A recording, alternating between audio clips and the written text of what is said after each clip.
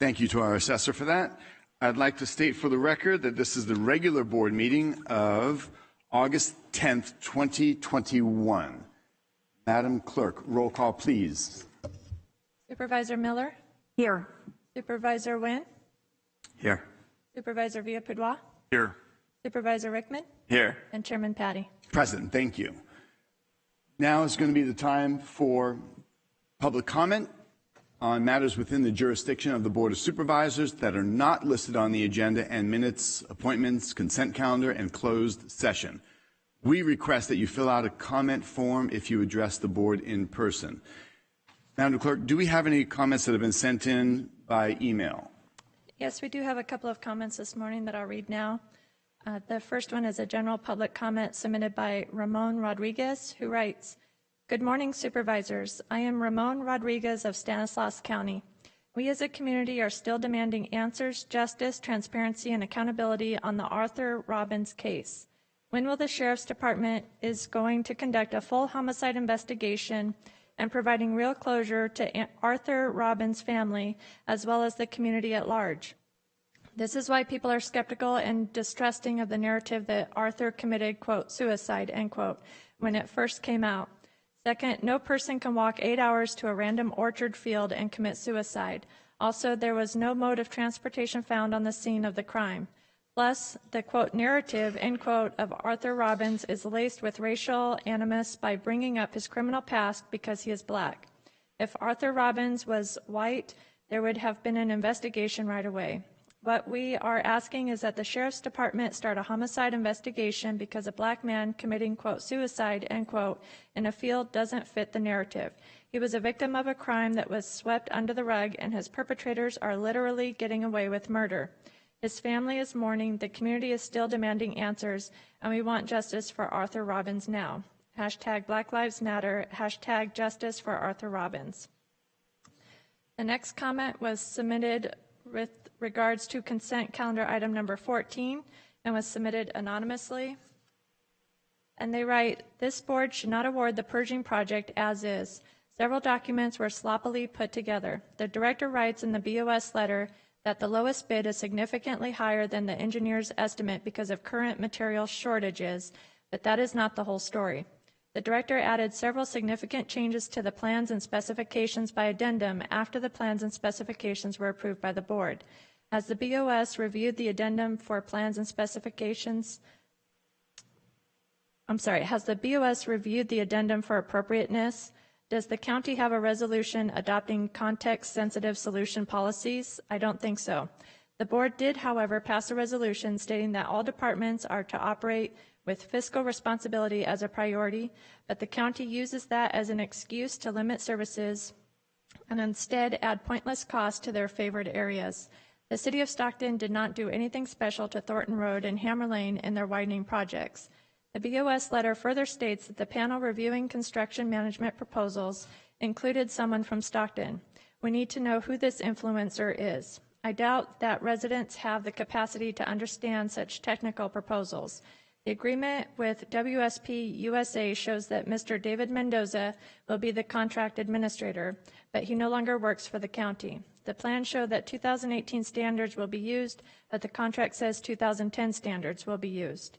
The BOS needs to be reminded that several anonymous letters were submitted prior to the director's reinstatement, warning that he practices favoritism and berates others.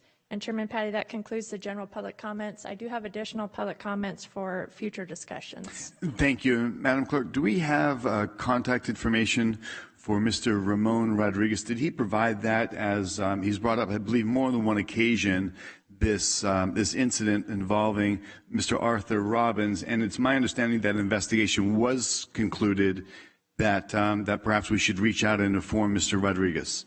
Chairman, on this public comment, he did not submit an email or a phone number, but I can check past public comments to see if one was submitted. Okay, thank you. I'm not speaking on behalf of whatever that conclusion was. I did read a report, but perhaps we might be able to reach out to Mr. Rodriguez. Thank you. So we do have a couple of in-person comments, and this is a time limit of 3 minutes for these comments. There will be a device on the podium with a green, yellow, and red light. I'm sure you can imagine what the red light means. That's 3 minutes are up. The yellow light will indicate 30 seconds prior to those 3 minutes.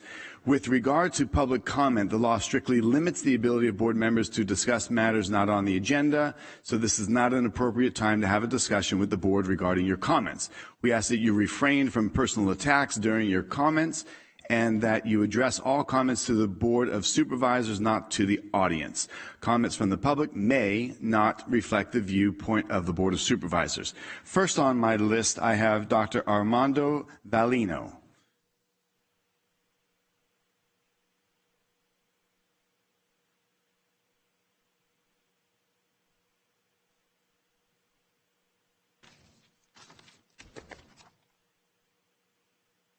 Good morning, Chair Patty and Supervisors.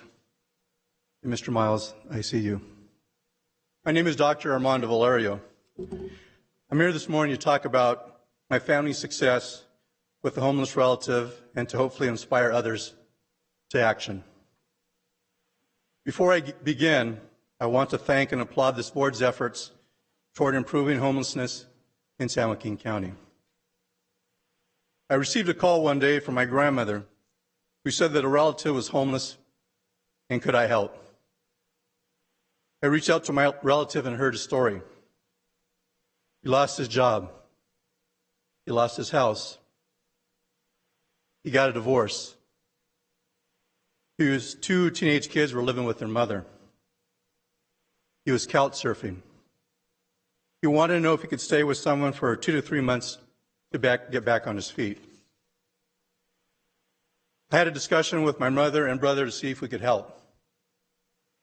We agreed to help our relative, and my brother would have him stay with him.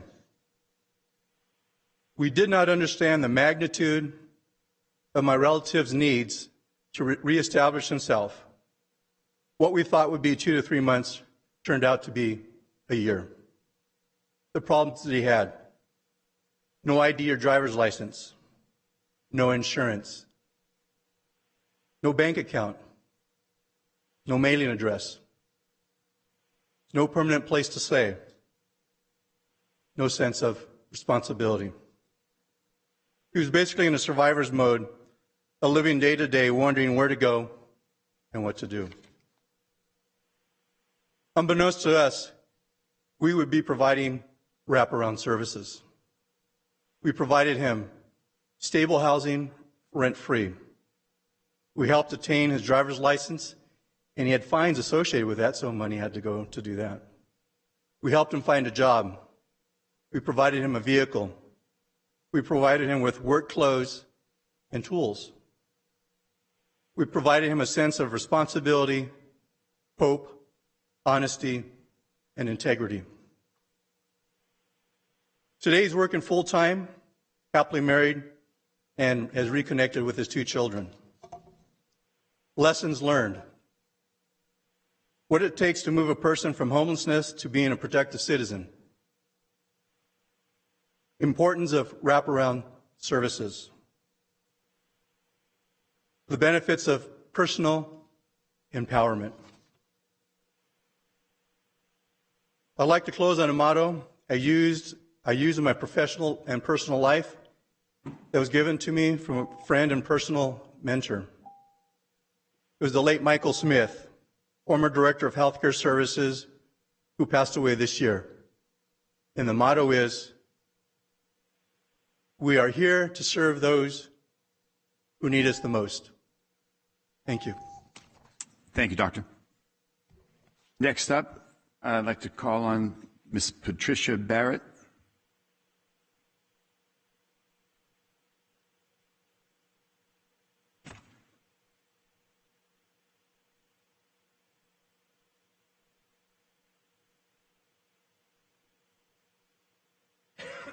Morning, Chair Patty and Supervisors. That's a hard act to follow.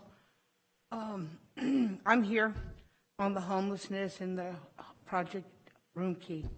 Ms. Barrett, if you would lower the microphone a little bit, we could hear you perhaps a bit better. There you go. Thank you. Oh, sorry, that one was touching. I work out in the field, and it's really hard to come home, open the refrigerator, and get a cold glass of milk. You know, it's really hard to go to the little machine and get cold water when you're still blowing dust out of your nostrils. You know, watching women just tear up, telling you their story. You know, and dust is blowing, and the smell of feces and the smell of urine. Walk out there and talk to them, and then go home and look at your house and say, what are we missing? There's two factors to this solution. One of them is tent city, wraparound services, severely, severely needed. And I don't mean 2 workers going out and talking to this person. We need an organization that has outreach workers. I did this in Alameda for years, called Healthcare for the Homeless. And we went out in a van, and we would sit down, and we would talk to homeless people, and we would say, what do you want from me? What can I do for you? And they needed licenses. They needed appointments. 2 women told me one needs to print up stuff. I said, I'll bring you a bus pass. I said, whatever you need, I'll work with you on it. The workers that come out there, they disappear. They don't come back. They move them back. They don't know where these people have gone. One lady said they asked us to move, they bulldozed her tent. What are these women doing? She says, if I leave my spot, I don't know what I'm going to come back to. These are women, not men. The men sat there. These men are sitting on the edge of a bucket that have nothing in their face. There's 2 parts, as I said, counting down. We need our tents, but we need our housing, and they walk hand in hand. As we put up the tents, they're drawing designs. If we put up the tents and get wraparound services, they're building these houses. This isn't let's do this and let's do that later on. We need to do them both together so they coordinate. Go to GM and see how they put one big part moving fast and one part moving slow, and guess what? They all go to the same car. We need to work on this, and we need to work on this now. Winter's coming. Go home to your... Thank you, Ms. Barrett. Now, I do have some additional requests that might be, that can be spoken now, or we're going to have a homeless discussion. So I'll go ahead and go from the top of my list. If anybody would like to speak now or during the homeless discussion, it's your choice. So I've got Ms. Angela May expressing an interest for COVID discussion, which we're also going to have.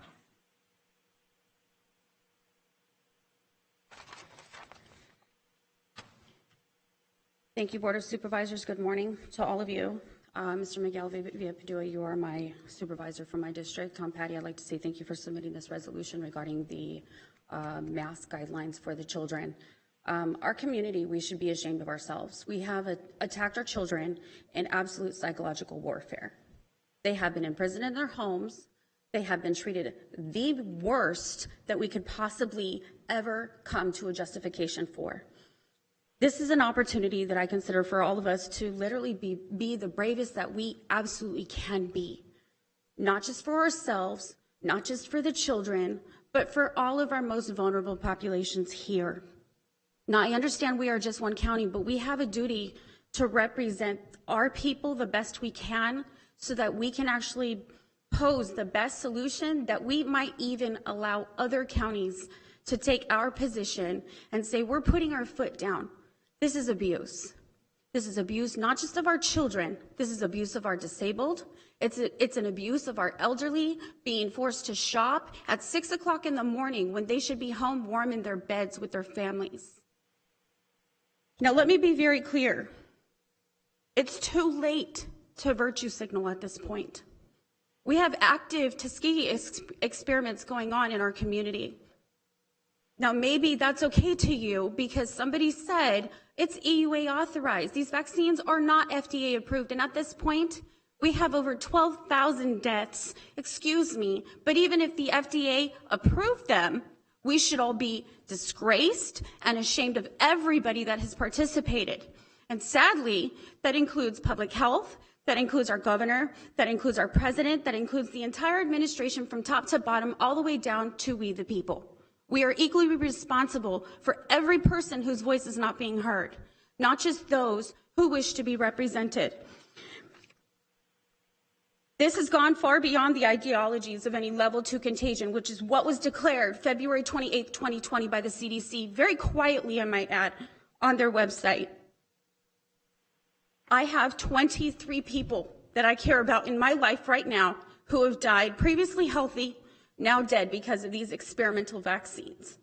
That might be okay to you, but to me and everybody else who are being silenced and being paraded as some kind of sick joke, everybody has to be held to account for that. And personally, I hold people in public health 100% responsible, because they are to be held to the account of the most amount of truth.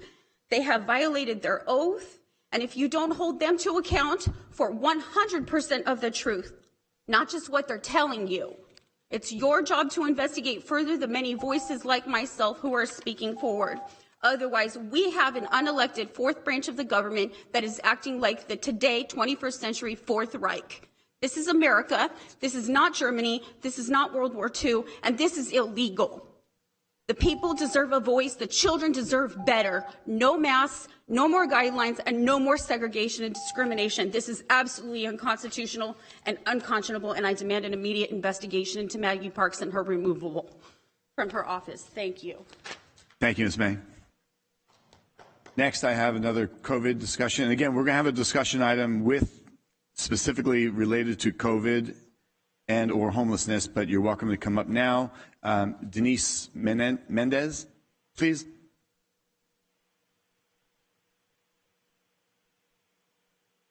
Good morning. My name is Denise Mendez. Thank you to everybody. Kathy Miller, you are my representative. I do want to say thank you to Tom Patty for having an open discussion with his constituents and residents and looking at people when they are speaking. I hope everybody takes note of his behavior. And can I just say, I cannot believe 18 months later, we are still here and still masking our children and ourselves. I have a child in public school, and he has a medical condition to where wearing a mask for a prolonged period of time will give him a reaction. And I'm being told, just get him a medical exemption. And if it was that easy. Doctors are terrified to write these exemptions because they don't want to be flagged in the medical community. This is what happened with the vaccine debate, and now it's happening with the mask debate. Now, if we do get it, public health has decided to insert themselves between the decisions of doctors and patients and the privacy that goes along with that, and that is unacceptable. Correct me if I'm wrong, but I don't remember public health being a fourth branch of government, and I also don't recall Dr. Maggie Parks being voted in. I do recall, however, that this board can rein in the public health director as well as the emergency orders that we have for this county. The evidence does not support the policies that Dr. Maggie Parks has put forward, and now it's up to you as our elected representatives to speak out and to listen to the constituents and the residents of San Joaquin County. I would recommend that you listen to Dr. Dan Stock, a functional family medicine physician trained in immunology, or any of the thousands of doctors speaking out against what this public health emergency really is, if you can find them, because information is being censored. If you did look at the science, you'll see that the aerosol particles are small enough to go through those surgical and the cloth masks, and this is backed up by NIH government-funded studies. What you've done is you've launched a psychological attack on our children, and the mask is causing a 5-fold in suicide. Our children are committing suicide, and everyone is being silent. We've also been successful in destroying their immune system by masking them throughout this entire, I'm sorry, did I say something that was odd, Kathy? So in a nutshell, I hope you're listening. The board has a duty to do the right thing, and I hope you understand the pressure will not let up, and it will only increase as parents are getting extremely frustrated and very upset. What we are demanding is that you listen to the constituents and the residents and the science, and you follow the data, because there has been no data to show that children have passed on COVID to adults, to teachers. So what we'll end up doing is destroying the public school system. We will create another path forward, and that means creating another way to educate our children, and we will remove the funding from this county, and eventually we will remove you from the seats if this continues. Thank you. Thank you, Ms. Mendez. Next up, speaking on COVID, I've got a request for Kaylee Mahoney.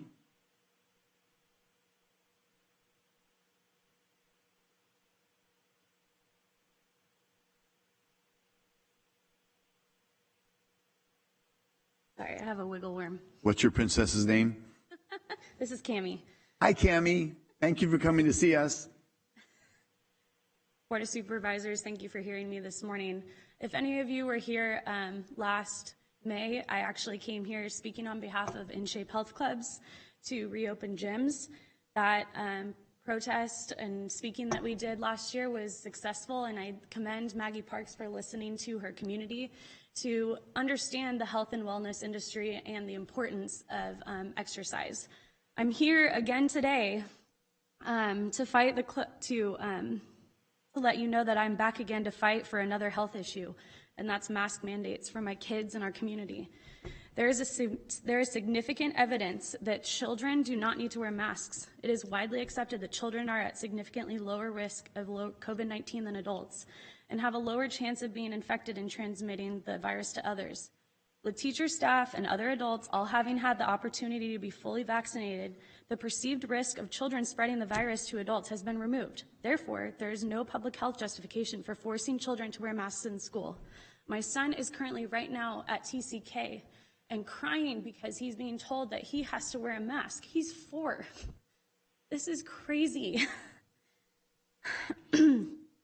Studies have found that masks cause anxiety and depressive feelings and impair a child's social development and ability to communicate. Sorry.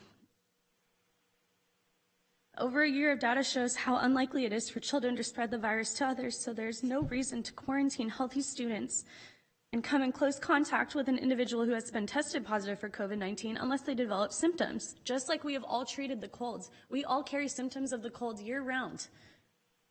We are most likely asymptomatic, but suddenly we treat this different because the government tells us to.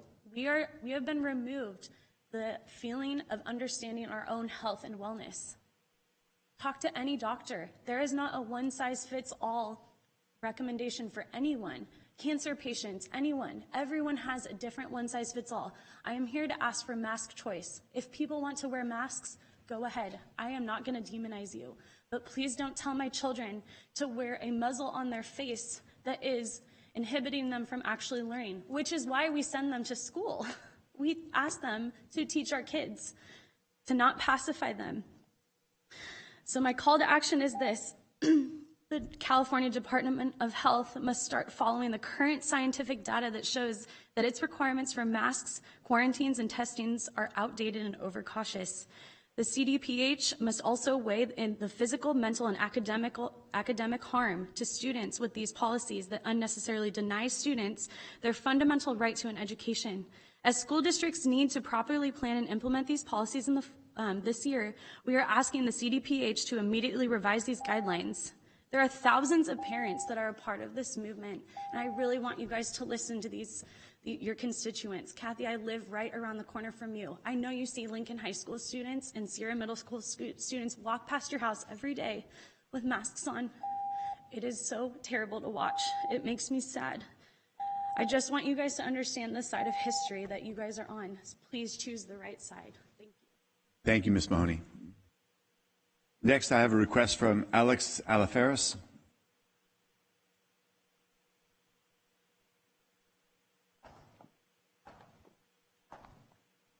Good morning, Board of Supervisors. Alex Alaferis. This fell out. I think it's still good. Senator Rand Paul has sent a criminal referral of Dr. Fauci, the fraudster, to DOJ for criminal referral.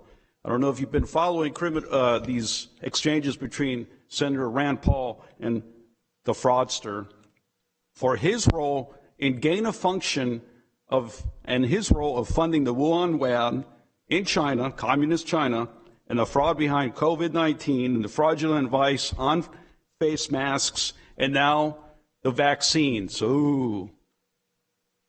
Let me read you this quote by Dutch politician Thierry Bandel, founder and leader of the Netherlands Forum for Democracy Party. In a viral video of a recent speech he gave before his nation's parliament, in his 5-minute talk, he even cited a 2010 Rockefeller Foundation report that laid out the pandemic and its aftermath. That is eerie like what the world has just experienced. That's from Gateway Pundit. Balder said, and he's not even politically correct in his speech, as he stated in his conclusion, I hope there will be a moment that we wake up, that we realize that this is a collective psychosis, that the locking down of the entire country, half of the world for a year and a half now because of flu variety is insanity. This COVID phase has been a practice to train obedience. The globalist plans can be carried out. And the next step towards mass surveillance and total control could be taken. Satan Klaus Schwab, what did he say? The Great Reset. And the fraudster Fauci, during the Trump era, his presidency predicted there will be a pandemic. Oh, gee, I wonder why. Do not force any face mask mandates in schools. Give people a choice. No vaccine mandates, no vaccine passports, and no social distancing. I don't know have you guys been seeing what's going on in Greece and in France and in Italy? Of course, there's a media blackout.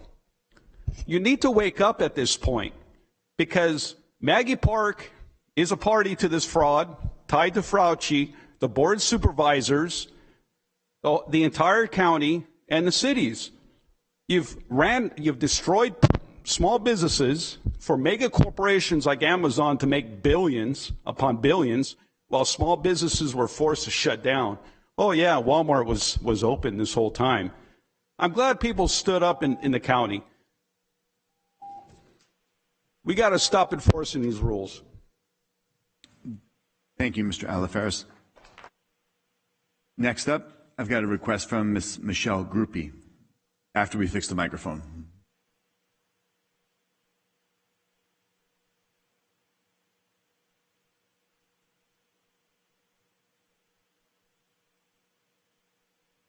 Good morning, board members. I am here today to encourage all of you to stand up for mask choice, actually mask and vaccine choice. I sent you all an email this morning, and it is a presentation that Dr. Dan Stork presented to his district. Attached is his whole list of all the studies that he used to back up why he believed what he was saying to be true. So I really encourage all of you to please read those studies. I don't have time to go through each one of them with you. They're detailed, but they are very specific, and they do prove that mask and vaccine choice should definitely be where we're at today. What we know is, for sure, that has been proven through all the time from the beginning of COVID till now, is that 0.005% kids have a 0.005% chance of adverse effects from COVID. We know that kids have such a low transmissible rate that it is not even measurable. I believe in some documents it says 0%. We know that masks do not filter the COVID viral spore. We know that the masks do not fit properly to completely protect the person wearing the mask or the people around them. We know that the masks used for long periods of time can cause psychological and physical harm. We know that the vaccinated are transmitting this virus. We know that the vaccinated are becoming sick from this virus. We know that the vaccine has adverse side effects for many, some immediately, and some of the unknown long-term effects are still waiting to be seen because it is an experimental vaccine. So my question to you is, with a questionable efficacy of both masks and vaccines and a potential harm that can be caused from both masks and vaccines, why are we doing this? Why are we having to fight to have a choice whether we want either one of those, the mask on our face or the vaccine in our body? This leads me to clearly see that the mandate is unconstitutional and an invasion of personal rights and freedoms. The EUA, The bottom line is none of these COVID tests, masks, and vaccines are showing to be concrete tools for prevention or termination of this virus. Yet we are still being mandated to do it, whether we want to or not. What's being attacked here is our freedom.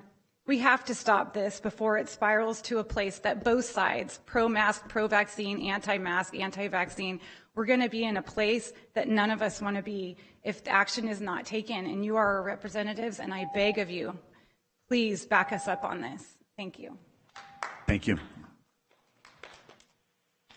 Next up, I've got a request from Mr. Xiao Lo.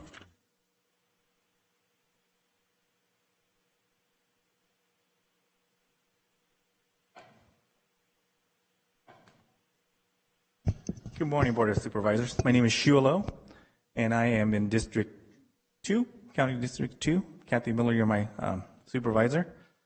I have a concern. My concern is, these mask mandates, right? So my profession is I'm an environmental health and safety engineer, and from a industrial hygiene standpoint, if you're going to force somebody to wear a mask, there's actually an OSHA requirement.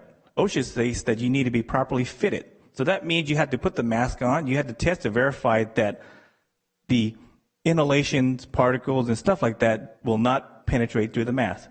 So your mask that you're wearing, the cloth, and your surgical mask does not meet the requirements of OSHA regulations. So there's one concern there, and the mask that you guys are mandating for the children to wear does not do anything. Because why? If this virus is as deadly as everybody say it is, those masks will not work at all. You would need pretty much more of an air supply, meaning your full face is sealed and an air tank, right? And that's, what we do in the field when we have toxic gas such as arsine, phosphine, and if you take a breath of that, you would pretty much collapse within a couple seconds, right? So those are deadly gas. And if our vaccine is as deadly as we think it is, then we need supplied air. So we need to do the logical thing, which is, pretty much we know this COVID thing it's pretty much a hoax. It's a flu which has been manipulated to attack the various old, the various young. So if you're in between and you're healthy, then you know what? There is no concern, right? And if you are sick, that's where the mask comes in. The person that's sick, that's spreading the virus, should wear a mask. And if you're healthy, there is no mask that you should be, wearing, because what it is, it's about control. It's about making people, because I came from a country where we have communism. Now, if you haven't lived in communism, then you guys are pretty much going to be experiencing pretty soon. That's what the mask is. The mask is a way to force things, to force the agenda of having a communist regime control your life every day. Now that we are having this passport, as far as a COVID passport, to really pretty much, I need a COVID passport to travel from one state to another state, from another country to another country. What do you think that is? I think we've seen that in World War II, right? Where the Nazi regime forced the Jews to carry papers around, and if you didn't have the proper papers, you couldn't go anywhere. Is that where we're heading to these days? Are we going to force that upon our children, force that upon everybody else, to have a mandated vaccine in order for my kids to go to school, in order for me to go to buy groceries at the store? I need a vaccine passport? So let's do the logical thing, right? The Public Health Department is here for one purpose and one purpose, to talk about awareness. They're not here to enforce any regulations or any laws. I understand those things. Like I said, I do this every day, for whatever I do, environmental health and safety. That's all I do every day. OSHA, DOT, EPA regulations. So I understand the regulations. And the public health regulations, there is no mandate that requires us to wear a mask. So that's all I had to say. Thank you. Thank you, Mr. Lowe. Is there anybody else at this time who would like to speak, make public comment? If not, we're going to move on, and we will be having more public discussion as we discuss these items coming up. So at this time, Vice Chair Nguyen. Chairman, I just received a couple of public comment forms regarding number 4 and number 3, which may be consent or discussion, I'm not sure. It's from Saul and Annabelle Garcia and Michelle George. Okay, Saul or Annabelle Garcia or Michelle George, if anybody would like to speak now or wait till the items are up.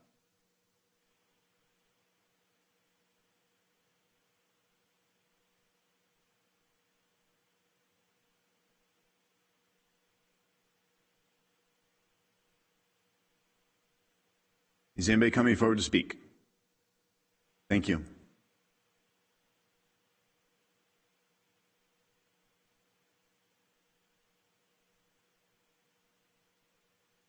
Hello. I am here to address number 4, just homelessness. And I live on 15 East 4th Street. Our home is between El Dorado and Center. The reason I'm here is because last night we woke up with some type of bomb, a really strong noise. We reported it to the police. These homeless people are obviously doing illegal things there. They're not just homeless, but they're also doing something else other than just being homeless. And it's a danger to our neighborhood. So I am here today to representing my neighborhood in that area. It has come dangerous. It is dangerous to go outside at nighttime after dark. We cannot leave anything outside. And someone needs to do something about these people. They're obviously sick. They need attention. A lot of them are not being protected because of COVID. They don't have masks. Of course, they don't take showers. They don't have any type of sanitary, not even where to wash their hands, take showers. I think it's time for us to come together and provide these things for them. They're not going to stop being homeless. But the people that are doing these things, they either have a lapse of some type, they need to be in jail. That's all. Thank you for sharing those concerns. Sir, come on down. Please state your name.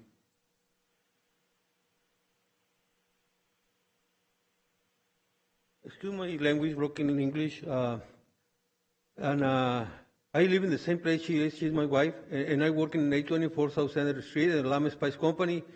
We having a lot of issues by homeless getting taken pee and poop and very close. And a methamphetamine people use, and they might have a son, 10-year-old.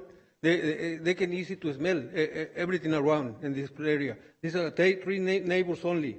My boss, the owner in the last company, he say they're thinking they're not doing nothing because we live in the very poor area. They go to Marsh Lane, to North, and there can be maybe one homeless I see, or two. But then here is a much to very like 99%. And I live in Stockton like 2002. I'm moving from Union City. I recall how Union City are in 1994, 1993. There's a lot of drugs involved and gang members and everything. I don't know how the city clean, but I remember they moving everything, bars, bad things in the parks, compared in our homes and everything, and clean it up the city. That city is beautiful now. I hope one time Stockton can be the same. You know, I live in here and everything. Every year is worse, worse, worse. I remember when I moved in here, 2002, 3. It's a few things, you know, not that much damage. But now I live and I'm happy every day. When I wake up, I see things happen, and I believe the the governor, the police not doing nothing because there's too much to do. No blame. It's got to work together and getting this thing done. That's all. Thank you. And we are going to have a homeless discussion, and these concerns are heard, and we do believe more needs to be done. So thank you for sharing. At this time, without any other public voice or public comment? I believe that there is one more from Michelle George. Okay, Michelle George, come on down. I'm a little bit nervous. You move the microphone down, please. Thank you. My name's Michelle George, and I'm here because I support the mask and vaccine choice. I'm against mandates and passports of segregation. As an abuse survivor, I have the job to stand up for my family. I'm here as mother to support my children and to demand the abuse of the people to stop. This is America. We have a freedom of choice. I have health problems, and I have been denied care. I can't even take my children to go to the dentist or to get the things they need to be enrolled in school. I have to have someone else do it for me. And as a mother, that's heartbreaking for me, not to be able to do that for my children. I can't even go into the stores to go shopping. And it's really hard. I have to have other people do it for me, or I have to pay extra to get deliveries. This is unfair and injustice, especially in America. We're not a third world country.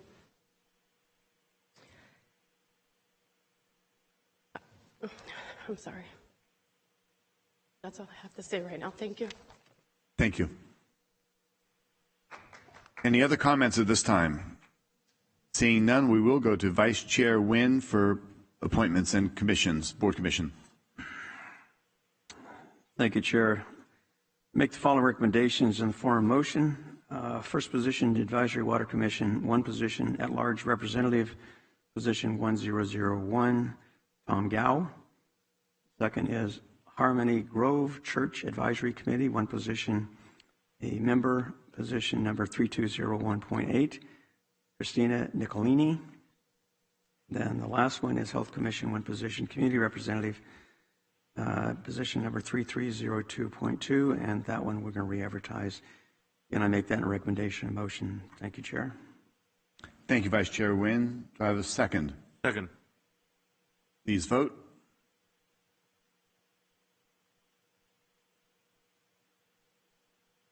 Five zero. Thank you.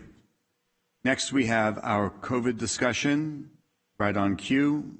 Mr. Dietrich, I see, and is Dr. Park present? I'd also I'd like to ask that Patty Vergen also is available and give us a report on our RAD program once we're done hearing from Mr. Dietrich and perhaps Dr. Park. Good morning, Chairman Patty, members of the Board of Supervisors. Dr. Park has a presentation available, I believe. Here she comes. Sorry for the delay.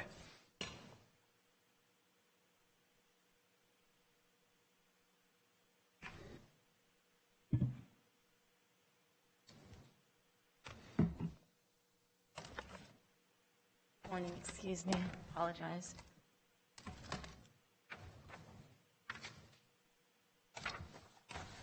So I do have a short presentation for you today, and I think that most of this is not really going to be too surprising or new because we are hearing so much about increased transmission and the Delta variant in the news. But just want to share with you some of our numbers here for the county. That picture is taken from the CDC's community transmission map, which basically shows that most of the country is currently in red, which indicates high transmission, and you see our county there in red. Our current case rate's 25.6 per 100,000. This has basically risen from the June 15th reopening when it was 3.2 at a tremendous speed. Our testing positivity rate is nearly 9%, and our R effective is high, as is the rest of the state at 1.23. This is that epi curve, and I am showing it again because you can see the rise that is occurring right now with this new surge, and with the predictions from some modelers saying that we may have a wave as high as last summer, summer of 2020. You can see that if that turns out to be true, we're already halfway there. This is a similar epi curve, but of only the 0 to 17-year-old age group. So I did ask my epidemiologist to create a curve for just the younger children, just the 0 to 17-year-old, the children. Of course, the y-axis is smaller because this is only a grouping of 9,847 kids, but you can see how with each surge, we also have cases in that age range. And you can see that now, towards the end of July, August, we are seeing spikes that are higher than what we had last summer for this particular age group. This is a heat map of all the cases, and this is just a great pictorial way of seeing the increase in cases because of the Delta variant, namely, mostly. And so, you know, the left side depicting the month of June, and on the right side the month of July, from July 3rd to August 3rd. And wherever you see red, that's where there's a high concentration of confirmed cases, and then yellow even, and there are cases in yellow as well. But you can see that the spread is occurring.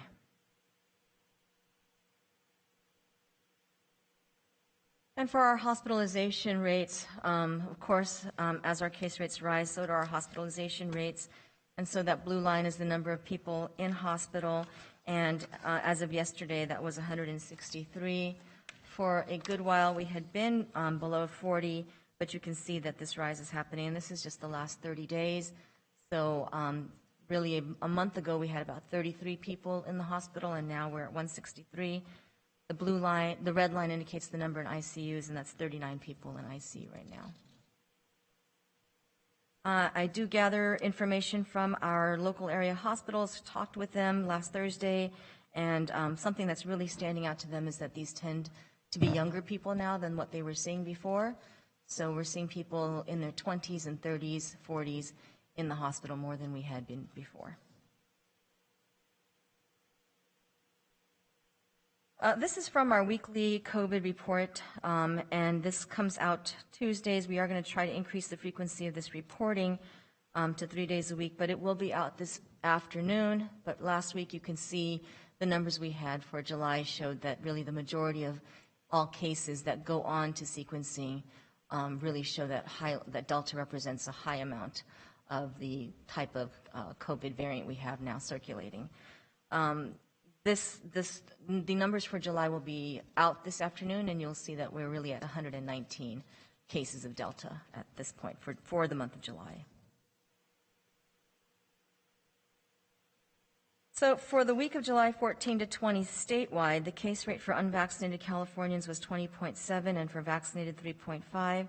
And when the state did a retrospective count from January 1st of the year, really the overall number of pure just COVID positive cases were represented 99% by unvaccinated folks. This just out August 6th in the CDC's MMWR, Morbidity and Mortality Weekly Report, and really is indicative of the fact that even those people who have had COVID-19 infections in the past should probably get vaccinated, and that's a recommendation because this study in Kentucky for hundreds of people showed that those who had a history of infection but were unvaccinated were still 2.34 times more likely to get a reinfection compared to those who had been vaccinated. So this is our vaccination progress data. And I will say that the people who are fully vaccinated, we're almost at 50%. And the people who are partially vaccinated, that number went up significantly in the last couple of weeks. And I believe that is a marker of more people seeking vaccines. At this juncture in time, there are some people who waited. And with the Delta variant here and people seeing that our hospitalizations and our case rates are rising, we are seeing more interest in the vaccine. So that when you add it together, the percent of people who have had at least one dose is now at 62.3%. And the last time I was here, that was at 56%. So significant rise because of people who have had that one dose now, adding to that number. And we continue to vaccinate every day, and we do have a mobile van that we move around and we schedule, working with our CBOs closely to find places where there might be great opportunities to park the van and have a vaccine event. Of course, most people can get on myturn.ca.gov to find any one of the fixed sites, such as our site at Stribley Park and some of our pharmacies that continue to operate and give vaccines. But without having to go to myturn.ca.gov, anybody can just go to one of these events as well, where we do have a mobile van. And this is pretty much 5 days a week on average. And lastly, just the front and back images of a postcard that will be delivered to about 62,000 unvaccinated residents. And this was as a response to Chair Patty's request to try to focus on messaging to our folks with comorbidities who might need a little nudge to get vaccinated. So this postcard will be going out very soon. And it will also be going out in Spanish. And that's the end of my report. Thank you very much. Dr. Park, quick question on that postcard. Has it already been printed and it's getting ready to hit the mail, or what's the... It's just about to be printed. So might I suggest that the greatest concern are those that have the comorbidity issues, and that should be bigger, bolder bullet point? It's a very nice layout, very catchy. I just think that we really need to exasperate that great concern where people have the greatest health risk, greatest risk for mortality, that just punch that up a little bit, if you would. Okay, not a problem. Has not printed yet, so we can put that in bold letters if that would be better. Yeah, I think I'd like to keep the wording, the order of the wording the same, but maybe bold in that. Yeah, bold or bullet point or something we can really exasperate, because that's the red writing on it. You really want people to note this comorbidity issue and those that are at higher risk. I know, including the older age brackets. Sure, thank you. Thank you, appreciate that. Any comments or questions? Supervisor Rickman. Thank you, Chair. And good morning, Dr. Park, Mr. Diedrich. Thank you both. Always a pleasure to see you both. You know, Dr. Park, I'm glad you brought that up, that study, and actually I had that in my notes here today. And, you know, we've talked in the past about, you know, vaccine hesitancy. And, you know, I believe, and there's others who join me, and doctors and scientists, and, you know, even those from CDC, believe that the largest misinformation is coming from the government in regards to natural immunity. And there are dozens of articles. I spent the last week, in fact, before I preparing for this meeting, I ran out of ink at my own house, printing up articles about and studies about natural immunity. And these dozens of articles and studies from around the globe, you know, indicate that natural immunity is robust and long-lived. And if we keep denying, you know, what is science, and at least, you know, in regards to natural immunity, you know, people are going to be hesitant because we're not telling them everything. We're not telling them the truth. We, like I said before, we know scientifically from science, from studies, that natural immunity is robust and long-lived. And there's conservative estimates from the CDC that estimates over 100 million people have had the virus. Now, if we discount this, we say we are never going to get to herd immunity because we don't have enough people getting vaccinated. And that's something we keep hearing. So what do? We keep going harder. Now, you know, we go for the 12-year-old kids and older. Now we're talking about going younger than the 12-year-olds, even though there's not approved. There even talk about infants before they're released from the hospital to get vaccines. Of course, there hasn't been approved for that. But there is talk, you know, if you're not looking at natural immunity, just a vaccination only. But if you combine natural immunity with vaccine immunity, Dr. Marcari of Johns Hopkins School of Medicine relates 80 to 85% of adults have immunity. But the government, including here today, continue to discount the millions of Americans who've had the virus. So here are some studies that I pulled out and I saw, and of course I'm not a doctor, but I know how to research. I can look on the computer and find some of these. From the Wall Street Journal, The Power of Natural Immunity. Study shows it's durable and widespread. If you've had COVID, you can get by with one shot of a vaccine. They're talking about a booster. Only 10% of Americans have had confirmed positive COVID test, but 4 to 6 times as many have likely had the infection. A February study, which I can provide you, in Nature used antibody screening in late summer of 2020 to estimate there had been 7 times as many actual cases as confirmed cases.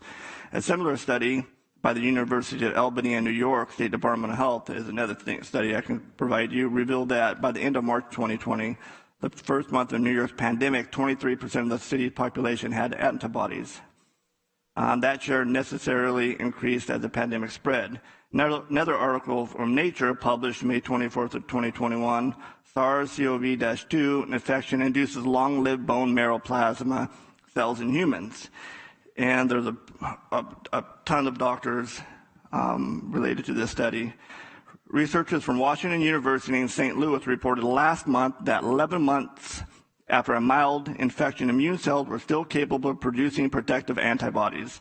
The authors concluded that prior COVID infection induces a robust and long-lived humoral immune response, leading some scientists to suggest that natural immunity is probably lifelong. Research letter, May 28, 2021. Assessment of SARS-CoV-2 reinfection 1 year after primary infection in a population in Lombardy, Italy. The study results suggest that reinfections are rare events and patients who have recovered from COVID-19 have a lower risk of reinfection. Natural immunity to SARS-CoV-2 appears to confer a protective effect for at least a year, which is similar to the protection reported in recent vaccine studies. However, the observation ended before SARS-CoV-2 variants began to spread, and it is unknown how well natural immunity to the wild-type virus will protect against variants. The Lancelot, March 27 of this year, assessment of protection against reinfection with SARS-CoV-2 among 4 million PCR-tested individuals in Denmark in 2020, a population-level observation study. Less than 0.7% of people who tested positive for COVID, including those who were asymptomatic, ever tested positive again. A breakthrough infection rate similar to that of vaccines. These numbers are especially low considering the sensitivity of COVID PCR tests, which can sometimes detect a single viral particle in a blood cell. And I mentioned this one before. It's from the Cleveland Clinic published a study, and this article is from MedRxiv. Necessity of COVID-19 vaccination in previous infected individuals, and this was from June 1st. Conclusion, the individuals who have had SARS-CoV-2 infections are unlikely to benefit from COVID-19 vaccination, and vaccines can be safely prioritized to those who have not been affected before. Summary, cumulative incidence of COVID-19 was examined among 52,238 employees in an American healthcare system. COVID-19 did not occur in anyone over the 5 months of the study among 2,579 individuals previously infected with COVID-19, including 1,359 who did not take the vaccine. And August 1st of this year from News Medical Life Science, antibody responses following SARS-CoV-2 infection more potent than vaccine elicited ones. Research team at Rockefeller University in New York. Researchers determined that not only do recovered COVID-19 patients possess neutralizing antibodies up to a year after infection, but that such infection simultaneously assists in offering protection against developing variants. Severe acute respiratory syndrome, coronavirus 2, infection produces B-cell responses that continue to evolve for at least 1 year, the study read. During that time, memory B-cells express increasingly broad and potent antibodies that are resistant to mutations found in variants of concern. The analysis later goes on to conclude, memory antibodies selected over time by natural infection have greater potency and breadth than antibodies elicited by vaccination.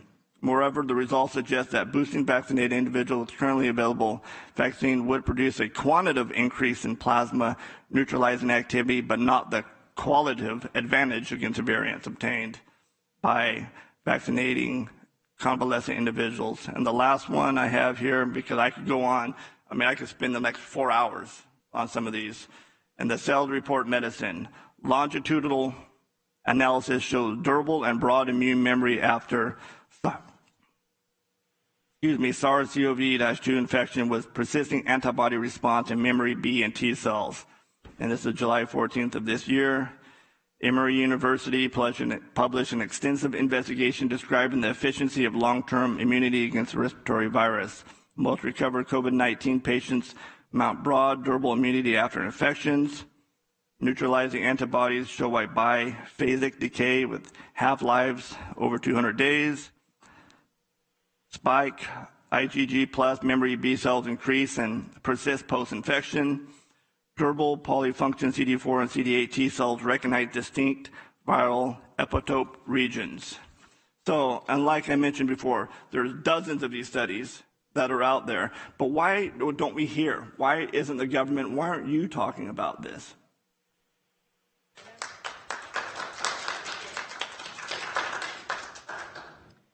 Yep, thank you for the long list, Supervisor Rickman. And I think that, you know, we do look at that. The CDC looks at it, CDPH looks at some of these studies. We have to be very careful to make sure that these are peer-reviewed studies and that they've been published in reputable places, and but what you're quoting sounds reputable. You know, and there are so many studies for everything right now COVID-related, so there are likely studies that do demonstrate that immunity might not be as long-lasting as some studies show, or that the immunity might not be as robust. So I think that there's just a lot of things that we still don't know positively for sure. Definitely it is heartening to think that people who have had COVID have some immunity and that it could last quite a while.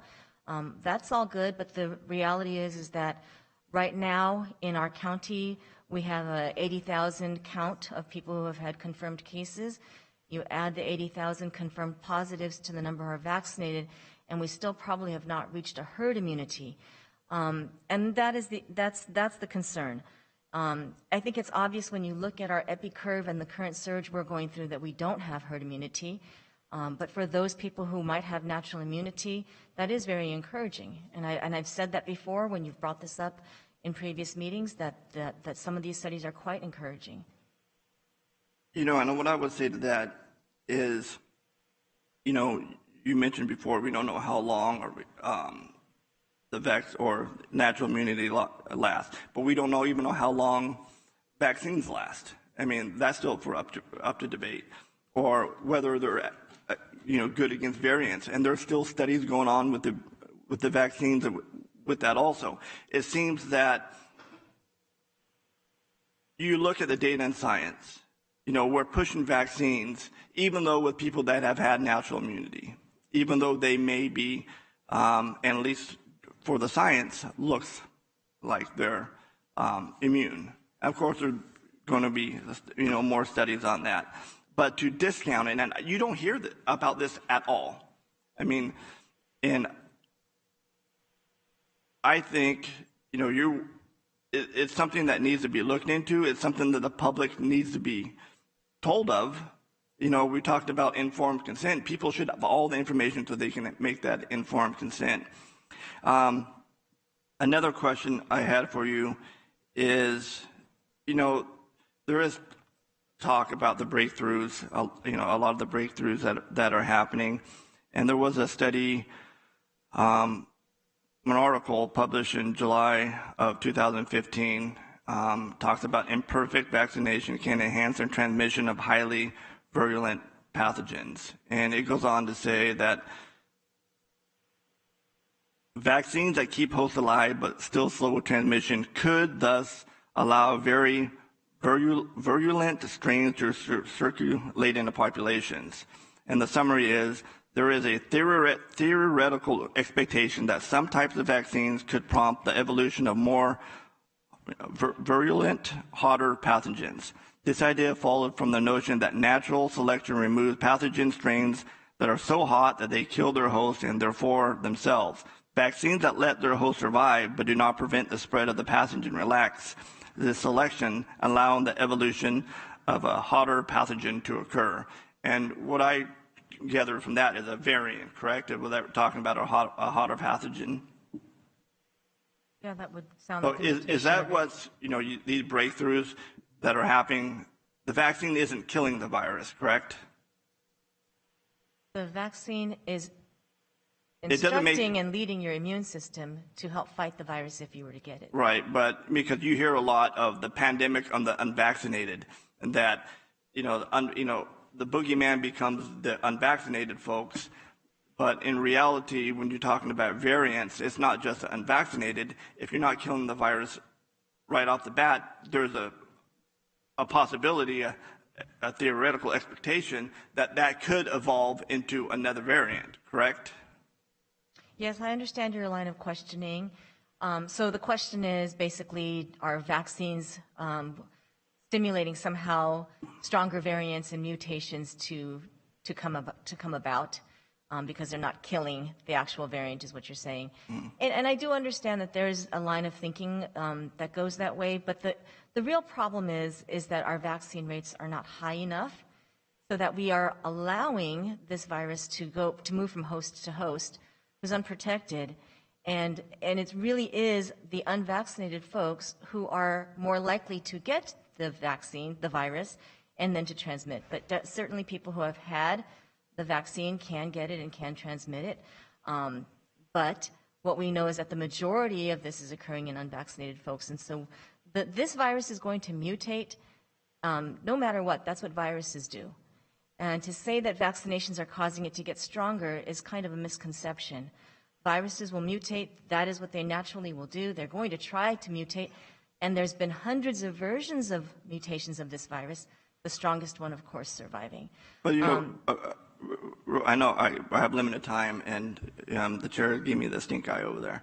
No. But there was I don't have the report with me. I just reviewed over it, and they were comparing like United States versus Iceland. And if you look at, of all places, it would be isolated, and it would be Iceland, right? And they have a high vaccination rate, higher than, I believe, the U.S.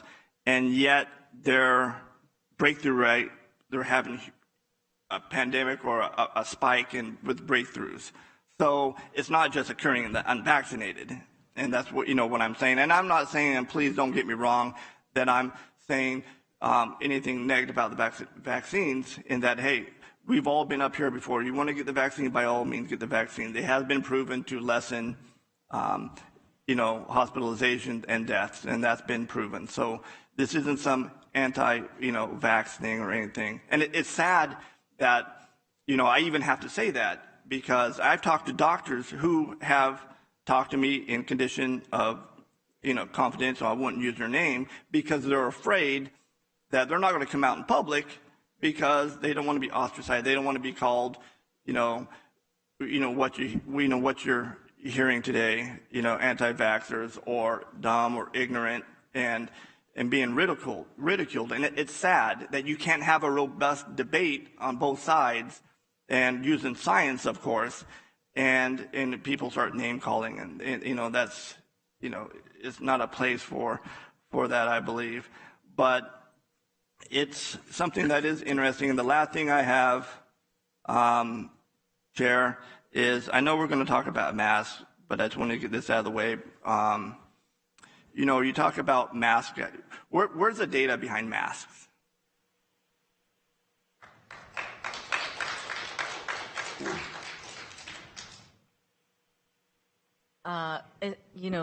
Supervisor Rickman, as you said, you can Google these things now and really look, and there are plenty of articles and scientific articles on masking. And if you go to the CDC website, right, let me make it more specific. Is the CDC latest guideline?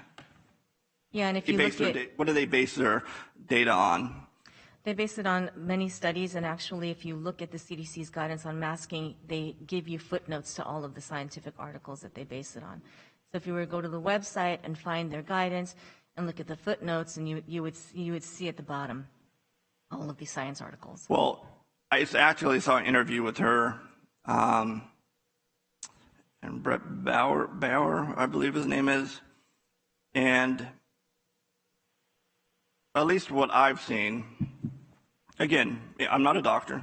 I'm just a regular guy trying to find information, out there. And, it seems like, hey, we try to get information from the state of California through a Public Records Act request on their data and science, and we got denied. So, where else do you go? I mean, sometimes you just got to do research on your own. But at least what I saw, and from the Washington Post, for example, one of the parts of that basis was the CDC used was from a non-peer reviewed data from India, which looked at a vaccine which wasn't even approved in the United States. And then a second one was a study or an outbreak from Provincetown, Massachusetts, where an outbreak of COVID-19 cases that led to changes in CDC mask guidelines. And this is from Health. CDC's COVID-19 mask guidance clouded by flawed data, dated August 3rd of this year. And it goes on to say the Provincetown data contained two startling details. Nearly 3/4 of infected people were fully vaccinated, the CDC said, and samples showed that the amount of virus infected people carried or viral load was similar between vaccinated and unvaccinated patients. The CDC concluded from the latter that vaccinated people who become infected might spread the Delta variant as readily as the unvaccinated. And it goes on to say some scientists say that the Provincetown study isn't reliable enough to be the primary driver of a public health policy change. The data is too recent to be independently reviewed by outside experts, and it is too small of a sample, and the circumstances of the outbreak are too unique for it to be applied to other parts of the country. And there goes on for other reasons why the study shouldn't be used. But, during that interview with the CDC director, what is her name? Rochelle Walensky, and they asked her what other studies. Oh, well, we looked at, other parts of the country and, other countries, but it didn't give specifics. I mean, if we're going to make policy and mandate things, then we should have the data behind it, right? And Dr. Park, I always say this, and this isn't an attack on you or Mr. Diedrich, and I know you're following the recommendations from CDC and the state, but there has to come to a time, too, in which our public health officials in our county, in which you work for, on which, our San Joaquin County Public Health, starts independently looking at some of these data, too, and to see if they're actually useful for what we're having. I mean, we test for the virus. We have all with the PCR testing. Why aren't we testing for antibodies instead when you're looking at like natural immunity? There are tests for antibodies. But why don't we do it? We don't offer it widely. It's a blood draw, so it's not like we can create a tent where people would go up and get their blood drawn. People can get that with their physicians and with their healthcare networks and request that through their doctors. But we do know that it's going on, and so we do try. The state tries to gather data about antibody positivity, and those are seroprevalence data. And they also try to study blood that's being donated at the local blood banks. But people do get those tests done. Yeah, but I'm talking about when you're making policy decisions and, we're mandating masks and, there's talk about, mandating vaccines and stuff. And I can tell you, and I can tell everybody here, everybody watching, that if that happens, if that call comes out, I will fight with every breath I have against it. And it's, it's not, and there are so many fundamental reasons why. And, a lot of these, and a lot of it is scientific, the immunity that we talked about. And I just wish that San Joaquin County would look more into that. Start taking a stand. If you disagree with something from the state or the CDC, let it be known. And if there's information that this board needs to be aware of, it should be, told to us. And I feel like, you have some great information, you come up and it's, statistically talking about, cases and stuff like that. But, a lot of it seems to be regurgitated from what CDC and the state has. And if there's information that is unique. I mean, I've been talking about natural immunity for so long, and again, there's dozens and dozens. You can cite one study, and I've seen, I think, 2 studies that, back up, and are they peer reviewed and so on. But why should I be looking at this? I'm not a doctor. I mean, we have a whole public health sector that can, do that research and make policy on that. And that's what I just wish that would happen. Hey, I enjoy doing it. It's, but I do have, other things, but and man, that's where I'm going to end it, and Dr. Park. And you know how I feel on that. And, I can tell you, I'm not going to let up on this. I'm still going to do my research. I am very robust on that. As you could tell, it affects us all. And, we hear all the time, follow the science, follow the science, follow the science. And you follow the science, and it seems like you just get ignored. And that's something that has to change. So thank you, Chair. I'm going to yield my time. Thank you, Supervisor Rickman. Supervisor Villapudua. No comment. Thank you. Okay. Supervisor Wynn. Thank you, Mr. Chair. I always appreciate the information by Supervisor Rickman. I've looked at a lot of those studies also, and I won't go over all of them, but I would make one comment in regards to research. It's interesting that I can go on Google, for example, and look for websites in regards to studies done, especially for masks for children, and it lists a whole bunch of them on the first page as you go through. But curiously, what happens is, if I click on a website that talks about that masks for children is harmful, either one, it won't download, or secondly, if it downloads, all I get is symbols just across the page. There's no narrative, no text whatsoever, and I don't know whether it's maybe my computer and lack of transparency or whatever, or filtering, but on every website that I looked at, and there was a study recently came out in regards to masking, which talked about CO2 and all those harmful benefits, and then and several websites had documented that. And then there were several other websites that came out a few days later and said that it had been basically redacted, or basically had not been substantiated. And I was able to read why they thought that was not the case. But all the other ones, which would have listed the study itself, I couldn't even get it, period, which concerns me. And the reason that concerns me is because, this debate has been going on certainly since, January, February 2020. And it's interesting because over the course of most of 2020, there's been discussions, comments in regards to especially the development of a vaccine. I know President Trump talked about, the expeditious creation of this vaccine by the end of the year, and was soundly denounced in the media in regards to it's impossible, it takes years, et cetera. Well, it did happen. But along the way, there was also a lot of discussion by a variety of individuals during campaigns in regards to that, first of all, that Trump is not credible. He exaggerates, he lies, he does all those things. And there were 2 notable individuals who made those comments, one our president, one our current vice president. And I bring that up not to blame them, et cetera, but their comments were simply, which has been brought up recently, and some had brought it up from the standpoint that they said that, the vaccine wasn't going to be effective and all these. And if you look at the narrative in some of those settings, their comments focused primarily around the credibility of Trump and his maybe manipulation of the FDA or others to get this vaccine created.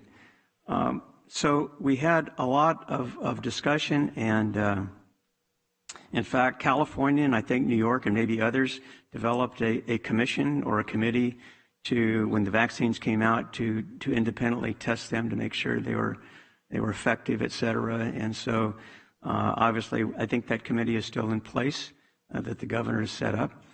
And so we had a lot of discussion over 2020 in regards to the effectiveness of vaccines and whether people would take them or not. And then we changed administrations, and then all of a sudden there were a lot of individuals who were very concerned in regards to, especially with the VAERS statistics, which I'm sure you're familiar with, which talks about the adverse effects of vaccines over the years. And I looked at one chart, and going back to 1990, it's flat across almost the bottom of as far as adverse effects of vaccines, obviously primarily flu, SARS, Ebola, those types of things. But on the other hand, when it hit, 2020, and then of course with the vaccine in 2021, it shot up like a skyrocket. And I think it was mentioned earlier, I think there's approaching 12,000 deaths associated with the vaccine. Now I want to make something clear. Every time somebody talks about the facts, it's assumed that somehow that my comments are anti-vaccine. They're not anti-vaccine at all. What they are is power to truth in regards to making sure that individuals get the right information to make their own decisions. And when our society somehow censors or restricts information on both sides of the debate, that makes people pause in regards to why is that occurring. And I think for a lot of people, the question is, well, if I can only get the good stuff in regards to why vaccines are important, and I can't get the negative stuff, which Supervisor Rickman can go through a long list, and I've looked at a lot of the same studies, is that why not? Because certainly in 2020, there was all kinds of negative information, certainly regarding President Trump, certainly regarding a whole bunch of issues. I don't remember anything that I could search, and I try to look at both sides of arguments. I don't remember ever having the occasion where something that I looked at wasn't available, and that's a concern. The other part of it is, we've come down, unfortunately, to a large degree, in that there are good people and there are bad people. And if I'm on this side, I'm the good people, and if they're on the other side, they're the bad people. I think that's wrong, because I think effectively we are more able to deal with this issue if we work together. I appreciate the comments, certainly, that are made. But I also appreciate, and I have a lot of discussions with my constituents on these issues, is that I always appreciate when we have this balanced discussion where both sides can share their views, and hopefully those who are listening can make their own decisions. I think the challenge we have today, and I say today in this country, is that, we have a lot of individuals, by the way, after the vaccination was in place, and I hate to get into the D's and the R's, but there was actually when the vaccine came, and actually when President Biden took office, there was an increase in the percentages of individuals, both in the R column and the D column, that would take the vaccine. So there wasn't necessarily a downturn. However, there's been a lot of information out in regards to, potential hazards. Doctors who are telling their patients that because they've had COVID, that it's probably not a good idea to get vaccinated. And that's between the doctor and their patient. And I think that's important. But on the other side of it, I think, unfortunately, we have gotten to a point where individuals who are not vaccinated are vilified in regards to being Neanderthals or whatever, because they don't see the benefit of getting vaccinated to protect their fellow human beings. I think that's wrong. I think everybody has the right to make their own choice as to whether they are. And I think more importantly, we need the accurate information to make that personal decision, especially for our children, in regards to whether or not they not only be vaccinated, which obviously the younger ones can't, but certainly those 12 and older. And then the other issue, which we'll be talking about today, is masks. So I think that, unfortunately, we have, for lack of a better term, we have vilified each side. I don't think anybody comes out a winner on that. But as Supervisor Rickman talks about, there's a number of studies, and frankly, and Dr. Park, you know this because we've talked about this, and Mr. Dieterich and I have talked about this. I can go, and unfortunately, I used to be able to go and view both sides on the issues. I can't do that anymore. That concerns me because I would like to know what some of the, and I don't want to call it even anti-vax, but more studious efforts in regards to identifying some of the issues with the vaccine that people need to know.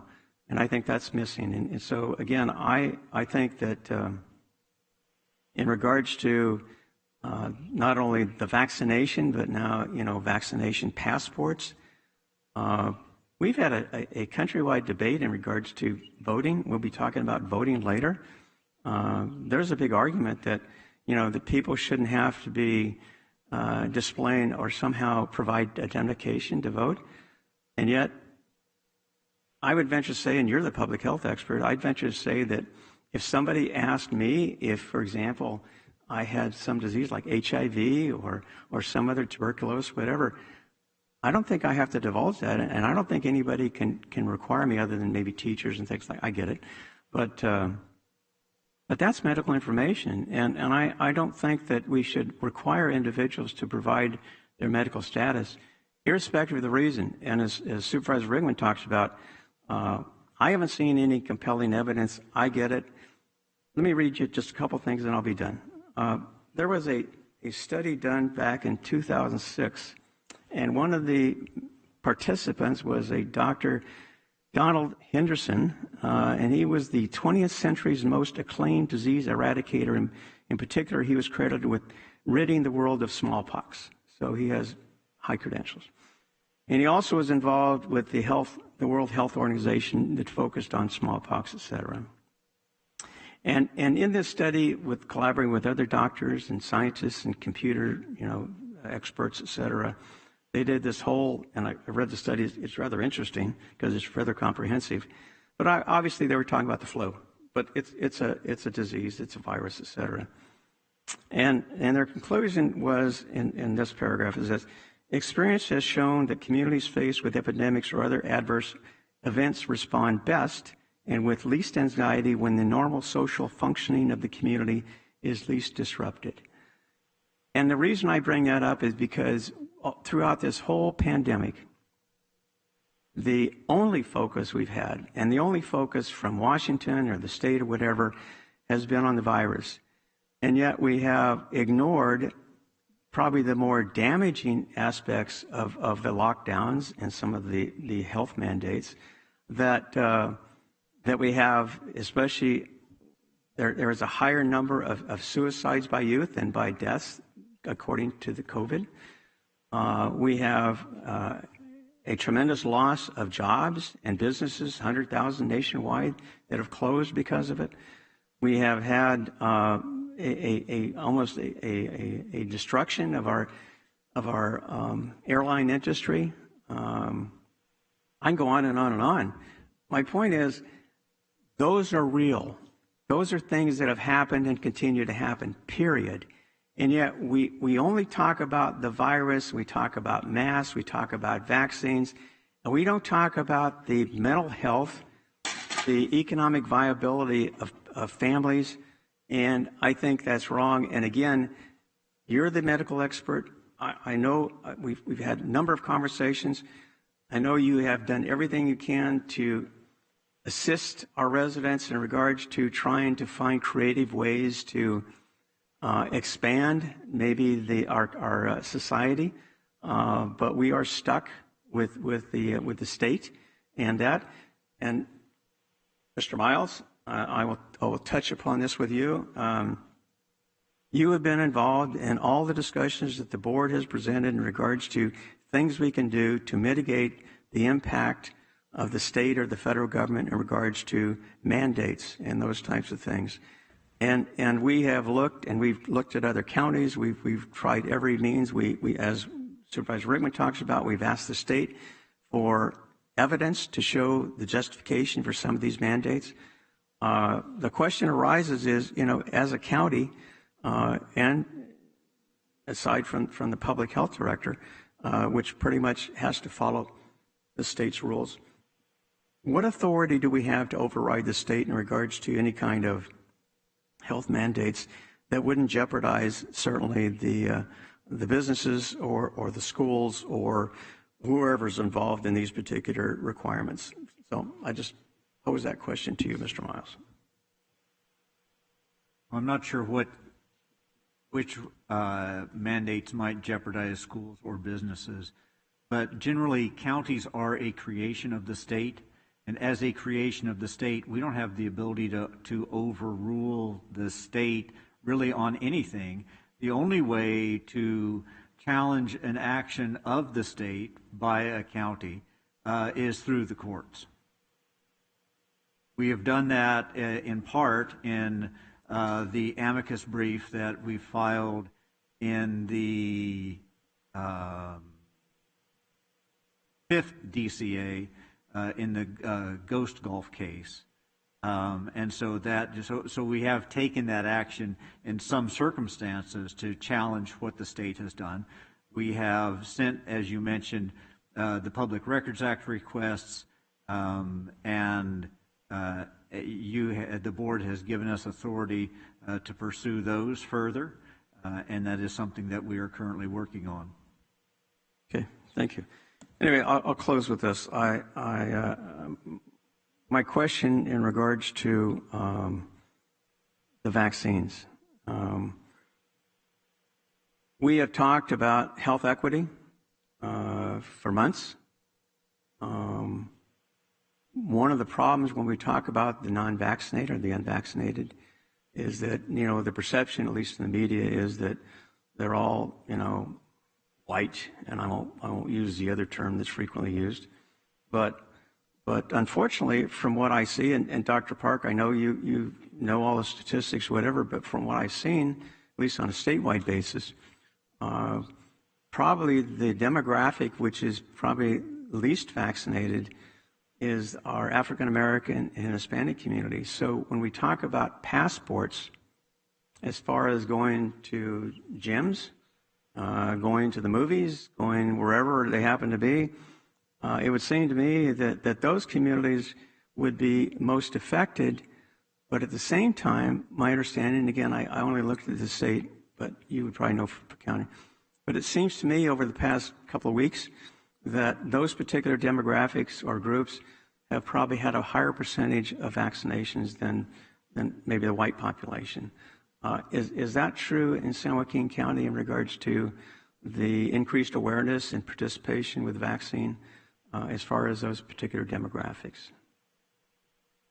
Yeah, the data is on the state website at covid19.ca.gov, and you can plug in our county, and you can see by ethnic breakdown who's vaccinated. And there's, of course, people in every group who are vaccine hesitant or vaccine refusers. So we are lagging in every ethnic group as far as our vaccination rates go. Interestingly, the state has shown us data that shows us that really it's the African Americans who are unvaccinated who are at the greatest risk for whatever reason, be it comorbidities or some baseline type of discrepancy there. And so I think in our county, yes, we have unvaccinated African Americans. They don't make up a large portion of our county. Really, it's the Hispanic community that does, and we need to vaccinate them more. Somehow, African Americans are more at risk for a worse outcome, and that's what's coming out of the data with this Delta variant right now. Okay, I appreciate that. One last question, because you are part of the healthcare community. Why is it yesterday there were several demonstrations by healthcare workers in California opposed to being vaccinated by their hospitals or medical clinics, et cetera? I mean, it would seem to me they would be the most knowledgeable. They deal with this disease, since the beginning. But I've read where some hospitals, for example, only maybe 40% of the workers in that hospital are vaccinated. And I guess the question, I mean, they would be probably by far the best experts in regards to this particular disease, and why, if they're in the medical field and now it's being mandated, Why is that? I mean, I'm just asking the question because you're dealing with those on a daily basis. Just a question. Yeah, and it's one that I can't answer because I haven't spoken to any of them who are out there protesting. It's an unusual phenomenon. I think that we all expected more healthcare workers to get that vaccine as soon as it came out. Yeah, well, I know that even in the fire service, you know, with paramedics and EMTs, et cetera, and ambulance.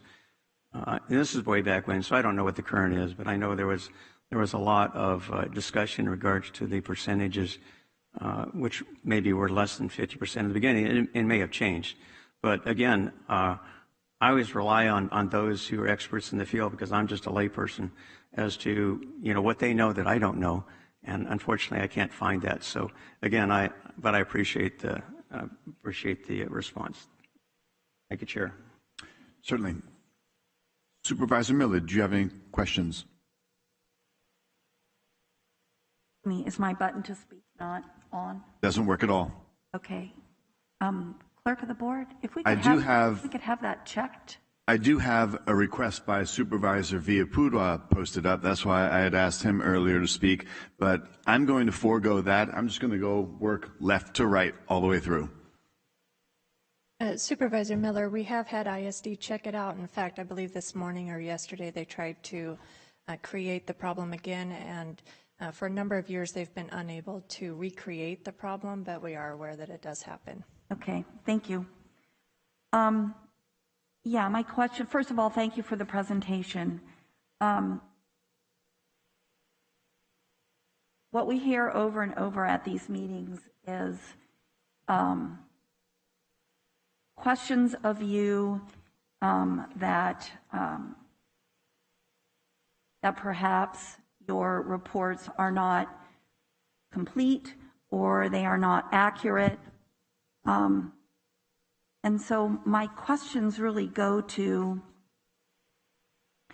I understand that there are a lot of studies out there and that anyone can do their own research and can dive into whichever reports either pique their interest or simply come up on their search. So my question to you is, in terms of what you present here every 2 weeks, in your experience as a medical doctor, is the department, the California Department of Public Health and the CDC, are they actively engaged on an ongoing basis on sorting through and reading and verifying the information in a variety of reports that are being put out there? Yes, of course. I will tell you that my discussion here is to give you an update on the state of COVID in our county. So that is what I strive to do in the time that I'm given. There are, as you said, Supervisor Miller, so many different studies. And if it were the direction of this board for me to bring them to you, I could do my own Google search. What I showed from what the CDC put out on August 6th, I showed because it is obviously a significant research if the CDC is going to put it out in their MMWR. So I try to bring significant research and recent notices that from reputable sources. But I only do that if I feel that it's from the CDPH or CDC. There are so many other things out there, either peer-reviewed or not, retrospective studies, cohort studies, cross-sectional studies. You know, there are some that are not well-founded and some that are not, and then there are some people who quote doctors who are not doing studies but are just putting out proposals and language. So it's very difficult to get through all of that, but definitely the CDPH and the CDC do their studies and do their research before they put out what they put out. So I guess my question to you is, and I already know the answer to this, but the reports that you and Mr. Diedrich bring to us, in your professional capacity, as a medical doctor and as our public health officer, is the information that you bring to us what is, in your mind, an accurate and complete depiction of the state of COVID in our county at any given time? Yes. Thank you. I can't speak to the CDC or the California Department of Public Health. I don't know the physicians who are there, but I do know Dr. Park. And I do try, and I know Mr. Diedrich as well. And I do believe that the information that they bring forward to this board is, in their opinion, the most accurate, most complete picture of COVID-19 in this county at the time they are reporting to us. As supervisors, that is what we are charged with making policy on, is San Joaquin County. So from my standpoint, the reports that Dr. Park brings, and let's be honest, the amount of time Dr. Park has been given to report on us has steadily decreased as the amount of time that supervisors take bringing forward their own studies and their own research has exponentially increased. I am comfortable and I have full confidence in the information that's being presented to us by Dr. Park. And I realize we're going to have another discussion here going forward on masks, but from my standpoint, in terms of the reports that we are getting from Dr. Park, I have confidence in them, and I am grateful for both Dr. Park and Mr. Diedrich and their teams. I mean, they sit here in front of us, but behind them are teams of dozens of epidemiologists and public health nurses and all kinds of advisors and people in our San Joaquin County medical community at our hospitals and at clinics who are providing data and advice and information to these two individuals and their teams. And so I have no reason to believe that any of these individuals in San Joaquin County have an axe to grind or are trying to bring false information to this board. I believe they are all professionals doing their jobs, trying to keep the residents of San Joaquin County as healthy as possible. So thank you for yet another solid report. Thank you, Supervisor Miller. And thank you, Supervisor Miller, for sharing your comfort level with the reports that we get. Dr. Park, question for you.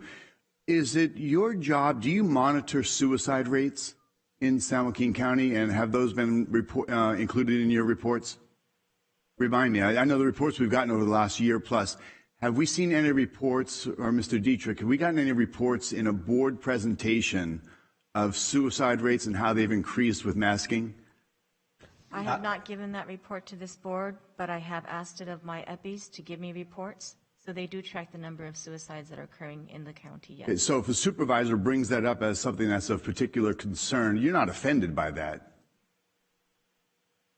It is, if it is a report that my EPIs or my team can bring to you, and it's one thing, it's not that difficult to bring you a slide showing the numbers. Right, no, but what I mean is if a supervisor feels that this is important to speak on behalf of our constituents, and while it may not be part of the hospital rate and the infection rate and the deaths and the risks that are associated, that would come from very informative reports. You're not offended by the fact that any supervisor might bring up the fact that we've got suicide rates, business closings, and I know you've demonstrated on multiple occasions your extreme concern about the virus, and you've been quite open about that. So when we share some of the things that are not in a report that reflect a voice of the community, you don't find that wouldn't be offensive. That wouldn't be a detractor, would it? No, something like that would not offend me. My point is that, when it comes to something like suicide rates, I could show you that in one graph, but if you're asking me about all the studies out there on some topic, for example, masking or whatever, that, as Supervisor Rickman said, could take hours. It would be a completely separate report. Yeah, and I understand that, but I mean, any supervisor that comes forward with information to share that might be reflective of what our constituents are asking of us to share, like a voice. We've got a lot of people here in the public that are here with a voice. Now, that may not be included in a study or the reports, but your reports are mostly reports, kind of a status quo. Right. We as a board, I think we all, each one of us, all 5 of us, are very proud of the fact that we are representing voices from the community.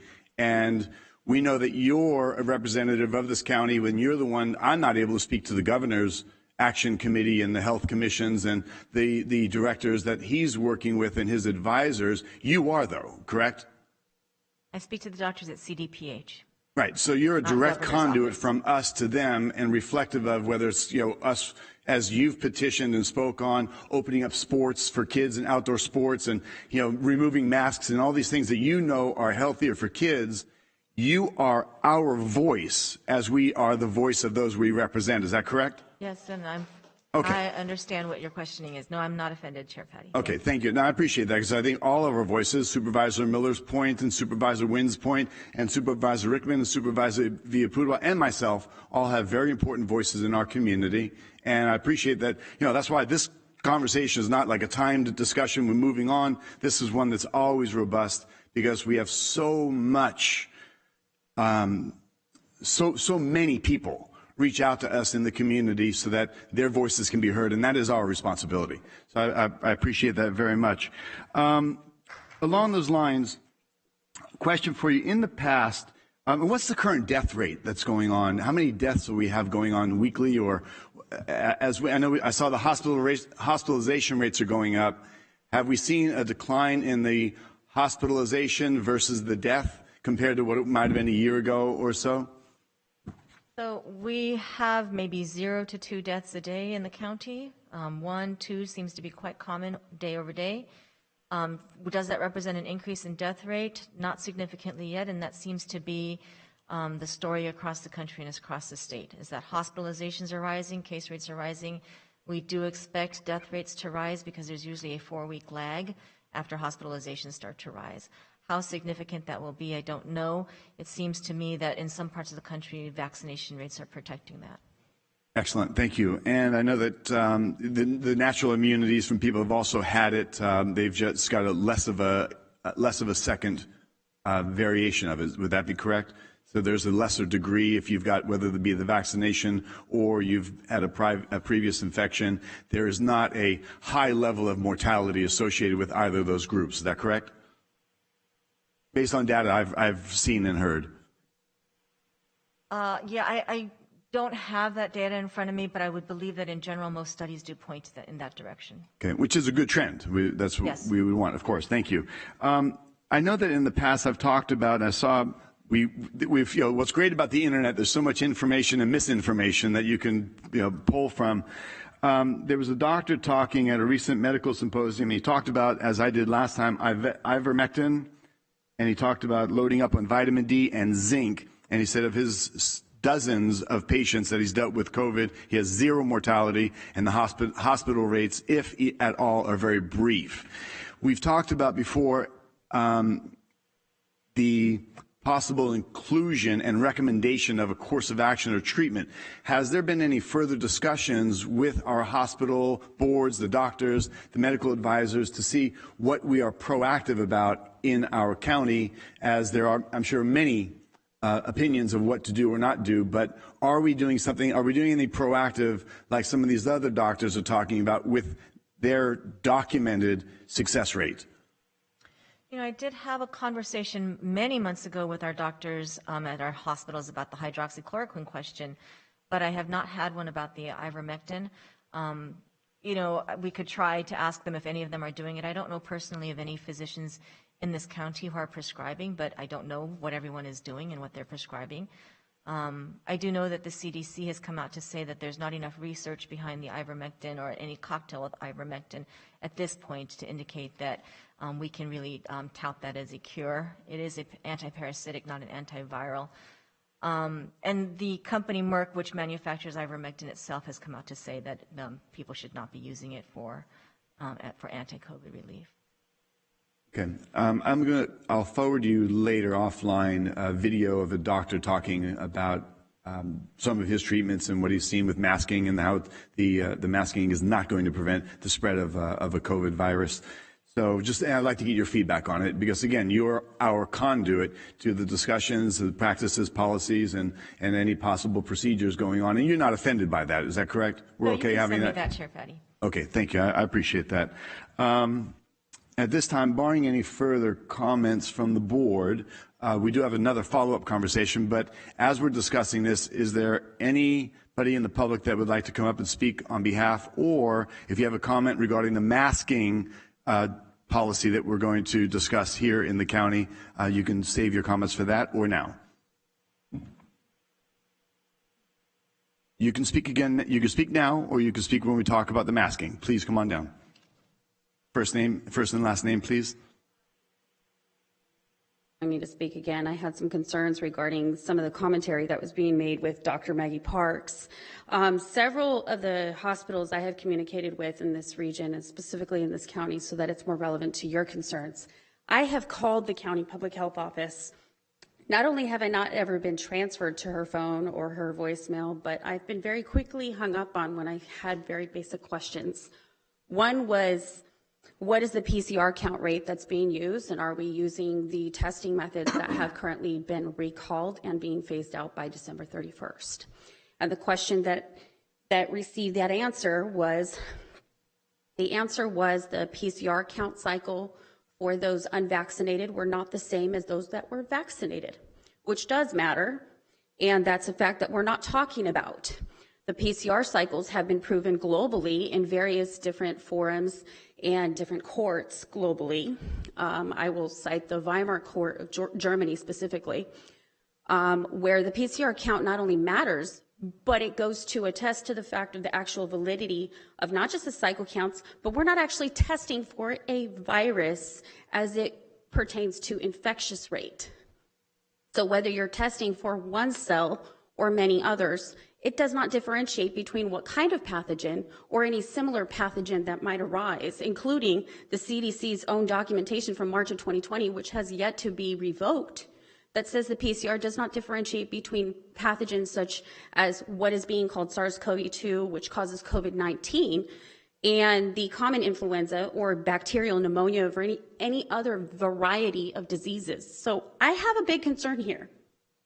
The PCR tests are still being used. The cycle counts are being highly uploaded for those that are in the unvaccinated. And when I called Lodi Memorial and Kaiser Manteca and Sutter and Tracy, they all said that they were not counting, that they were actually instructed to not count the vaccinated that were suffering into the counts of who exactly was testing positive for COVID. So we're being fed a load of crap when it comes to the terms of who is actually sick. And oh my goodness, we all need to panic and everybody needs to hide in their homes over the numbers that are associated with unvaccinated, because we're not talking about what's happening with the vaccinated and how many are truly injured, currently suffering. And you know what? Great, excuse me, but a lot of people are not suffering right now. I'm glad you're okay today. What about tomorrow? Okay, what about 6 months from now? The long-term studies are not there. So excuse me, but I want to know what's happening with the vaccinated population because, excuse me, Dr. Maggie Parks, I've lost 23 people. Some of those people live here. Some of those people live across the state. So we demand more answers, and your answers are not sufficient enough to give truly informed consent because we need to know those numbers too. Thank you, Ms. May. Yes, please, Ms. Groupie. I'm Michelle Groupie, and I have a couple questions. Well, first I have to say I'm a testimony to that I just had my antibody test drawn, and I had to fight to get my antibody test drawn. Why is that? I had to do email after email after email. My physician said that my insurance wouldn't cover it, that I said I'll pay out of pocket. Well, you have to go to a different clinic for that, blah, blah, blah, blah, blah. It goes on and on and on. Anyways, I finally did win that battle and I got my antibody test. But why is it so easy to get a COVID test? Why is it so easy to get a vaccination, but it is so hard to get your antibodies tested. It doesn't make any sense. It makes zero sense. And from what Mr. Rickman had stated was that the community is becoming very suspicious. We're suspicious because of these things. We don't have access to see if we have the antibodies, and I got my test results back. I am still 10 months later from my COVID infection, 100% immune. I cannot use that to go into a hospital to visit a patient. I can't use that. The only thing I can have right now, stated yesterday, I got an email from Sutter that starting August 12th, the only thing that I could use to go in with my niece who's going to deliver to have a baby is that I have a vaccine card. That is not okay. None of this is okay. Everything that you're stating is just verbatim from the CDC. The CDC, I'm sorry, we as citizens, a lot of us are not trusting the CDC or the CDPH at all. I have lost complete faith in both of those organizations. That's why we're Googling. That's why we're finding all these studies. That's why we're going to these doctors who are stepping out above and beyond and putting themselves on the line, losing their jobs to stand up against the CDC and the CDPH because they are not being honest. They are not showing us the whole picture. It is everything that you have been asked. It comes back to the vaccine and it comes back to the stats of the infected. The tests aren't accurate and the vaccine is not even FDA approved. How do you go back to the vaccine when somebody asks you about natural immunity? How do you stand behind giving people a bunch of vaccinations, but you say there's not enough information on natural immunity? There's not enough information on either one of them, but you're supporting one side only. And it's dangerous. It is dangerous, and it makes me sick. Thank you. Any other public comment? Otherwise, we're going to move on to another report. Yes, please come down. And Chairman Patty, we do have written public comments for this item as well. Some additional ones that have been given? Correct. Submitted through to you? Correct. Okay, online. Thank you. Please state your name. Good morning. My name is Yadira Herrera. I'm here to advocate for my kids. This past week, my kids have been suspended and sent home from school due to them not wanting to wear a mask. I have emailed the school and I have requested that my fundamental rights as a parent be respected when it comes to the decision of whether or not to mask my kids. And they keep being discriminated at school for not wearing a mask. My 4-year-old daughter, she's been harassed by her teacher, stating that she will have to sit outside of her classroom, which is a portable, if she chooses to not wear a mask. Can you imagine your 4-year-old sitting outside in the sun for the duration of school hours because she chooses not to wear a mask? Also, her teacher this past week shoved a face mask onto her face without her consent. Where is the 6 feet social distancing protocol here? But most importantly, where is the respect? Schools talk a lot about peer pressure, and yet my son has fallen victim into fitting in with the entire class because they're all masked. Despite kids not being at a meaningful risk to COVID, there is data showing masks do more harm than good. And there is no real scientific justification to requiring to mask our kids. COVID is said to be considered a high contagious airborne disease. The personal protective equipment used by medical experts and doctors who deal with these diseases is not a mask, but basically a whole bodysuit to protect themselves. Again, masks are doing more harm than good to our children. It is very stressful and heartbreaking that my kids are not getting the education they deserve because of their health choice and my health choice. We, the parents, we are our kids' #1 educators, and we should always have the right to decide what is best for our children. Our rights should not end where the public's fear begins. Studies have shown that states that are not mandating masks, making it a personal choice, have been proven to do better than those who are mandating masks. And it is very unfortunate that our children are suffering the most from government policies and not the virus itself.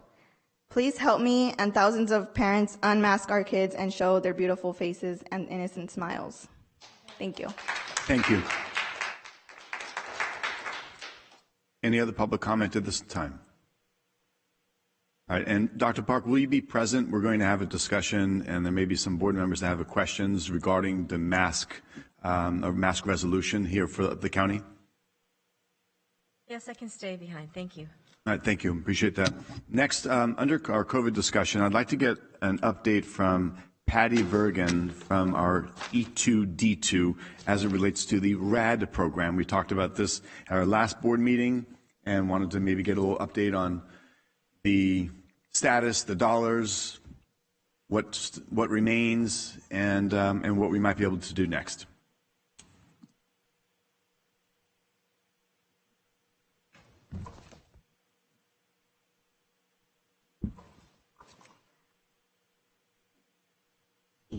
Good morning. Thank you, Chairman Patty, board members.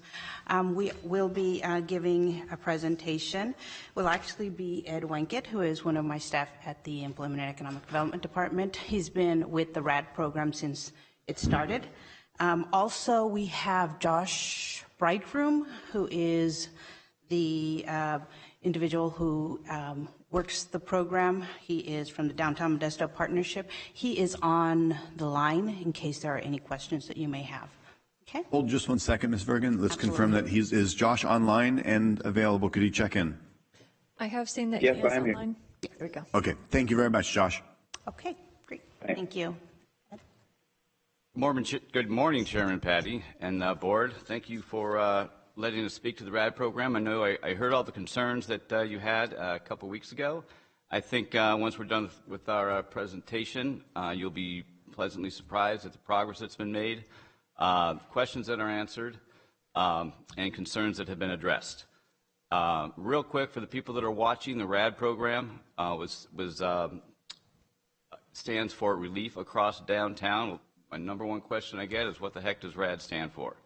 It was developed by the Downtown Modesto Partnership about this time last year to address a concern among the businesses about how to recover from COVID.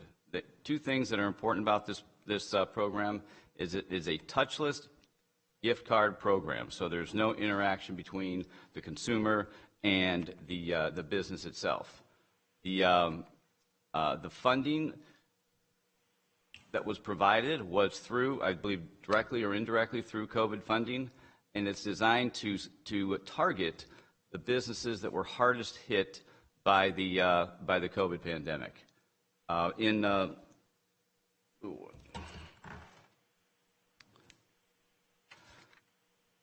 So as I said, it's designed to stimulate the local economy by doubling customer spending. It's a dollar-for-dollar match. If a person purchases a RAD card through their app, the app will match up to $100 of that individual's contribution. The program was introduced to county businesses in May of 2021. That's when the main effort to get out to the businesses and get as many signed up to have to get them on the program. So when we outreach to consumers, we had some business that were participating. It was officially launched to consumers countywide through a press release on June 30th, 2021. We did have a soft launch earlier in the month where consumers could sign up and the businesses were taking them. There was, as we mentioned, there was $1 million allocated for the funding. 11% of that was an administrative fee that included the 3% credit card fee, so that was literally no cost to the businesses for this program. They can be used at any participating local restaurants, retailers, personal care service providers. I think we've been through all that. Downtown Modesto Partnership, and again, Josh Bridegroom is the CEO. He's on the line. They were contracted to administer and market the program. Currently, the numbers, and these numbers are through, I believe, Sunday. There are 190 businesses that have been enrolled in the program. Close to $540,000 has been spent at local businesses since it launched. $603,000 worth of RAD cards have been purchased, which equates to $1.2 million in consumer purchasing power in the county. Of the $1 million that was allocated, $669,000+ of the money has been expended at this point. There have been minimal questions and concerns overall around eligibility, application usage have arisen, which we resolve pretty quickly. And what we find is the communities that understand the program, the process, they really have very few, if any, problems at this point. Overall feedback has been very positive from businesses and the consumers.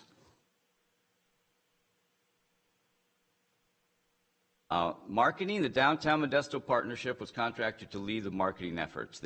We identified community liaisons for each municipality or population area, and they were the main point of contact for the qualifying businesses to initiate and expand signups, as well as they were the go-between to address any issues or concerns that might come up from the businesses.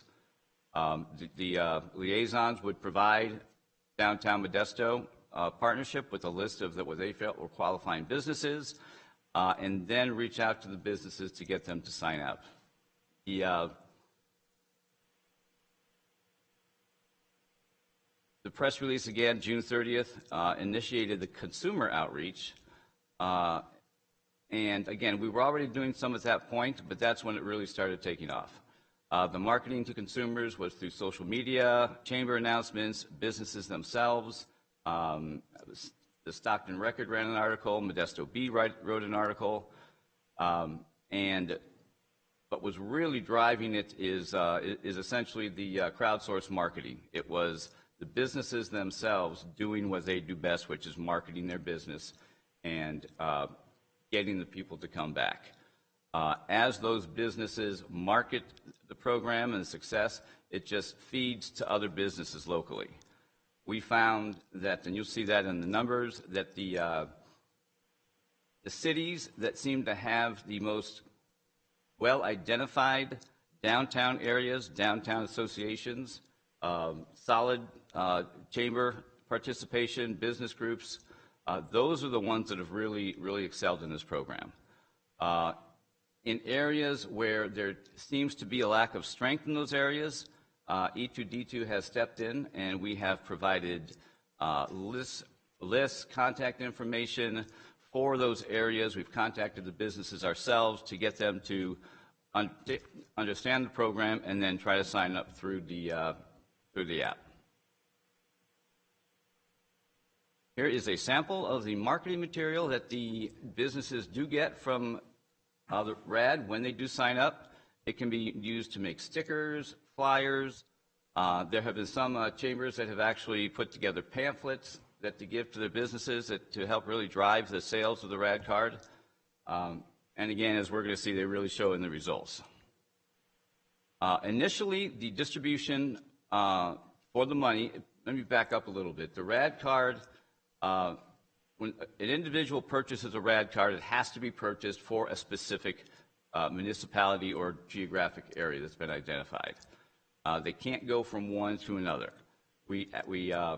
Our initial allocation was based on population percentages, pure and simple. We have made some adjustments since then. These are the current allocations that we have. The two ones that really kind of pop out to me, Ripon, $62,000. We've actually increased their funding because they ran out of money in the first couple weeks. Tracy, Mountain House, Banta, they ran out of money last week, and we just got them some more money. We transferred some money. But those are the initial those are the updated allocations through yesterday. Add in the $110,000 administrative cost, and we've got the grand total. Question for you as it relates to the card. Did you say, let's say I've downloaded the RAD certificate or whatever it would be considered, the credit. do I have to identify when I downloaded? So if I downloaded for Stockton as an area of interest, I forgot the exact process. Can I not spend that money in Manteca or Lodi? Correct. You would have to purchase another amount for Manteca or Tracy. Or So you just go through the sign-up process again for another location? Exactly. Okay, thank you. But as a consumer, you can only match $100 total. Now, how? Go ahead. Okay, total. So I can't do $50 3 times. Correct. It won't be matched 3 times. You could, but they won't match it. 2 of the 50s would be matched, and then the other 50 would not. You can put as much on the RAD card as you want. In fact, to date, we have about, I think, $7,000 or $8,000 that have been purchased in unmatched RAD cards, funds that they just bought more. Okay. Because it's so easy to use. Okay. As we move forward, if we talk about additional funding, in Stanislaus County, they actually re-upped your ability to match funds when they added more money to the program. Sure, understood. So once they had the additional funding, they could again get the $100 match. So I have a question for Josh as you're standing online. Is it like I represent 3 different cities, and other supervisors represent multiple cities as well. I was unaware that if I purchase and just hit Stockton as my first point of purchase, I was unaware that I wouldn't be able to use it throughout our county. And I'm wondering if that's a possibility and how the other supervisors might feel about that. But I'm in favor of spending the RAD dollars that are allocated throughout our county in its entirety. So if I'm in Escalon and I stop by someplace and I'm spending my money in the county of San Joaquin, I'm perfectly okay with that. So Josh, question to you is, have you guys in Stanislaus or any other place modified the application and utilization of those paid credits, or are you staying pretty much singular to the identified point of interest? So to answer your first question or query there, when somebody puts funds for a community, the app has a pop-up dialog box that asks them whether they are sure they want to spend funds in that community, and that their money would not be refunded if they choose to go somewhere else. The reason for that, so it does indicate to them they have to be in that one community alone. The reason for that is in Stanislaus County and in San Joaquin County, initially there was an interest in ensuring an equitable distribution of funds per community. But as Ed has mentioned, some of the communities are embracing this robustly, and as that is occurring, the funds are being used to accommodate the place where the business is benefiting from it the most. So if the county's will is to make the RAD funds available countywide, regardless of where you're spending it, in other words, let the free market decide where the funds are spent, acknowledging and understanding that may mean some of the communities that are not engaging in this may see very little benefit. But if the county wanted to do that, it's possible to do. We just set it up this way based on the instruction that we had been given initially by. Okay, thank you. Yep. Thank you very much. I wanted to ask questions while I was there. No, sure. And again, as we see certain areas spending, going through it much more quickly, we can move the money around. At this point, we've been keeping any transfers we've made, we've kept within supervisorial districts.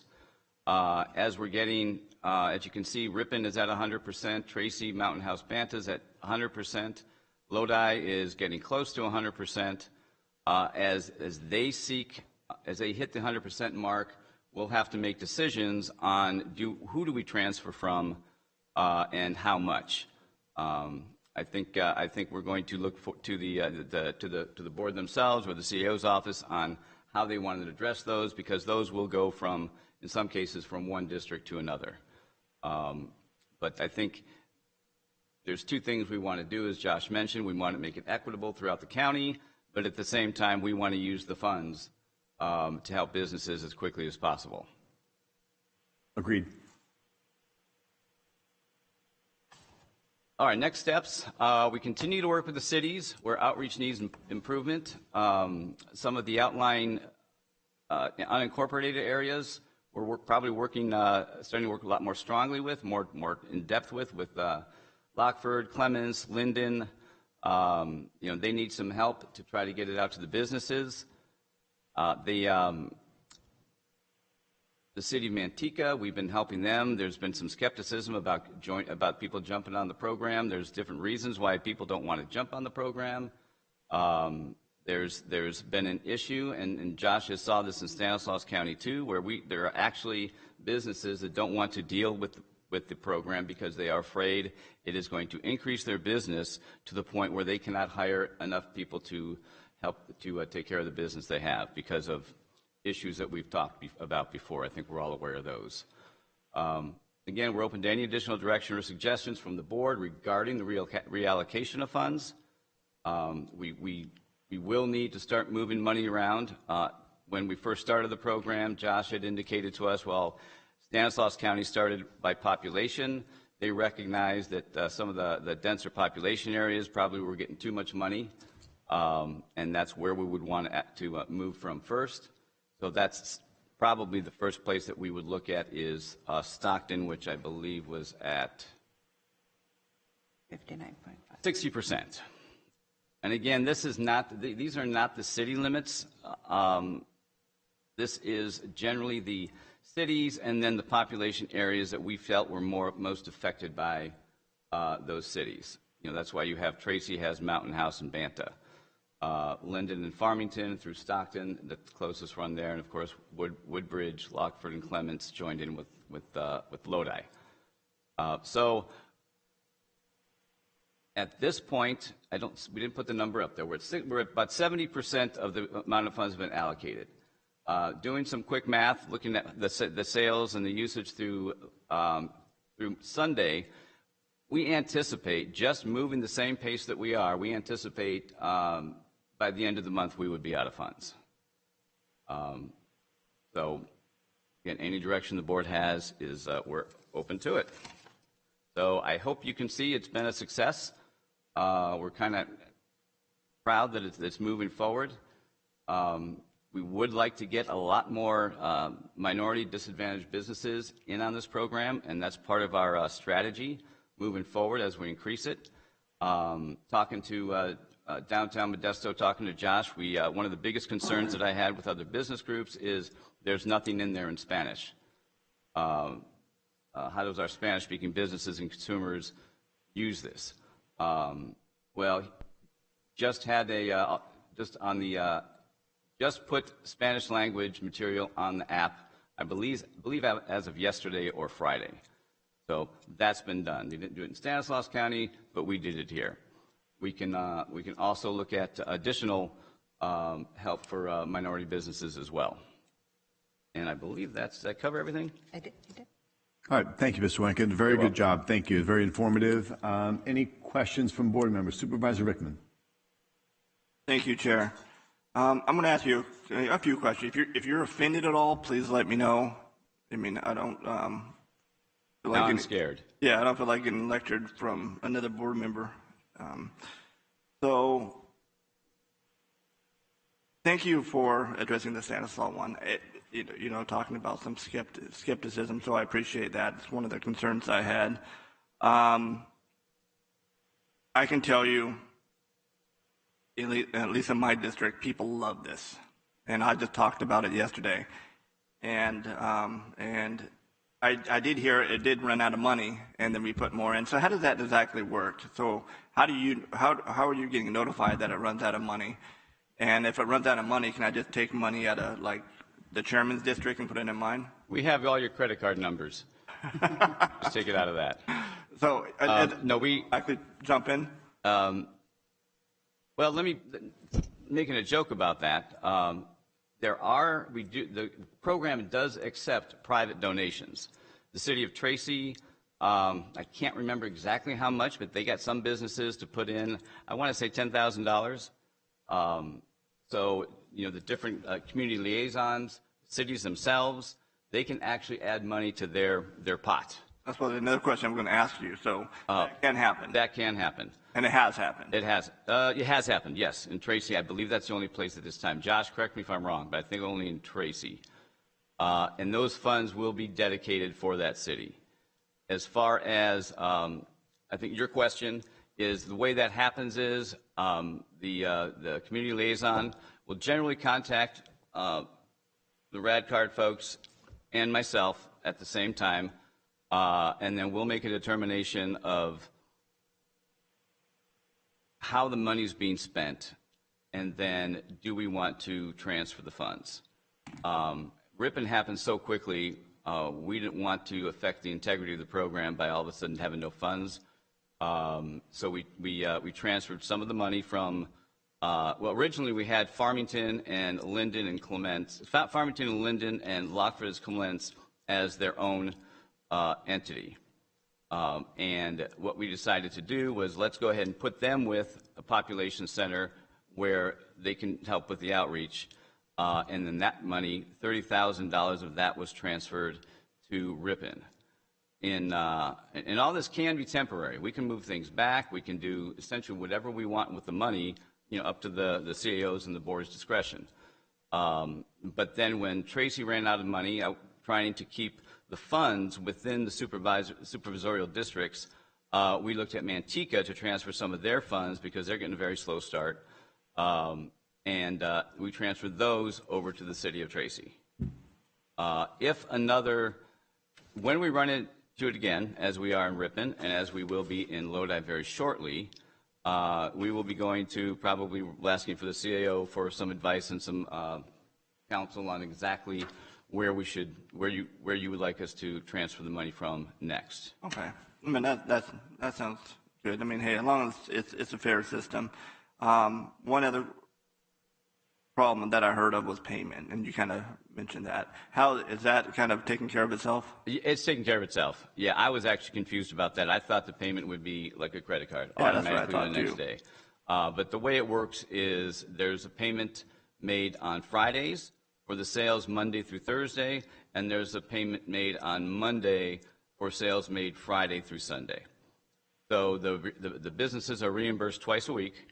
So they'll never go more than 5 days at the most to get their funds reimbursed. Okay. No, thank you guys and your team. It's an awesome program. People love it. The businesses love it. And then you're right, it did start out slow, and you look at the numbers now, how many people are participating. I'm glad to see Manteca is businesses are getting into it, because at the end of the day, it's for the businesses that would hit hard, and mostly during this whole COVID thing. We got to make sure they get back on their feet and take care of our small businesses, which are the backbone of our economy, not just here in San Joaquin County, but the whole entire country. So thank you guys for a great job, and I appreciate it, and our residents appreciate it too. Well, I'm definitely not offended then. Well, I just want to make sure, I don't want to, upset anybody. So thank you. You're welcome. Thank you, Chair. I'll relinquish my time. Certainly. Supervisor Villapudua. Thank you, Chair. Thank you for that presentation. I've heard some good feedback from several businesses. As I was sitting here, I just downloaded it and I did $100. Basically, when I walk into a restaurant, I show them the QR code, they scan it, and I'm good. Yes. Is that the way it works? That's the way it works. And I haven't done it. What I'm about to describe next, I've been told it works, but I haven't done it myself. Okay. But say, for example, you go into your favorite restaurant and you have $100 or $200 on your RAD card, and they're not taking the RAD card. Okay. It would be very simple for that business to download the app. If they had their financial information, I mean, it would take a few extra minutes, but they could get on that program fairly soon. And vice versa. If you go into a restaurant and you haven't loaded your money on it yet, and they have the RAD card, like you said, you just did it. Yeah, I just did it. I got 200. So I spent 100 and I got another 100. Yeah, that's pretty good. So I can afford to take Supervisor Patty to dinner now. So we're good. That'd be pretty expensive. Okay. You load more money than that. McDonald's doesn't take it. Okay. Thank you, sir. We go to that fancy restaurant called Jacques in the Box. Oh, yes. Supervisor Wynn, any questions? I want to thank you, certainly for organizing and implementing this program. I did get a call from Kelly at the chamber when it ran out rather quickly. A couple of questions. You have, for example, like Lodi and Woodbridge, et cetera, grouped in one category in the money allocation. Does that mean that a cardholder can purchase in Lodi and Woodbridge and Lockford or whatever, or do they have to do it within those specific communities? They could purchase, for example, in Lodi and then use it in Woodbridge, use it in Lockford, use it in Clements. But it has to be within that category, funded category, correct? Correct, that area. Okay. Yeah, absolutely. We didn't want to, we were afraid that if we, like for example, Woodbridge, if we had its own area, people wouldn't want to buy any because then it wouldn't give them the flexibility to use it elsewhere. So that's why kind of we went to the population centers rather than just the specific incorporated areas and then the census designated places or the unincorporated areas. Okay, well, I appreciate that. I'll be honest with you. I think that one of the things I talked to Kelly about in regards to their success in Ripon was that I think it is really a benefit to local businesses, local downtown areas. I understand where Chair Patty's coming from, but I would like to see it maintained the way it is because I think we need to really, as I told Kelly, that we're looking for ways to really enhance the profitability and certainly the business amount for local downtowns. So if I live, obviously I live in Ripon, if I want to participate, I would want to make sure myself and other Ripon residents purchase goods or services within the city of Ripon. So I think what you've done is probably perfect, and I understand the popularity of it. Certainly in Ripon, it's been a great benefit. I know Kelly was ecstatic about it. So again, Kelly, go ahead. Kelly at the Ripon Chamber has done a phenomenal job pushing the program. I mean, she was one of the first people to tell me about the problem with individuals don't want to be on the program because it's going to affect their business too much, and they don't have the staff. And one of my favorite ice cream parlors is in Ripon, and they don't take the RAD card. So it does affect that way as well, but that's a different topic. But yeah, they've done a great job there. I had heard that you need an Apple device. Is that correct? That is not correct. That's not correct. All right. So an Android device, Apple makes no difference. All those would work effectively with this card. Correct. Okay. Good. All right. Thank you. And since Josh isn't yelling at me, then I'm pretty confident that I'm right. Okay. To that point, Supervisor Wynn, I have an Android phone, and it's actually shown to be faster, more efficient, and effective than the Apple system. So it's worked out quite well. One of the concerns that we didn't bring up, and no one's brought up yet, although Supervisor Miller, you might bring it up, is the fact that when somebody goes to the website, there's no differentiation between Stanislaus County and San Joaquin County. And if we have a future iteration of the program, I've talked to Josh about that, and we're going to look at possibly doing something to the website, depending on the cost, of course, to try to make that distinction between the two counties. Also, most of the problems have been resolved. Like, for example, the city of Tracy, the city of Escalon, the city of Stockton. They found if they just use the process that's been designed for the program, which is if there's a problem, the business can either go to the community liaison who will contact RAD, or they can just, the business can email. They have a specific email that they can email with their problem, and it'll be taken care of very quickly. Excellent. Supervisor Miller. Thank you. Every business that I've talked to that is participating in this, there were a few glitches in the beginning. The main one being from the business's standpoint, what they were saying is the money wasn't showing up in their account quickly enough, so they couldn't tell if the people had actually paid or not. But apparently that's been resolved. And so at this point, all of my businesses are saying that are participating are saying that they like the program. I agree with Supervisor Wynn. I would want to continue making sure, since these are countywide dollars. I'd like to make sure that they continue to be distributed across our county equitably. But I would like to see an item come back to us. You're anticipating that most of these, it will be fully out of money within a month. I'd like to see an item come back to us to reallocate another funding for this to keep this program going. I mean, now that we've got the bugs worked out, and I do like the idea of being able to, right out of the gate, if you go to the website, select which county. It doesn't seem like it should be that tough to put that in there. And I think it would save a lot of kind of angst on the part of folks that aren't particularly savvy in this.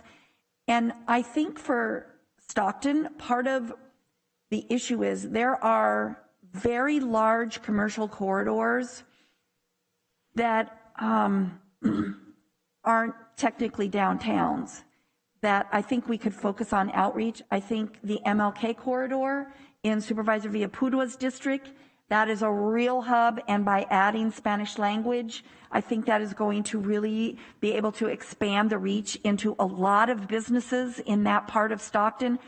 The Hammer Lane corridor as well is, at first blush, if you drive by, it looks like there's a lot of corporate stores, but in reality, a lot of those shopping centers, when you drill down below the anchor store, those are locals. Local restaurants, local nail salons, local barber shops. There's a whole host of local businesses up and down those corridors. I think if we could expand our outreach into some of those corridors, we could see the usage in Stockton. It's just a much larger market. So absolutely, it stands to reason we're going to need to do more outreach to get to a lot of these local businesses. But congratulations. This is exactly what the board hoped to see with this program.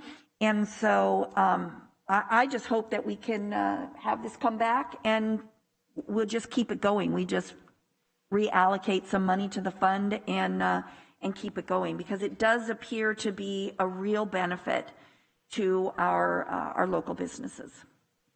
Thank you. I think that would be great. Thank you. So is it the consensus that, like, for instance, I've got 3 cities throughout the sphere of my my district, and Supervisor Wynn and I believe Supervisor Miller had echoed, it's your thought that we should stay city-specific when you purchase it? Because I'd like to be able to spend the money across throughout our county. That's the dollars. If I was in Ripon at a great restaurant, I would use my RAD card there, or in Lodi or Stockton or Manteca. Are you thinking that it should be restricted only to the city you sign up for? I would say so, especially when you talk about clusters of communities.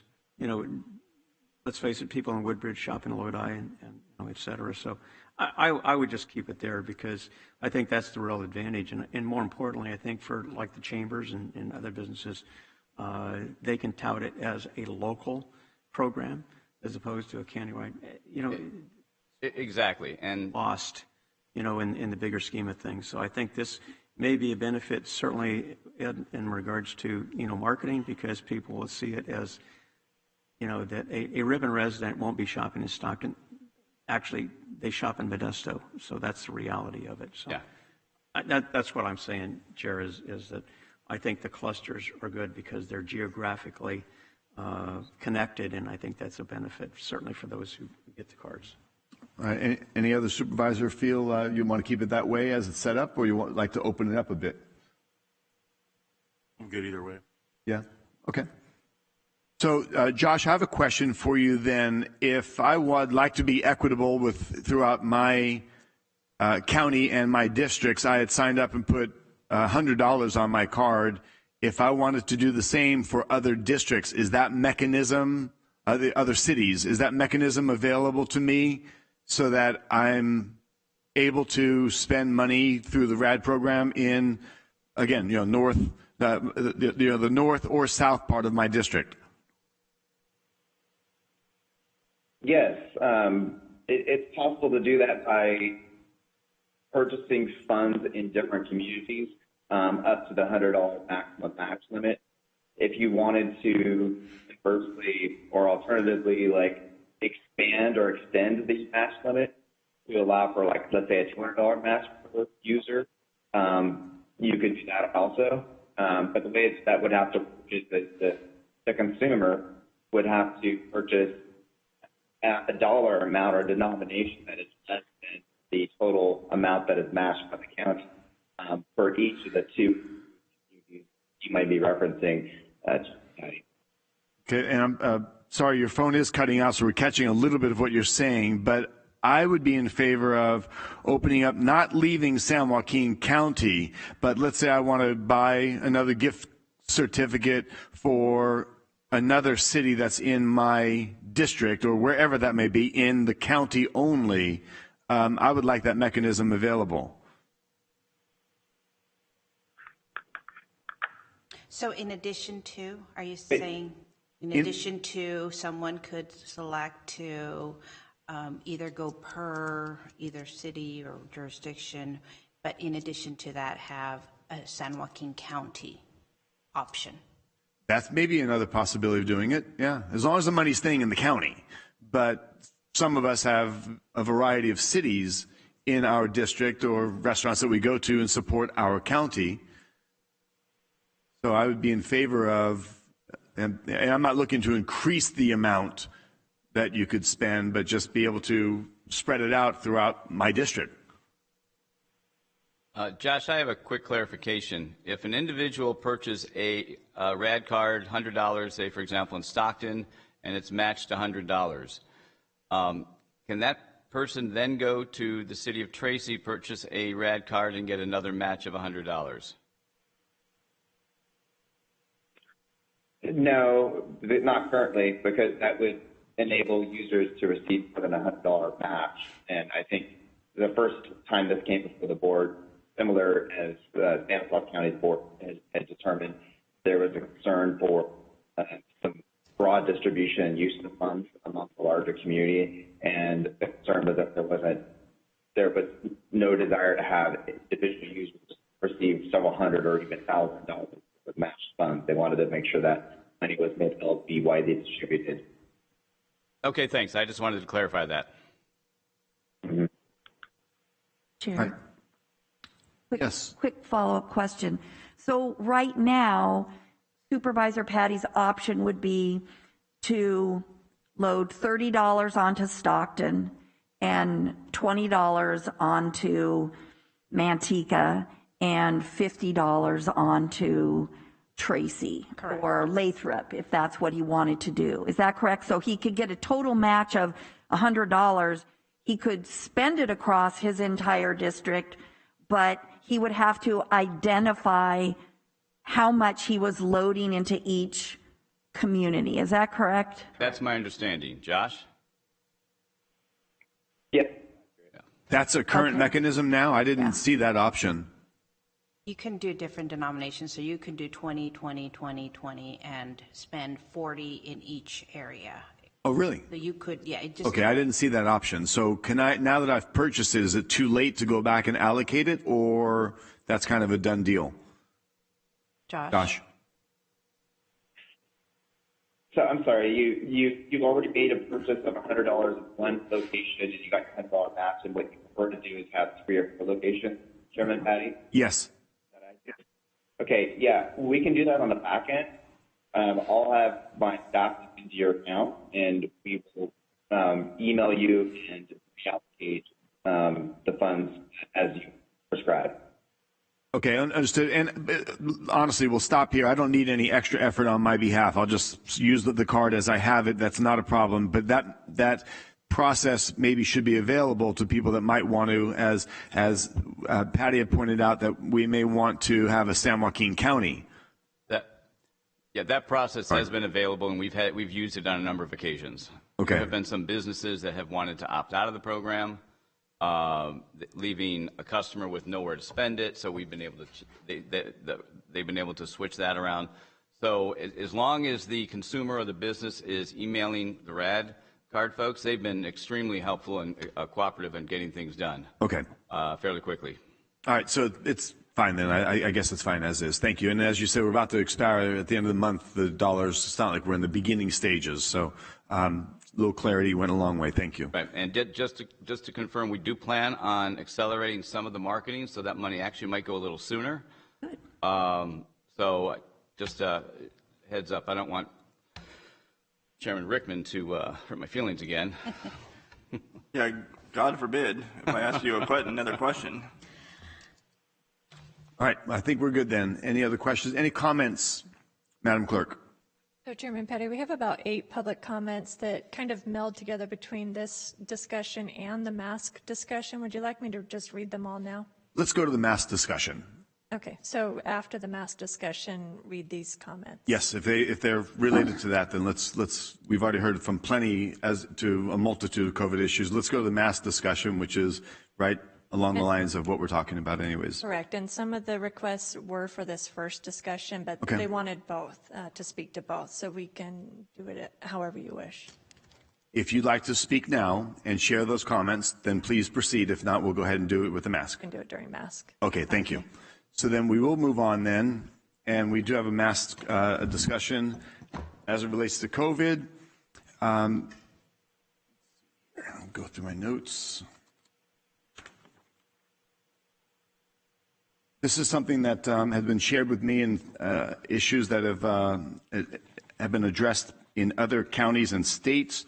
It's basically adopting a resolution for the return of the power on mask mandates to the parents of school-aged children and the school districts of San Joaquin County. It's recommended that the board adopt a resolution to advocate for the return of governing power for school safety protocols to school districts themselves and allow parental choice for the masking and vaccination of their children. Also recommended to assist school districts in giving students the opportunity to return to a normal classroom setting and to seek the assistance of state and federal government agencies and elected officials involved in school safety protocols in returning these authorities to local school districts. And the reason for this recommendation, and I did review this, and I appreciate County Council Mark Miles bringing things to a relative level of this presentation and resolution. State and local lawmakers, along with health officers, have recently issued guidance, orders, and declarations in line with the Center for Disease Control and Prevention and the California Department of Public Health guidelines to relax mask mandates. Students have been interacting daily in their normal routines, attending gatherings, engaging in organized and unorganized sporting and play activity, dining out with family and friends, etc., without the requirement for masking or social distancing. Numerous studies have shown that children are less likely to transmit and less likely to develop symptomatic COVID-19 effects much different than adults.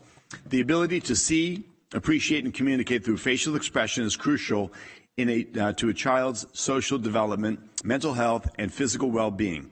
Mask wearing may disproportionately impact children who are hearing impaired or those attempting to learn English as a second language, as it impedes their ability to process the non-native language. So I brought this to the board. It's a resolution.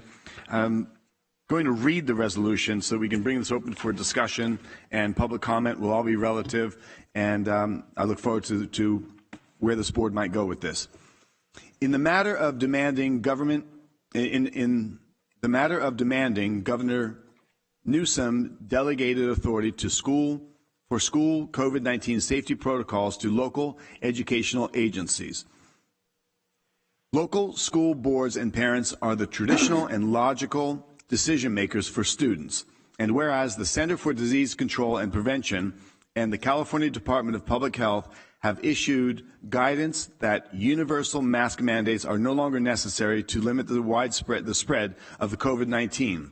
And whereas the state and local lawmakers and health officers have recently issued guidance, orders, and declarations in line with the CDC and the CDPH guidelines to relax mask mandates. And whereas students have been interacting daily in their normal routines, attending gatherings, engaging in organized and unorganized sporting and play activities, dining out with or without family and friends, without the requirements for masking and social distancing.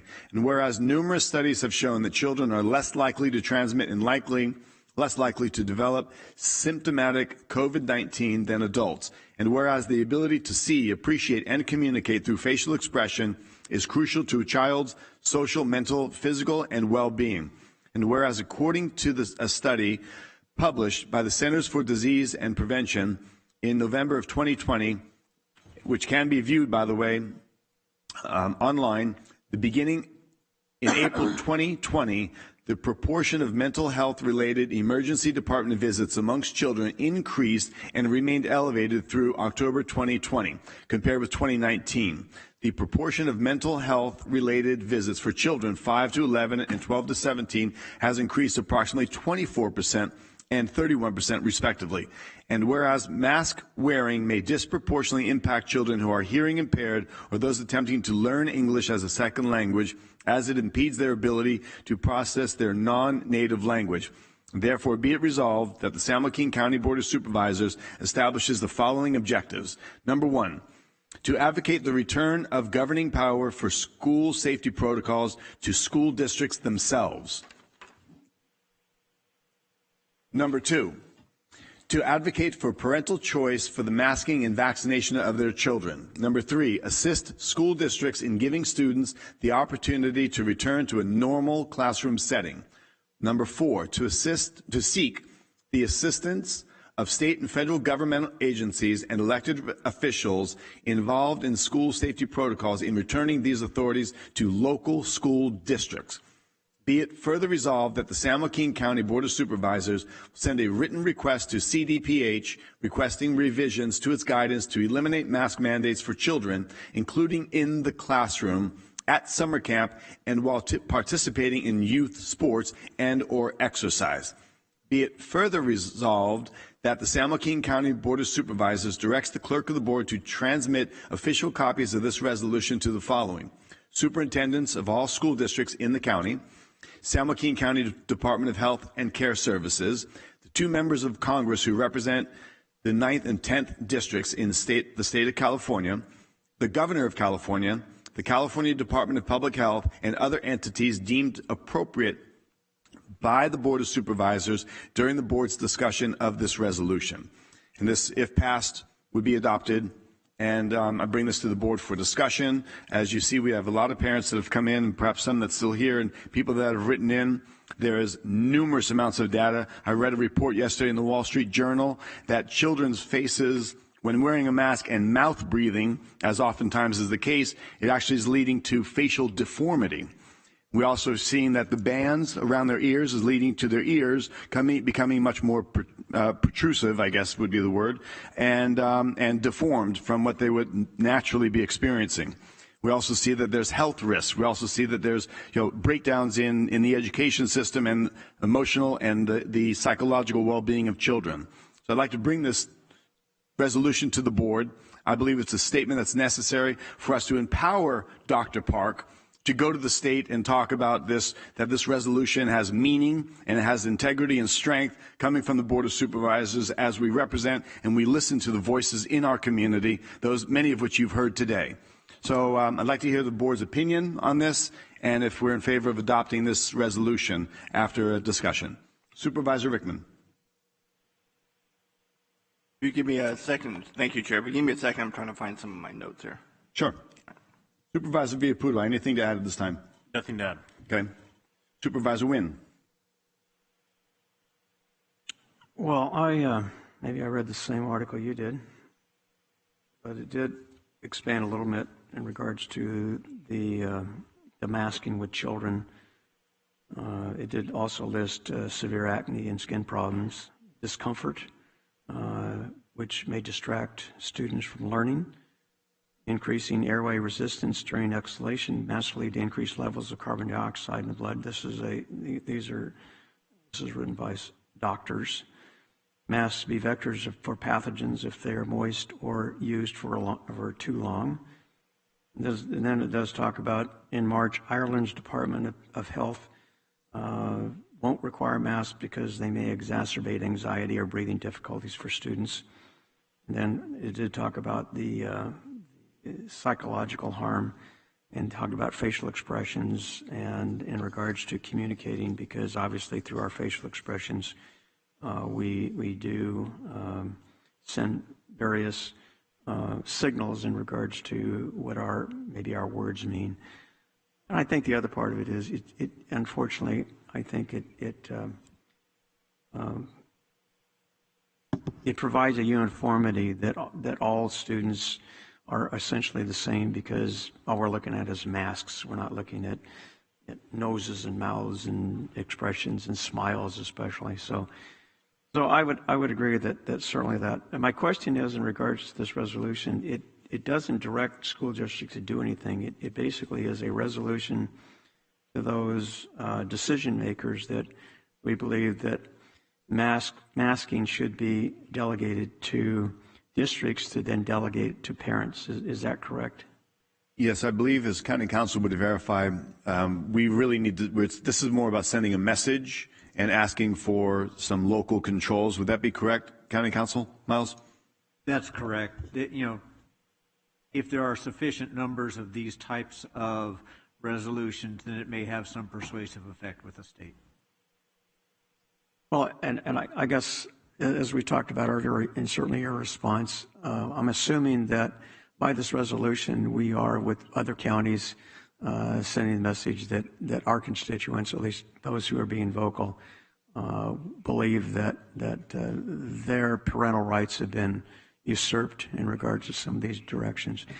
The concern I have initially when we talk about these things is that, we bristle at the fact that either the state or federal government mandates that we do certain things that we have looked at time and again legally and have very little power to resist.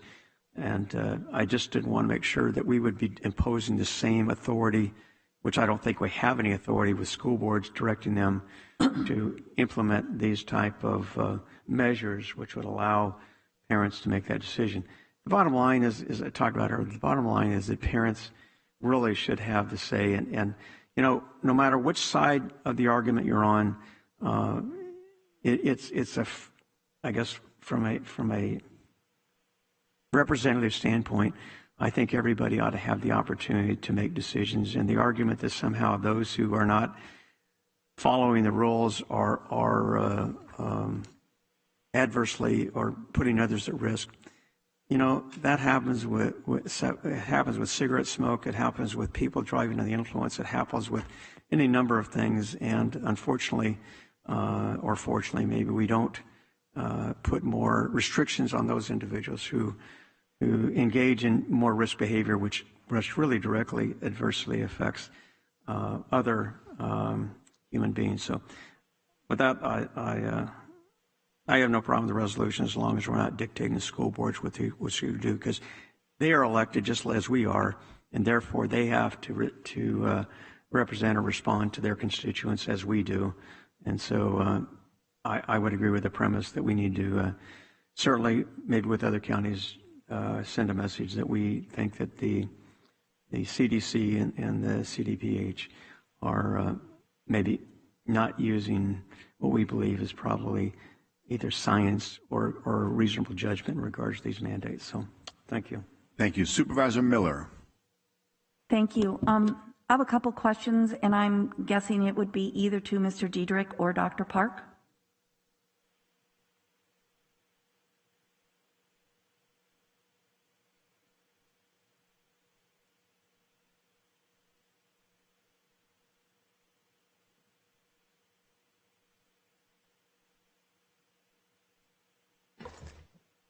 And I do believe Dr. Park is in the back lobby at this point. I see her. She's walking down. Thank you. My question really goes to the current recommendations from the CDC and the CDPH in regards to masks in the schools. Hello. We know they've been, yes, we're closed down.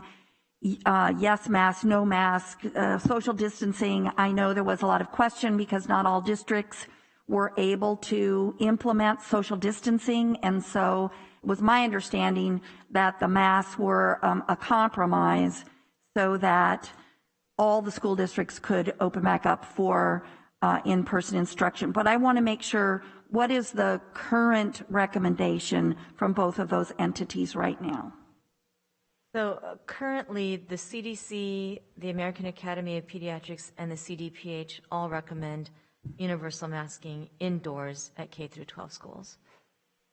You know, the question about the distancing, you're correct, that the state determined that there were many districts, especially in poorer areas of the state, that could not effectively do 3-foot distancing. So they did not set a minimum standard for the distancing and felt that the masking universally was one way to be protective, with masking perhaps being more protective than the distancing through studies that they've seen. And so they have approached this from a way that the CDC has set forth, which is called, layered mitigation strategies. And the layers are like the layers of an onion. You have the masking, you have the distancing, you have ventilation, you have disinfection, cleaning, hand washing, contact tracing and testing, and proper isolation and quarantine. Those are all the layers, and that's the approach that the state's taking, and it was laid out by the CDC. What the state is saying is, we will peel back layers as time moves on if we are doing well, but we're starting off with all the layers together. And it's not that masking will 100% give us a guarantee that there will not be COVID outbreaks in schools, but it is one of the layers, and when you put them all together and do them all, research has shown that we can open schools.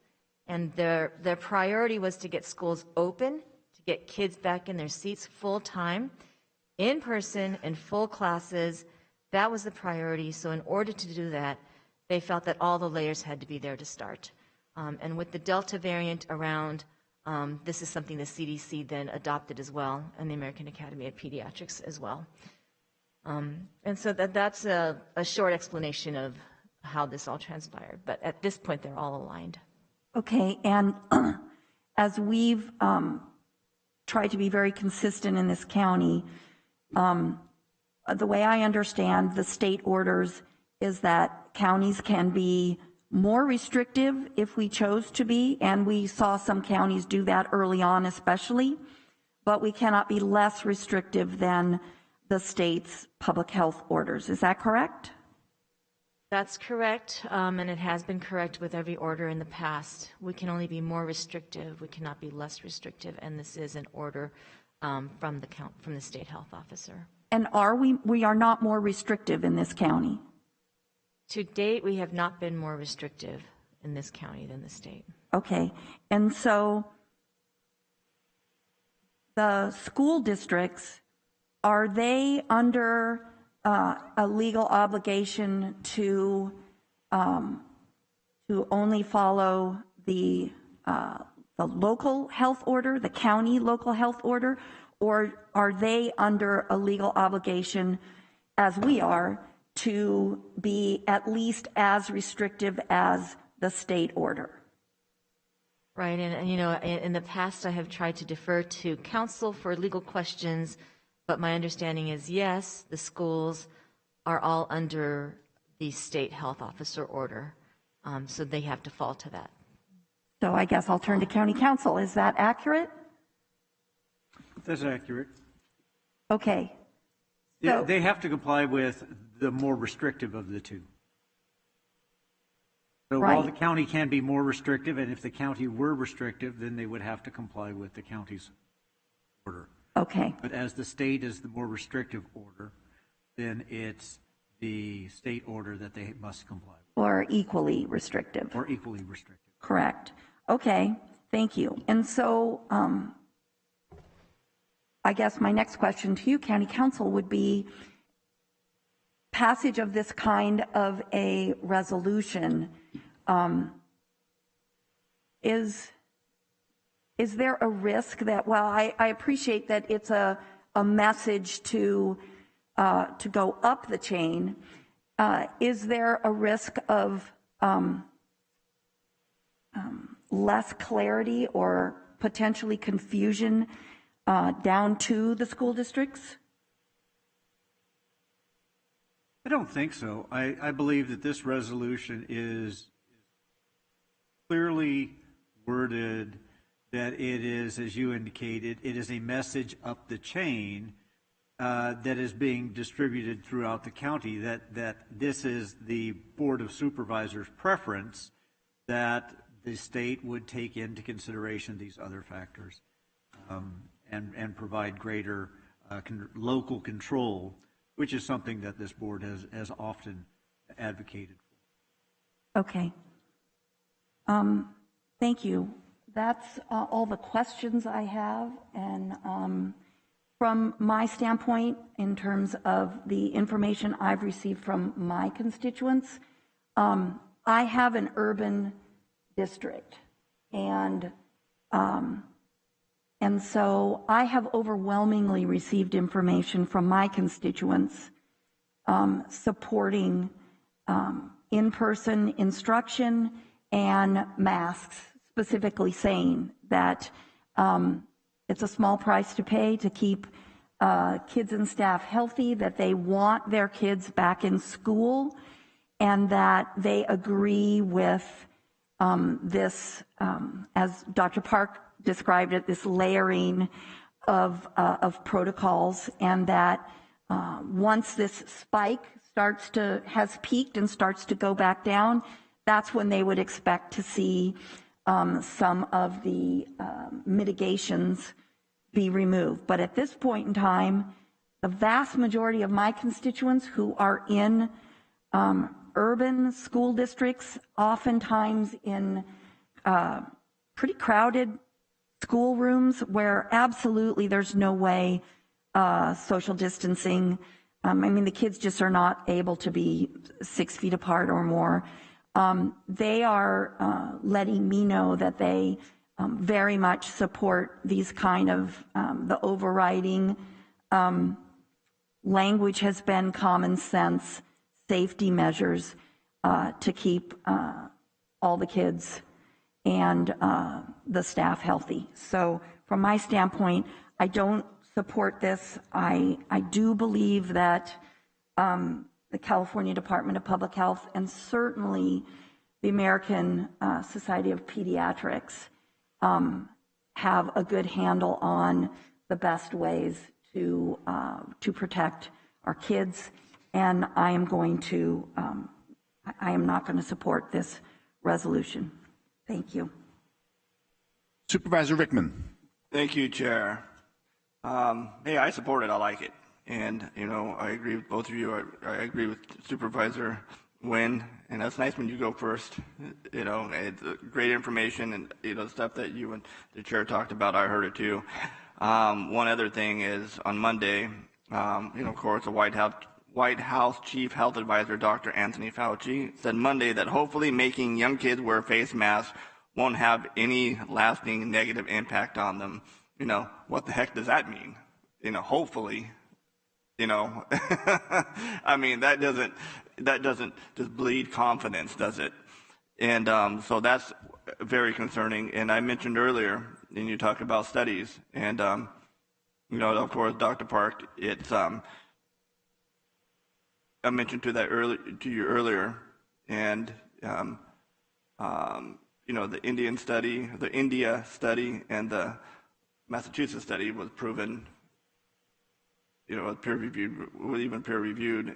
In fact, it was, the India study talked about it didn't even use the same vaccine that we were using. But, the thing I find interesting is, an article that came out that earlier this week, former Biden advisor and University of Minnesota Center for Infectious Disease Research and Policy Director Michael Osterholm said that masks Americans are being mandated by the government to wear don't stop the spread of Wuhan coronavirus. And he quotes, and this is from an August 6th article from Katie Pavlich, and he quotes, "We know today that many of the face cloth wearing people wear today are not very effective in reducing any of the virus movement in or out. Either you're breathing out or you're breathing in. Ulster Holmes said during an interview with CNN, we need to talk about better masking. We need to talk about N95 respirators. And, but the biggest thing for me is, parental control. Parents have been ignored, left out of this conversation the whole entire time. And you've seen some of the parents here. And I think when you do have local control, and say at a school board, you do give parents a chance to voice their concern. I mean, you're not going to be able to go to Fauci's office. You're not going to be able to, go to the California Department of Public Health and talk to them. You're not going to, parents aren't going to come and talk to Dr. Park. It's local. And, that's where, different problems or different areas have different problems. And I think they're better to handle those. And again, I mean, my God, it just seems like every day more and more of your parental rights are being taken away, that parents aren't even being heard, their concerns aren't being addressed, and they're just being ignored. And this one-size-fits-all for everything is being out there, and I just disagree with it, and I think the science disagree with it. Again, like I said, bless you. Again, if there's this mask mandate and there's all these studies, show me the data. Show the public the data and let them decide. Because as far as, and I know Supervisor Nguyen, you mentioned it earlier, you couldn't find it. I can't find it. So you're basing your opinion on something. Again, follow the science, right? And so that's my opinion, and I agree. I'd like to see it pushed forward. Thank you, Chair. Supervisor Villapudua. Thank you, Chair. I agree. This is let's give the power to the parents and the educators. Let them do what they choose to do. Excellent. County Council, I believe we need a motion and a vote. That's correct.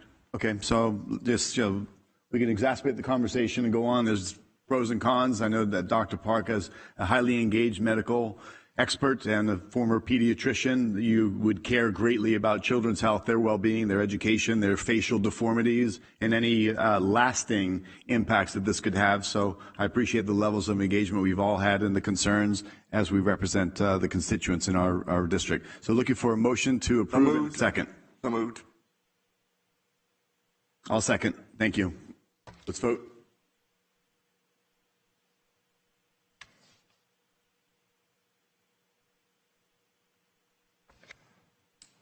And Madam Clerk, I did push off public comment until this time. So before we announce the vote, should we do the public comment on this issue? Yes, you should. Okay, please. So before we announce the vote that I've not seen officially. Thank you, Chairman Patty. The first comment was submitted by Gerardo Velasquez, who writes, indoor masking and distancing needs to return short term. Being proactive will prevent it from surging to a point where we could potentially have to react more extremely. The next comment was submitted by Angela Westenhaver, who writes, I am not able to show with those in protest, but I stand with them and am writing instead. Stop the mandates. We forced vaccinations, no on vax passes. Stop forced masking our kids. Let them smile and see smiles returned. Let them breathe fresh air. God-given free will should be just that. God-given, not county boards and departments. Stop with all these mandates by force. Privacy should not be violated.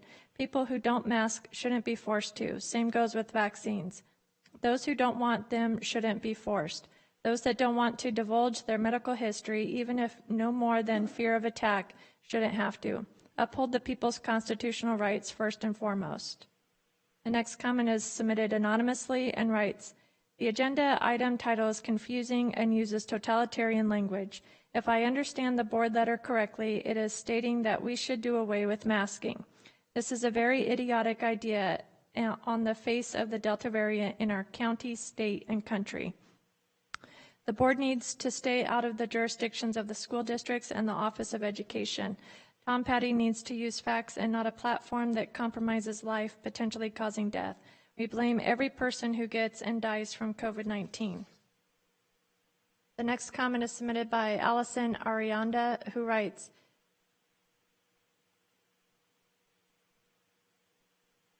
I apologize. She writes, it is the height of idiocy to try to remove the mask mandate from schools. I have 2 kids under 12 that can't be vaccinated yet, and the only thing keeping them safe at school right now is that all of the kids are wearing masks. Children's hospitals around the country are filling up, and because adults in the community aren't doing their part to get vaccinated, that leaves kids like mine particularly vulnerable. Our elected leaders should be doing everything they can to keep kids safe, not put them in harm's way. This resolution is worse than just being a waste of time, as it fans the flames of anti-vaxxers and anti-maskers and makes Dr. Park's job harder. All taxpayers in San Joaquin County should be furious that we are paying you to discuss this nonsense. The next comment is submitted by Caroline Pomeda. I apologize, actually, this is related to homelessness. The next comment is submitted by Rochelle Cole, who writes, I, Rochelle Cole, I against these illogical mask mandates. Fax masks reduce intake of oxygen. Fax masks are breeding grounds for harmful and deadly bacteria. There is zero scientific evidence that masks are effective. The word may is not a definite. All masks do is enforce traumatic isolation and dehumanize our children. And the next comment is submitted by Robert Wilson, who writes, Dear members of the board, I am writing in regards to the County Health Director, Maggie Park, mandating that all school children wear masks is completely unwarranted and not backed by any real science. There's lots of evidence, however, that mask mandates are harmful to kids in a number of ways. Kids are the one age group that are virtually unaffected by COVID and do not spread the virus to adults, even if they are asymptomatic. This nonsense should not be allowed. On a further note, there should absolutely never be any kind of mandate that business owners are required to have customers show proof of vaccination in order to enter. Gavin Newsom has already done quite enough to destroy small businesses, and we do not need to compound the problem with more nonsense. If Ms. Park insists on any of these measures, the board should slash her department budget until she gets in line. Robert Wilson, Stockton, California. The next comment is submitted by Yesenia Morales, who writes, COVID-19 is a probable bioweapon. Although yet unproven, it is a possibility. With that being said, there is no scientific data to prove that the masks worn will help protect. The only thing it appears to accomplish is social conditioning the generation into compliance, which is a political motive for a vaccine agenda and unacceptable, as vaccines are not a one-size-fits-all. I personally know one person who died almost immediately after the COVID shot, and 2 currently in the hospital due to COVID, even though they are COVID vaccinated.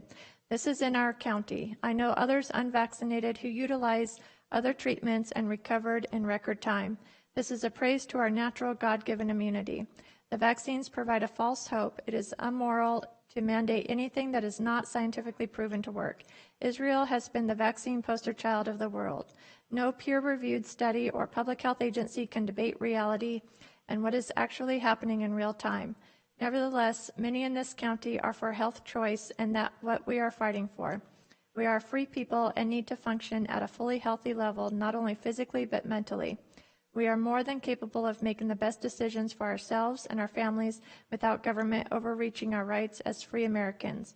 No to mask mandates, yes to mask choice, no to vaccine mandates. And that concludes the public comments. Thank you. I also have a request from Yadira Herrera, if you're present. This was a request from earlier. And I believe she did speak earlier publicly at the podium. Okay, so we'll put that one to rest. All right, well, after public comment, if anybody would like to restate a different vote than what they already have, or we did call for a vote, and as of right now, it's 4-1, it's adopted.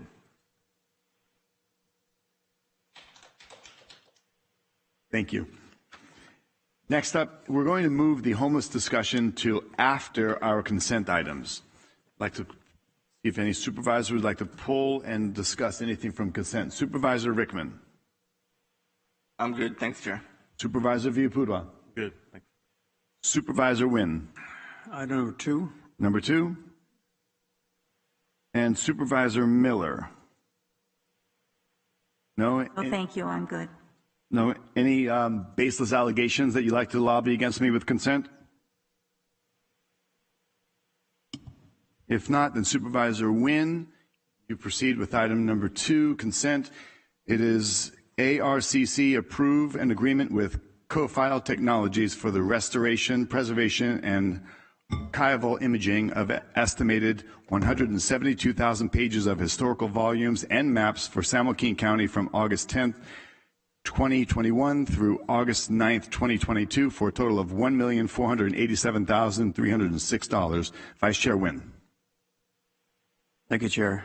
I pull this item primarily because I think the historical value is important, and certainly the ingenuity and innovation of the assessor's office in capturing these documents for future generations is going to be of great benefit, certainly to the legal profession, certainly to those historians, et cetera.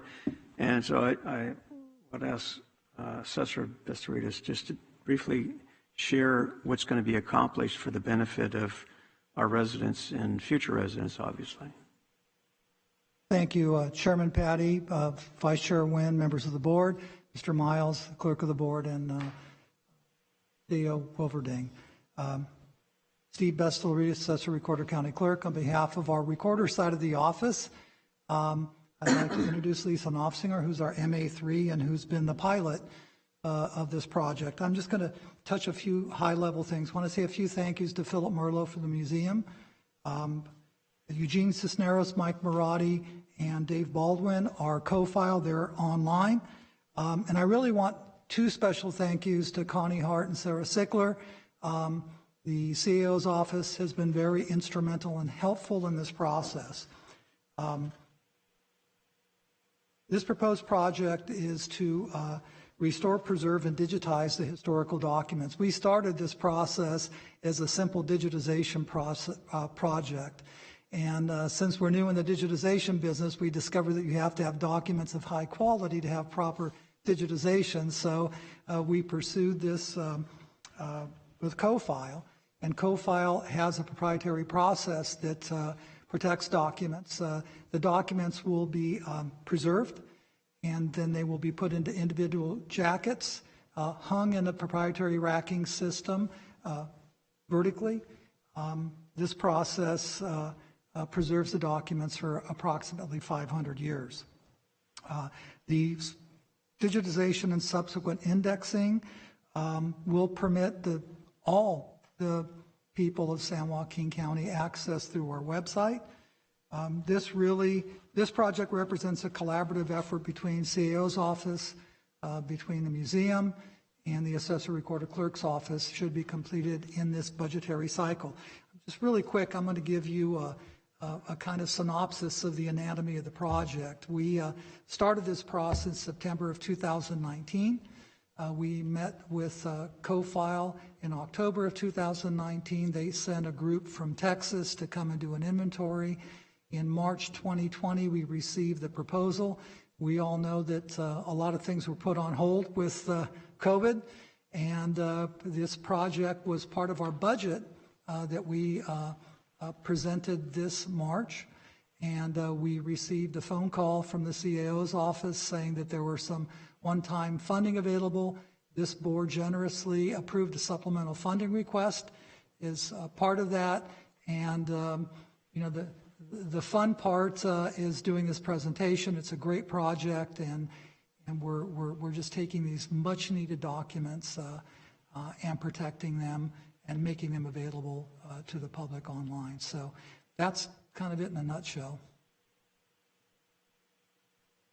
So could you just share obviously county documents and any other documents that will be digitizing for the benefit of other government agencies? The Board of Supervisors, it'll be really helpful to the clerk of the board in researching previous board actions. It's all the map books from Book 1, 1850, and all the way to the very beginning of the Board of Supervisors. So it is a plethora of historical activity from this body as well as the entire county.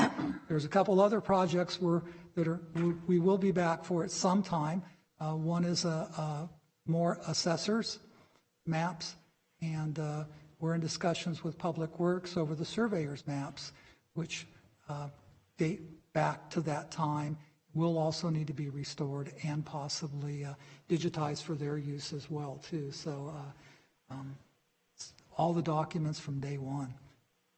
Well, I appreciate that. And I guess one of the things that I've learned, certainly Supervisor Miller and I sit on several water committees, and over the past few years, there's been a lot of litigation in regards to water rights, et cetera. And I think, and I want to certainly thank and recognize the Historical Society for what they've been able to do over the decades, and certainly their partnership in regards to the Assessor Recorder's Office in making this happen.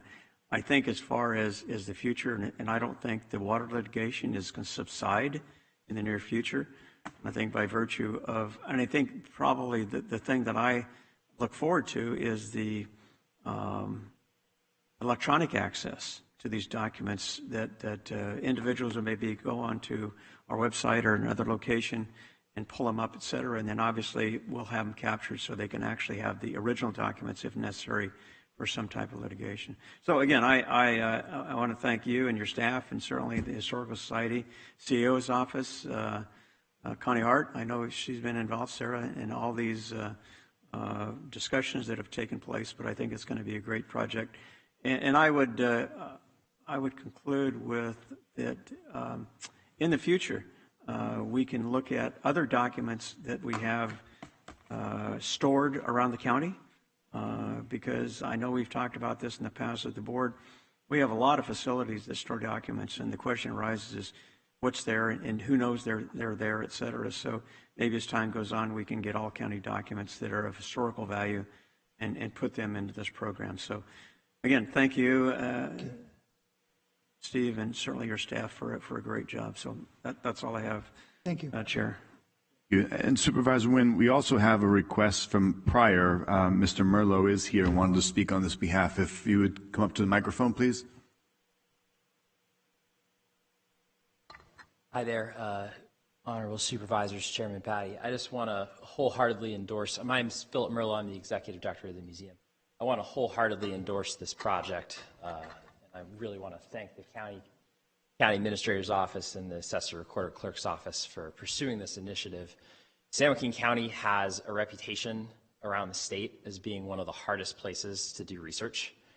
And this will go a long ways towards really expanding access to the public. Because of course, other than the Historical Society, you don't really have a lot of government managed archives. And so this is going to be really valuable for the public, especially as Supervisor Nguyen mentioned, concerning water litigation and what's going on with the Delta. So thank you, and I encourage you folks to vote yes. Thank you. It is part of consent, and it looks very favorable at this point. Thank you very much. All right. Any questions from board members? Any statements? Nope. Moving on then. Okay. That would bring us then to approval of our consent. Need a motion? So moved. Second. I do have a motion and a second. Who was the first to get the second in? Supervisor Miller.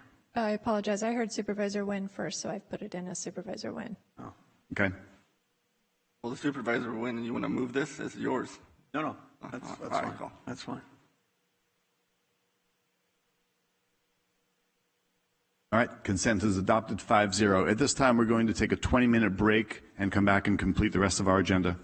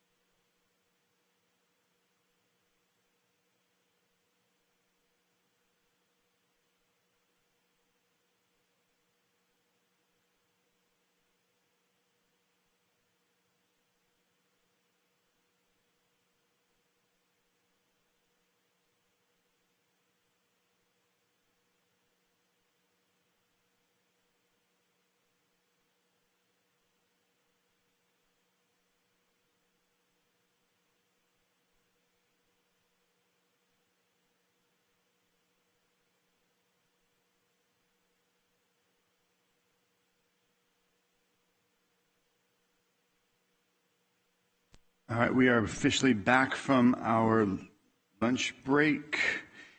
Next up on our agenda will be a discussion on homelessness. Looking to receive updates on efforts to address homelessness in San Joaquin County and provide direction to staff or adopt orders as necessary. Thank you, Chair. Last month, your board requested a homeless update on organizations, programs, and resources committed to homelessness in San Joaquin County. And so this will be the first update along that request. And for the future, there will be a brief update for each board meeting, somewhat similar to our COVID update, as I had understood the request. And At each board meeting? That was my understanding of the request. I don't recall that discussion, but the board will discuss that if we wanted to. Sure, yeah, sure. If it's less, I would probably suggest we do it less than that, but that was my understanding. Yeah, okay. What the request was. Let's see where the board wants to go with that. Mr. Cheshire, how are you today? Very good, sir. How are you? Looking very well dressed, sharp, and snappy as always. Likewise. Excellent. Thank you. I believe I have a PowerPoint presentation. So thank you so much, Chair Patty, members of the board, County Administrator Wilverding. With me today, Ms. Sarah Sickler, our newest addition to the County Administrator's Office, who was at the direction of the County Administrator putting together some of the financial information that you'll see today. So I'm just going to go ahead and get started here. As was requested, doing a sort of broad overview of homelessness, sort of update on homelessness for the board today. So again, to the extent that we're going to do more of these, I would appreciate any feedback, advice, or guidance the board may have for me on what you'd like to see in the future, whether that's at the next meeting or subsequent meetings or just at some point in the future. Happy to talk about various sort of initiatives and just kind of report on the board to the board at any time. That goes both inside and outside the meetings. Don't hesitate to reach out to me. So just want to give, again, kind of a broad overview. We're going to talk about the organizations in the county that are addressing homelessness. We want to talk about something called the Housing Inventory Count, which is a report that the COC provides to HUD every year. Also talk about system capacity and performance. Some of this stuff is stuff you've already heard before, but I think bears repeating in terms of a broad overview. Certainly want to talk about the project pipeline. That's the best part of this report. Investments from San Joaquin County certainly is a focus and something that I've broken out individually, and I want to note for the board that all of the data that is provided in this report either comes from the Homeless Management Information System or from analysis of county administrator staff.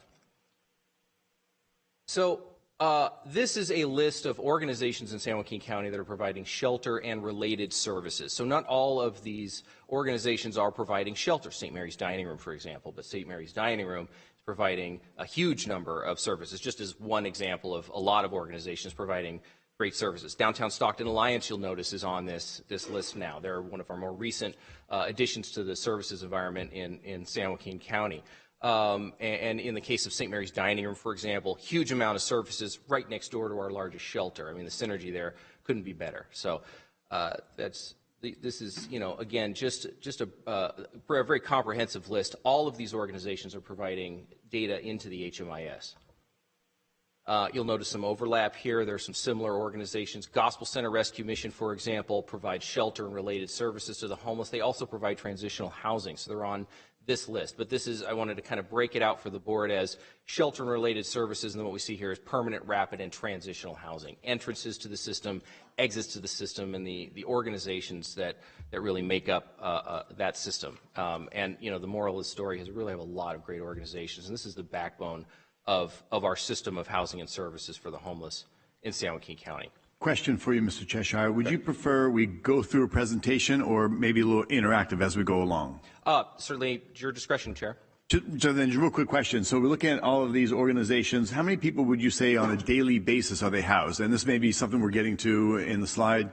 Yeah, so I don't have the daily basis. I could certainly come back with that information. That wasn't something I was prepared to provide today in terms of like a high-level overview of homelessness in the system. Mm-hmm. But yeah, certainly that information is being captured in the HMIS. And it's going to depend on which organization you're looking at. The Housing Authority is, for example, providing huge amounts of permanent supportive housing beds. And I'll get into a little bit about who's providing permanent supportive housing and the beds. a little bit later. But certainly we can come back with some specific figures. It also depends on how you classify house and shelter. You know, these are sometimes they're a little bit difficult to put your finger on these answers. But, again, we can get into more detail there. So I wanted to talk about the county. You'll notice the county was not included on any of those lists because I wanted to kind of talk about the county separately because this is a county presentation. So again, just briefly wanted to provide some high-level information about various initiatives that are happening throughout the county. Human Services Agency is providing motel vouchers, emergency shelter over the last about year and a half through Project Room Key, as you all know. That was a huge project and something that counties up and down the state were engaged in. That has since closed, but since just prior to that project closing, Human Services Agency is engaged with the California Department of Social Services to spend down some funds for a program called Project Room Key Rehousing, which is doing housing placements for those Room Key clients. Of course, as you are aware, and hopefully the public is aware, healthcare services really does the bulk of housing and services for the homeless as a county agency, and there's several, as an umbrella agency, and there's several other departments under that. Whole person care, providing case management and service coordination for the homeless. HOPWA stands for Housing Opportunities for People with AIDS, provides supportive housing for clients with HIV/AIDS. And Stockton Shelter for the Homeless, my old stomping ground, is the contractor for that and is the partner with San Joaquin County to provide that housing for those folks. And then, of course, neighborhood preservation by far is engaged in the largest pass-through of state and federal dollars for housing and services for the homeless. Of those 7 programs there, the first 4, Continuum of Care, Emergency Solutions Grant, Community Development Block Grant, and Home Investments Partnerships are federal programs. The last 3, housing, I can't remember what the HAP stands for, I'm blanking now. HAP, California Emergency Solutions and Housing, and the Homeless Emergency Aid Program. Last 3 are state programs. We've seen an unprecedented amount of state dollars being sent down to local communities and to the COCs. In fact, the Homeless Emergency Aid Program just closed on June 30th. That was the deadline for that program. About $7.1 million has closed out. So that program is going to fall off. All told, about $9 million for shelter, permanent housing, and services for the homeless. Is that annual? I'm sorry? You said $8 million. Oh. I'm sorry. That's for fiscal year 1920. So it'll vary. You go back 3 years where we didn't see that kind of state investment, the number's going to be much smaller. I think that what we're going to see going forward, at least for the time being, depending on how things go and if the county is able to acquire some competitive awards and that sort of thing, we may see that number go up dramatically. So here we see a second page for county services, behavioral health services. I don't mean to inform the board about stuff that I've already talked about at the last presentation. So I'll just briefly talk about, street outreach and care coordination. 2 projects under Homeward Bound. That respite center is a partnership with Community Medical Center. Of course, the progressive housing program, which I talked about last presentation, and also all of those permanent supportive housing units for folks who are SMI or SUD. You may recall that's seriously mentally ill, substance use disorder. Those are behavioral health services clients. And of course, we have 37 units under development right now in Sonora Square. That should be open fall of 2023. And I wanted to just kind of honorable mention the encampment response team, which is not providing direct services for the homeless on behalf of the county, but is certainly an effort that really includes so many different departments and is kind of playing a critical role in terms of filling a service gap for our community around, making sure that the public health and safety is met with the response to these encampments. So again, just at a high level, these are sort of the numbers as broken down, looking at about $20 million all told for fiscal year 1920. This slide is to just kind of talk about system capacity, and it's broken up, as you can see, into 4 categories: emergency shelter beds, transitional beds, permanent supportive housing beds, and rapid rehousing beds. And so you can see the larger totals all the way to the right there. And underneath those, I just wanted to highlight some of the organizations that are playing a critical role within these project types. So, for example, Stockton Shelter for the Homeless has the largest number of emergency shelter beds under a single organization. Gospel Center Rescue Mission provides more transitional beds than any other single organization in the county. You can see for Central Valley Housing and the Housing Authority combined, that's almost all the permanent supportive housing beds in the county. And then you look at Central Valley Housing and the rapid rehousing beds, almost all of the rapid rehousing beds in the county are operated by Central Valley Low-Income Housing Corporation. This is, again, a page that the board has seen recently when the Continuum of Care came and did a presentation. This is around the system performance. So the top 4 bullets, I won't repeat. You've seen them before, but I wanted to kind of talk about potential for opportunities for improvement, expanding exit data so that we have a better picture of where folks are going after they leave shelter. That can be very difficult for the majority of our shelters in San Joaquin County because they are night-by-night shelters. And if somebody doesn't return, we just don't know where they wound up. So trying to find strategies and ways to expand that exit data to get a better picture of the outcomes of these projects is something that certainly every community is struggling with, and we're no different. And there's been plenty of conversations amongst the COC and others about how we can do a better job of expanding that exit data. Talk about state and federal funds. Almost all of the dollars that we just saw were state and federal dollars, which tend to prioritize the most vulnerable. That's intentional. And that means that local funds are more flexible to prioritize folks that are maybe what we might call less vulnerable. You know, folks that are more capable of taking advantage of things like housing navigator programs and locator programs, landlord incentives, which this board just funded very recently as a match to the City of Stockton's program for HUD-VASH with the Housing Authority, and preventing homelessness, which typically does not target the most vulnerable because we're trying to prevent somebody from falling into homelessness and then becoming amongst the most vulnerable, which is typically what happens. And then, of course, expanding capacity in multifamily housing, not just for affordable housing, not just for homeless housing, but for market rate housing. Multifamily housing, densifying housing on a broad policy level is going to have a huge impact on reducing homelessness and reducing rent burdening, more importantly, for the folks in San Joaquin County. So here, talking about the project pipeline, I got to say, if you'd have told me a few years ago when I was working at Stockton Shelter for the Homeless that I'd be presenting to the Board of Supervisors one day about how we're getting ready to over than double the number of shelter beds in the county, I would have told you were crazy. But that is very much what we're looking at. By 2023, 610 new beds added. Now, these are all fully funded with the exception of the City of Manteca, which you're very familiar with that project. And so the funds are in a huge part coming from the counties. This is very much a story of county support for new shelter beds, and that by 2025 we will have built out that last 178 from Gospel Center. You recall CEO Wayne Richardson was kind enough to come and give a presentation to us, provide us with a lot of details about that project. But so that is a little bit of the outlier, in terms of the complexity of that project. But 610 beds by 2023.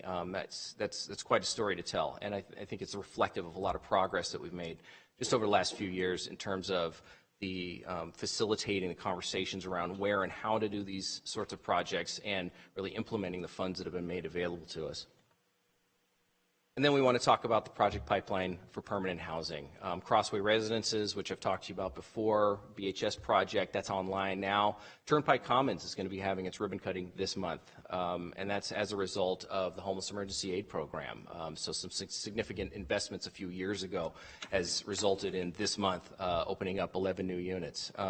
Town Center Studios, will be talking about that in my next presentation around Home Key. That is the Home Key project in San Joaquin County.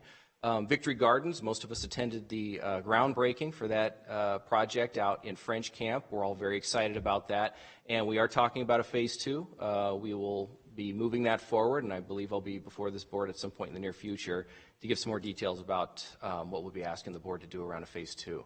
And then, again, the Housing Authority, in partnership with Behavioral Health Services and Healthcare Services, developing 37 units to be opened around fall of 2023, hopefully, for a project called Sonora Square.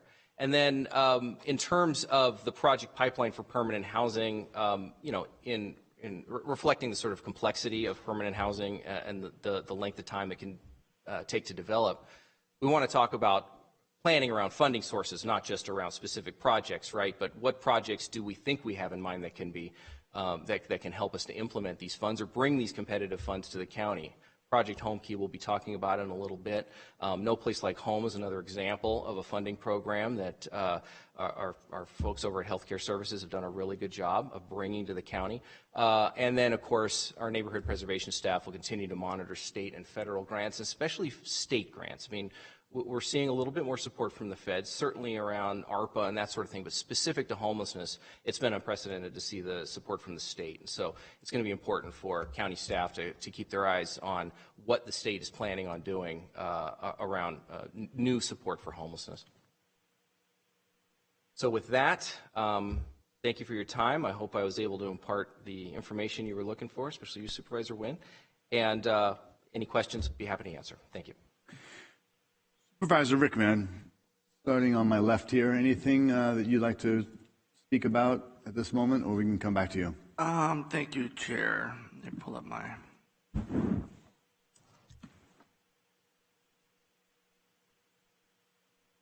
All right, thank you.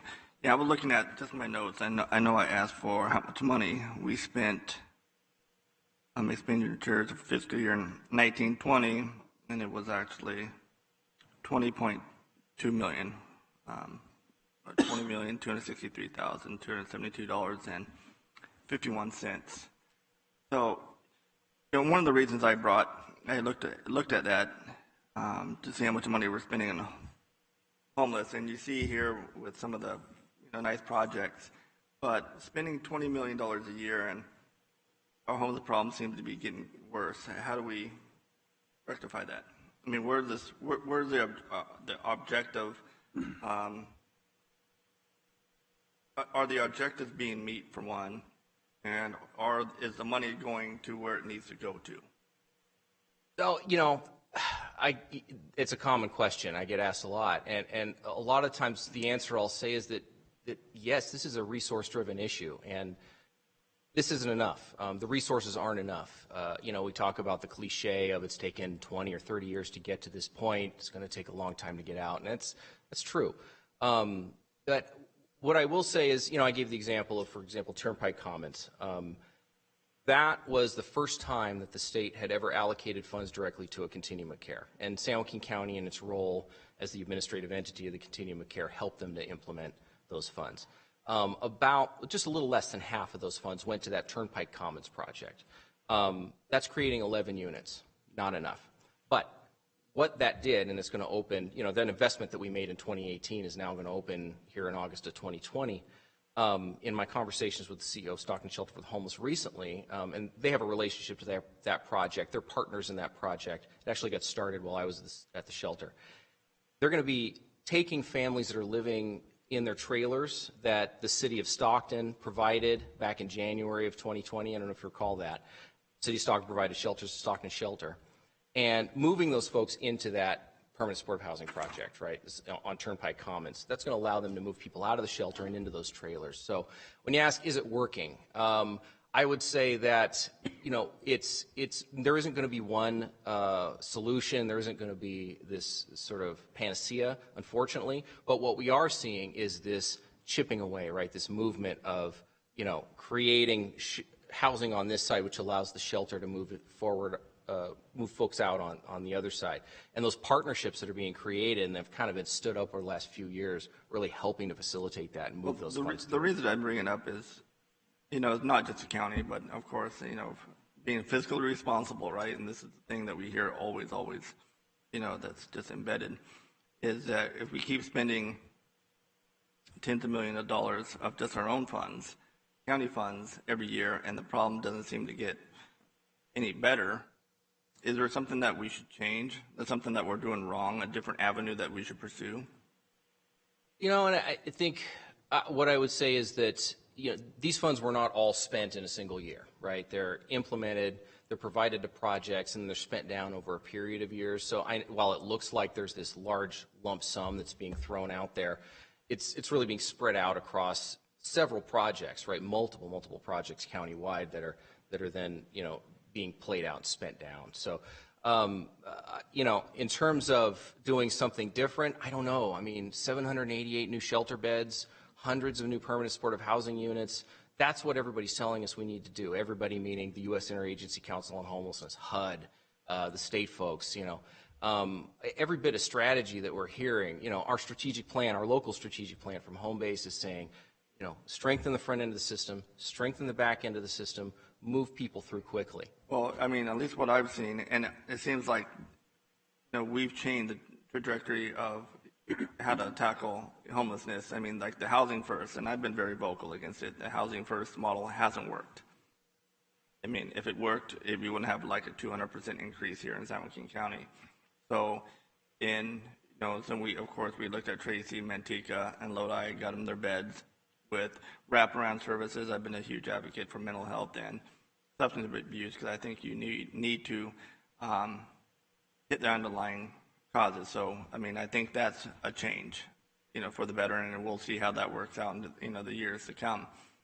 But what I would like to see, and I talked to our CAO about it also, is, I mean, we're going to be spending money on these programs. We have been spending these money on these programs for years, and again, we're talking about fiscally responsible.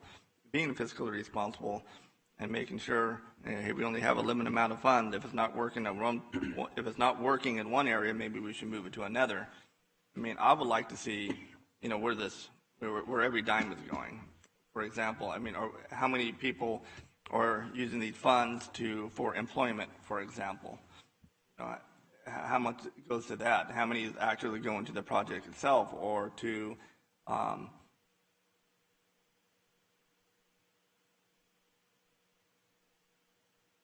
what it's intended to go to? I mean, for example, are we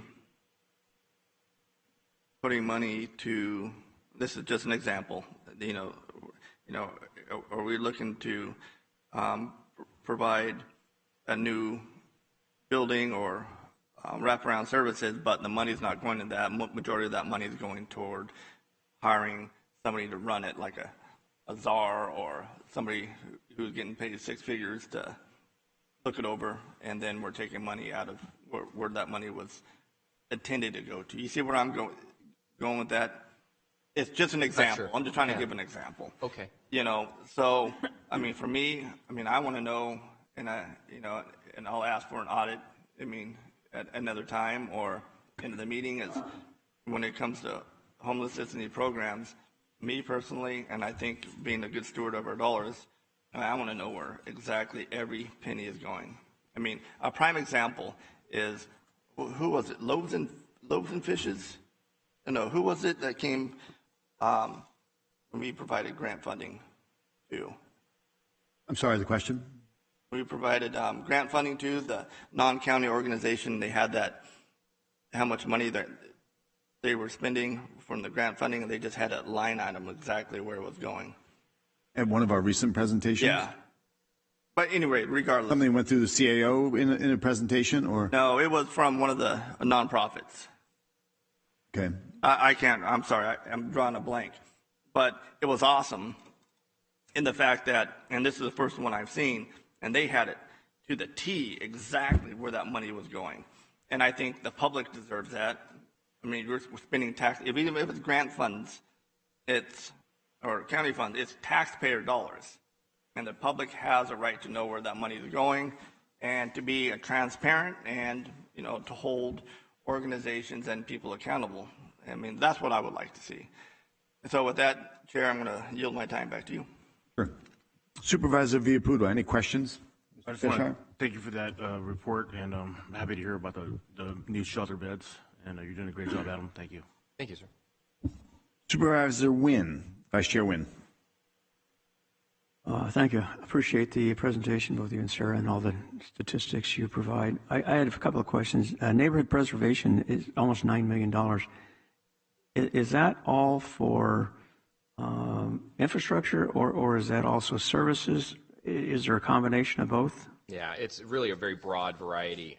So you're talking about 7 separate grant programs. Again, 4 of those are federal. The COC program, for example, cannot be used for emergency shelter. It's used for permanent supportive housing and rapid rehousing. It also funds the HMIS.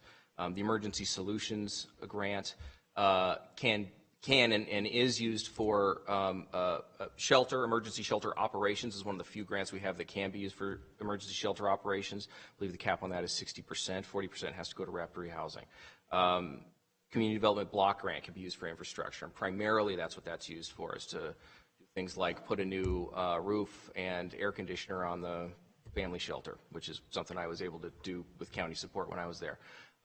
So there isn't a single answer when you're talking about so many different grant programs. That's always kind of the problem with the complexity of managing these programs, is the eligibility of what you can do with each individual program is extremely limited.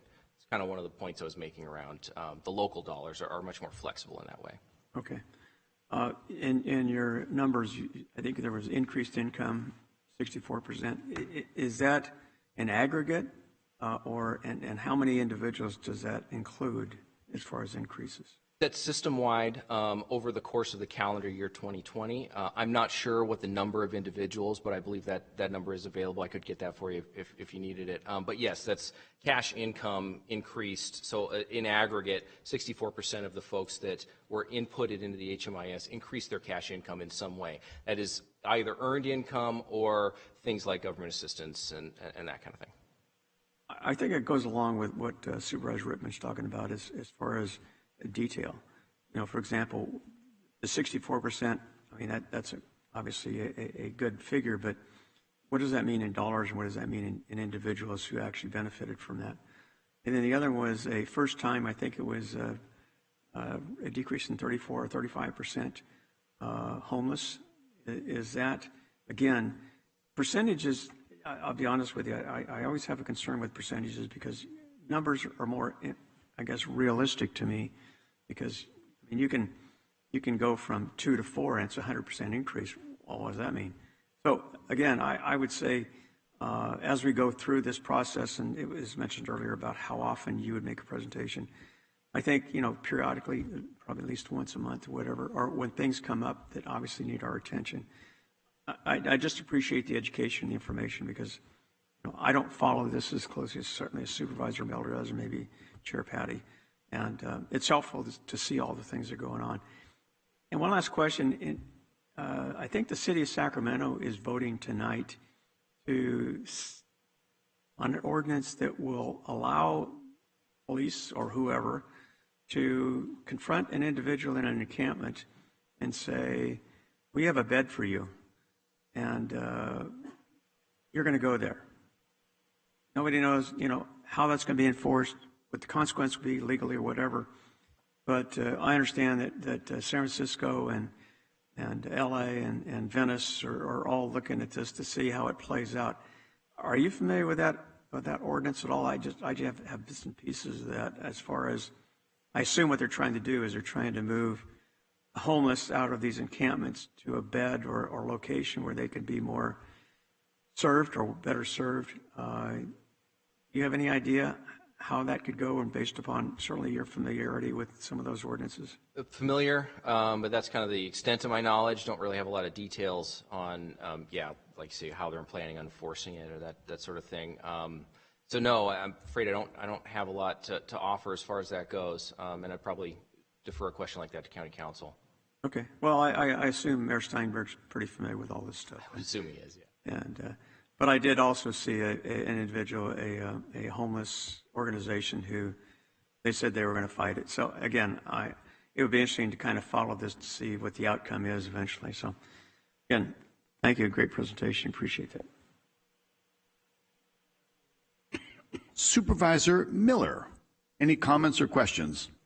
Thank you. Thank you for the presentation. Appreciate it. A question in terms of the accounting and the auditing.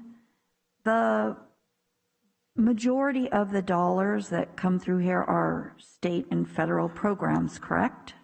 Yeah, I believe 100% of the funds that I highlighted today were state and federal programs. And so I was under the impression that most of those funding streams required pretty stringent auditing if they flow through us. And maybe this is a question for our CAO, but it's my understanding that that most of those programs have to be fully audited every year. Is that correct? Supervisor Miller, in response to your question through the chair, I maybe it'd help to walk through the process. And this is an overall description. It doesn't fit any particular one. This is just a general overview. Any expenses that go through for these programs, and this is any sort of state or federally funded program, not just anything related to homelessness. So like I said, I'm speaking in generics here because it applies. Those expenses are budgeted and detailed before the expenditure is even being made. Our county, through the auditor's office, which I was auditor controller, will verify expenses before the funds are even released and payment is made of that. Were we subcontract out in many of these instances to subrecipients, there's subrecipient monitoring that has to be done by the departments in order to be compliant with those grants or programs. So those are monitored, and we're responsible for that if we're the ones who are releasing those funds. And then back to the audit, the literal audit of the things, every year we go through by our external auditors what is called a CFO, or a single audit.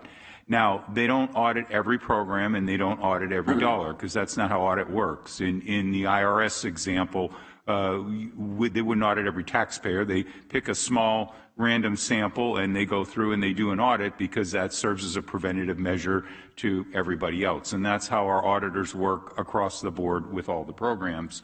We also do internal audits. As you all know, we started when I was there in 2019, pulling a judgmental sample of board items, and we looked at some of these programs, which may or may not have dealt with homeless. Some were with child care. A lot of them were HSA-related funding things, because that's where the bulk of our dollars go.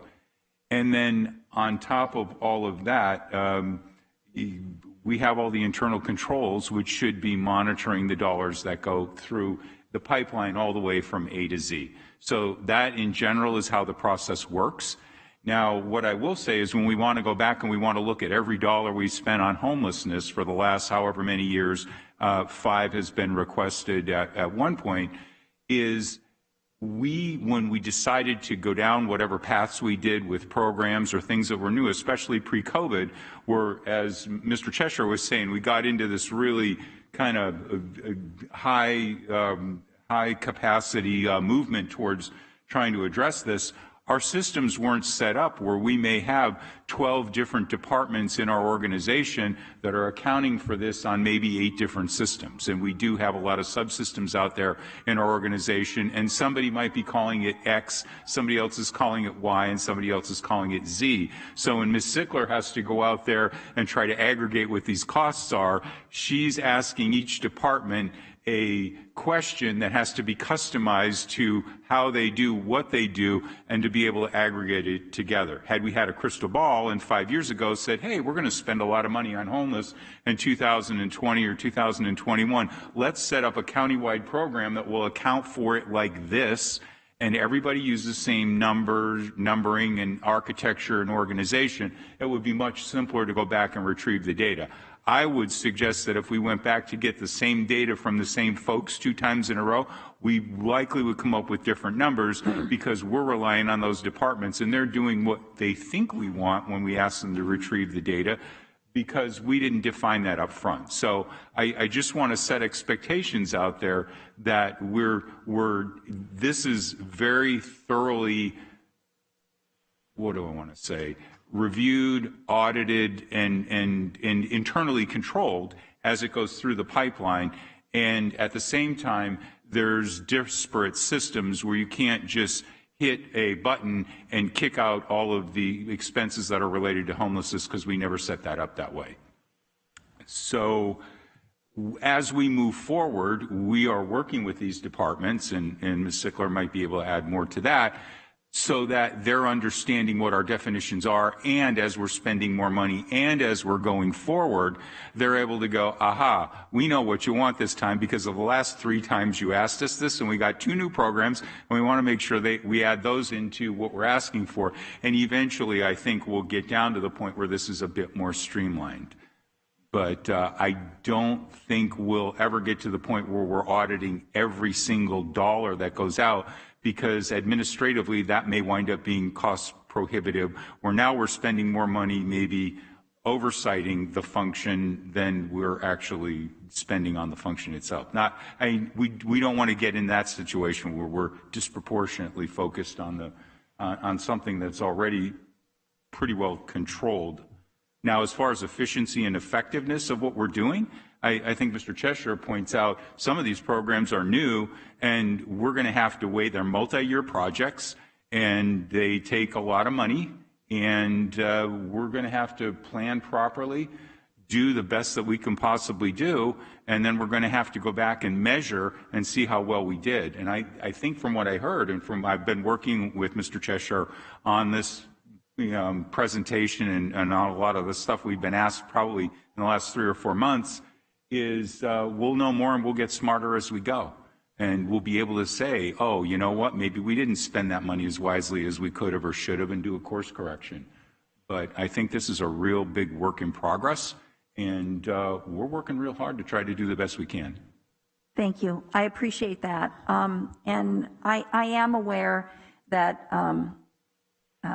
sometimes the auditing requirements are burdensome. I've spoken to CBO executive directors who have said, frankly, we don't want to apply for those dollars, because we would have to take on staff just to monitor, just to do the level of reporting that's required by the state or federal government, and it would be a wash. We wouldn't have a net increase that we could utilize for delivery of services, because we don't have the staff. We would have to actually bring somebody on that knows how to do this higher level of reporting, and so they bypass the funding stream. So I appreciate the fact that you can go too far down that rabbit hole, and I also appreciate the fact that you have consistently been very diligent about internal controls and making sure that there is a high level of transparency for all the dollars that pass through the county. So I appreciate it, and I appreciate this this update today. It was very informative. Mr. Cheshire, a couple questions for you. The numbers that you've put up for those that are housed, and I know that along the categories, and we've had robust conversations about all these, so this is just kind of reviewing.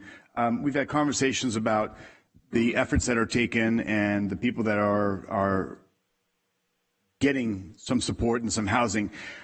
How many people, and what was the numbers? We've gotten 700 something people are currently housed. Was that something that's sheltering? What was their 700 and something number I saw? It was there were 749 emergency shelter beds. 726 beds that were available. Yeah. So how many people have been put into permanent supportive housing beds? 726. So yeah, we have 700 that. So that's the goal is housing. I mean, we've all heard everybody talk about housing first. We must housing for homeless, right? Well, sure. And of course, housing first doesn't necessarily mean permanent housing, right? It just means that it's impossible for someone to deal with their problem living unsheltered day to day, that we give them housing as a platform for wraparound services.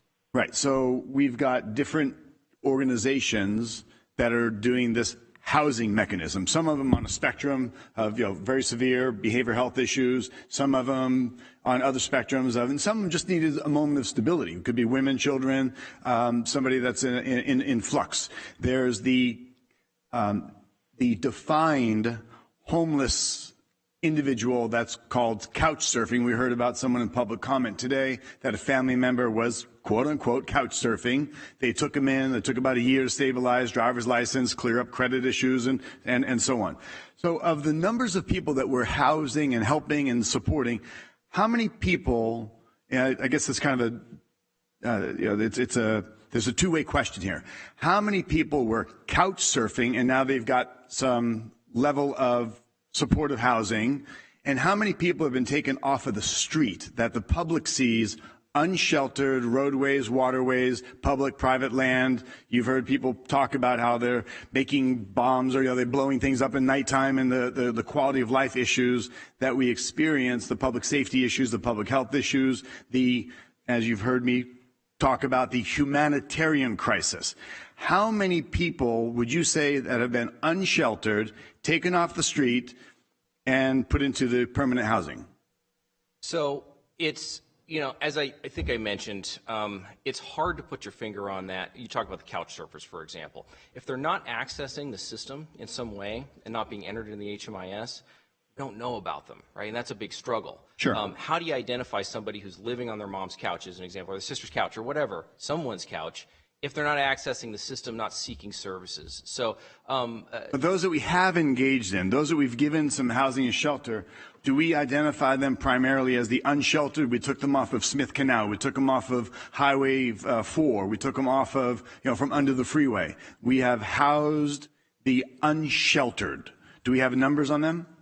Yes, to the extent that we can tell you, for example, where someone came from, right? What was their prior situation before they entered a shelter?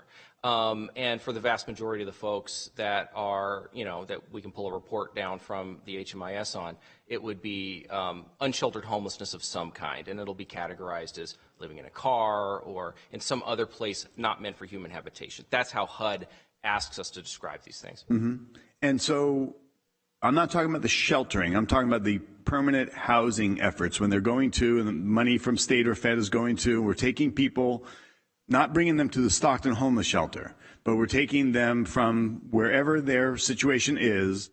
How many of them would be the unsheltered that have gone into permanent housing? Do we know? Gotcha. So typically someone isn't going to be unsheltered and then move right into permanent housing. There's going to be that intermediary step, whether that's shelter, whether it's a transitional housing program or rapid rehousing program. Typically that's going to be shelter. So in terms of, like, for example, the COC provided the report on system performance and talked about 76%, I believe it was, of rapid rehousing clients exited to permanent housing. Well, that gives you a sense of folks that were in a rapid rehousing program, which is a temporary program, right, a temporary subsidy, and is then exited into permanent housing. So while I didn't come prepared with those numbers today because I was asked to do a very high-level presentation, which is kind of accounts for the percentages and that sort of thing, yeah, certainly the HMIS is tracking that information and who's kind of moving from one place to another. It can be extremely difficult, though, as I mentioned. That's why I talked about the exit data.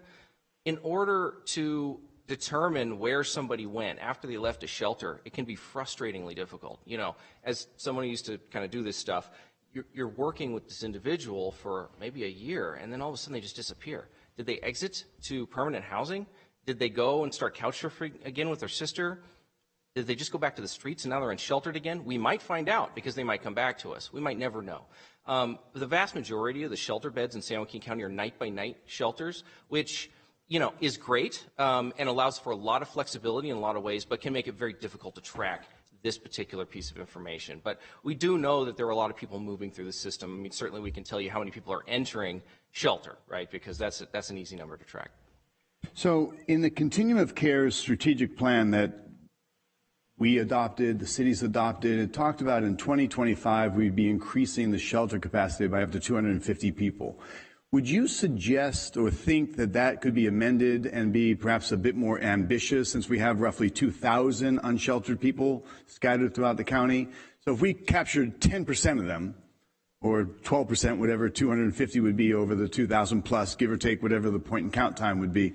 So we do know that that strategic plan isn't, we finally have broken through to realize that that's not in stone. That's not ingrained. It's not an absolute fact that it cannot change. We could perhaps enhance the ambitions as we are seeing. As you said just a year ago or two ago, you wouldn't have expected to have so many things in the pipeline in the coming years.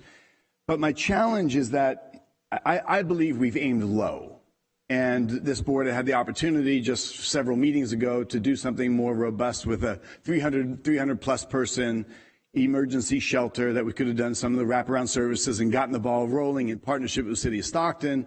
And for whatever personal, political, or analytical reasons, they felt it wasn't of the best interest to the county to embark and spend those kinds of dollars. So unfortunately, by my perspective, we're not able to help those. But I've got a challenge. I looked up and did some statistics, and I asked for a report. And in the last year, we have 99 documented deaths from drug overdose, automobile pedestrian, which is almost 15.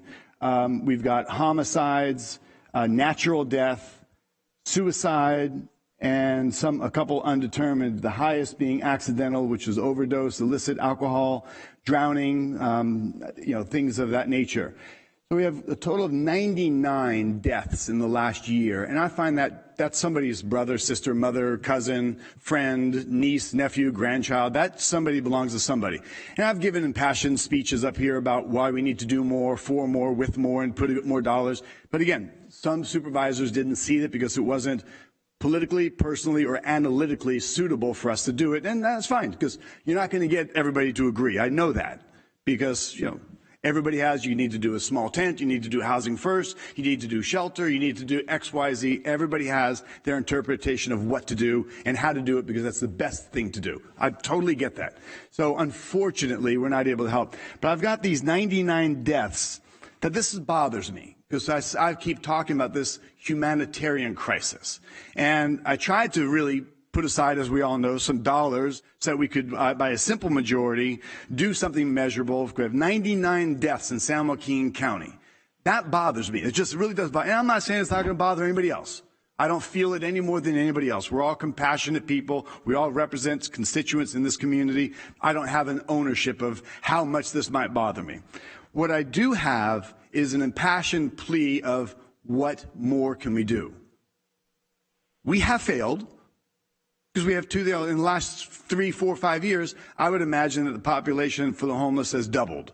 So while whatever we're doing, and I appreciate that we've got some programs and some housing and some shelter increasing, and that's a couple of years down the road based on the presentation that we're seeing.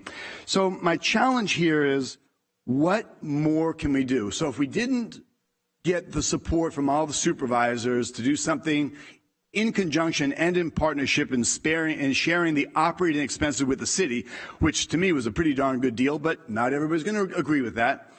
What more can we do? And that's what I would ask you and with the CAO to bring back some plans of action to the board, so that whatever, like the last plan presented by the CAO, paid for and developed by the CAO, as we now understand, the allegations that I funded it or chose it or directed it were baseless, coming from Supervisor Miller. So we now know that the CAO presented something that wasn't good enough. It didn't meet the muster of 5 supervisors. So what more can we do? What more can the continuum of care come forward with, or anybody else? We've got a myriad of the community departments, from HSA to community development, to healthcare services. We have all these agencies, and I know that we've asked in several meetings back. We talked about there being a strategic plan for all of these organizations to come together, so that we're pooling the dollars. So that, as Peter Ragsdale had pointed out, that we were missing out on some of that Project Room Key dollars. Other cities had gotten, or counties had gotten, 10+ million more than we did, because we didn't have defined plans, we didn't have defined, designated dollars, all of which, so we're coming up short somewhere. So I'd like to see what measurable actions we can do. So since the last program, getting 300 people off the streets in the next 90 to 120 days wasn't suitable, I'd like to question all of the supervisors to come forward with their plans of action. It's an open invitation, because we all equally answer the call to the community. We all equally care compassionately about fellow human beings. We all equally represent the county. We all equally have stakes in the game. So, and we're all equally involved in different capacities, and you got to appreciate Supervisor Miller's 6+ years with Continuum of Care and the homeless group. Supervisor Villapudua, he and his office are out, weekly, and on a monthly basis, they're regularly engaging the most impacted citizens in our community. So, then this isn't absent of Supervisor Rickman or Vice Chair Wynn's district, and including my own. We all see the impact. We all have that interest of what more can we do? If a partnership with the city wasn't good enough for us, where they would share the operating expenses, then what are we going to do on our own? That's going to be a question that maybe we could agendize when you're ready. Maybe it's next, 2 meetings from now, that let's put together, interview each supervisor. What's your idea? What can we do more? Because the housing first model for me, or waiting for the next 2 years of development of the different cities and the different programs and expansions, that's insufficient, especially as Supervisor Wynn points out that in Sacramento, down in Los Angeles and Venice Beach, and in other areas they are starting to enforce. We would have been nice, as the sheriff and the district attorney pointed out, had we had that location with wraparound services, individual assessment, that in the next 90 days, we could have had a place that we could have brought them, and we were therefore enforcing code. But they've all pointed out, these are very good, valid points, that, if others are enforcing, what's this going to look like? We all know the Boise, Idaho decision that, required the alternate location in bed before you can enforce. So a question for you, as I'm pontificating up here, a question for you is, did Sacramento put up some shelters so that they're going to now enforce and bring people in from outdoors where there's some services because they're offering the alternate location? Or has anybody else, prior to, without triggering, pushback on the Boise, Idaho Ninth Circuit Court decision? So, I would say that I'm familiar with what's happening in Sacramento. I know that they've made some strides and some serious investments in permanent supportive housing, shelter, and that sort of thing. Where if there is a correlation between this sort of movement or decision to, make this vote and the shelter they've established, I have no idea. I could certainly try to do that research and come up with some sort of an answer possibly, but I'm not really sure if there's a correlation there. I just want to know that, yeah. Yeah, I think it's pretty gutsy if you're not providing an alternate location in bed when the Ninth Circuit Court said that's a prerequisite. So I'm curious where they're figuring in their legal department, and perhaps County Council, you'd already mentioned to look into this, we could find out more. But I would just ask that through the CAO, and I appreciate the CAO's office and the engagement, and you inherited this issue coming in as a CAO, but it is a priority for this entire board, I believe, that we do address that homeless, unsheltered population that are causing, there's these deaths. You look at the calls to the emergency, St. Joseph's is identifying just under 50% of their calls that come in from the emergency 911 ambulance transport. Almost 40% of their calls and the arrivals are the homeless population, and they're frequent flyers. They come in on a regular by hundreds of times a year. So the costs that this has in this county and the ramification through our departments is in the tens of millions. We know that as well. So I would task our CAO, Mr. Cheshire, and if any supervisor thinks this would be a waste of time and resources, please speak up. But I think we need to keep looking at what more we can do. Again, partnership with the city didn't work, but let's then see what will work for the board so that we are doing something more measurable. In my estimation, we are behind the ball. We're late. We're not doing enough because there's still unsheltered people, there's still deaths, there's still accidents, there's still the humanitarian crisis that surrounds us. So I would ask CAO and any other board members like to speak up in support of that discussion and future actions. But I believe that would be our next step and course of action that I'd like to see coming from us. Reports to me are fine, but it's the starting line of knowing and identifying this information. What more can we do? What's more? What's next? That's how I feel about it. CAO Wilverding? Yeah, thank you, Chair. I just wanted to, and I understand what you're saying and actually heard what you were saying several months ago, and I've been working pretty aggressively with Mr. Cheshire over the last several months, and as you probably recall from prior board agendas, there's been at least one ask that we've made of the board up to, maybe this is a good segue for the next discussion item, where we're going to be asking for this board for $10 million, which is going to draw potentially $30 million in matching funds. And that was another, I guess I'll call it a criticism that was made about how come we're not aggressively getting more matching funds. We're missing $10, $20 million. In one shot, we have the ability to get $30 million of matching funds for up to 200 units for Project Roomkey. And I'm continuing to work with Mr. Cheshire. So I would suggest we're already down that path. and we're grabbing after everything that's A, going to be practical, B, going to meet the cost, what do you want to call it, cost benefit requirements that Supervisor Rickman was mentioning, wanting to get value for our dollars. We're looking at that, and where we can fund something out of potentially ARPA money where it's ARPA compliant, or if we're going to do something as a capital infusion like we did with the cities, the 3 cities who came to us a couple of board meetings ago, we're giving them that money, and we're not going to be on the hook for recurring funds for something that maybe we can't afford down the road. So we're not only aggressively pursuing these things on a very, what do I want to say, controlled basis, but we're trying to do it within parameters that we could look back and say, this is able to do. We'll continue to look at that as well. Sure, and I would venture to say that myself and others, and not everybody's going to agree, because as we saw, but I'm not worried about that we have identified sustainable funding in perpetuity forever.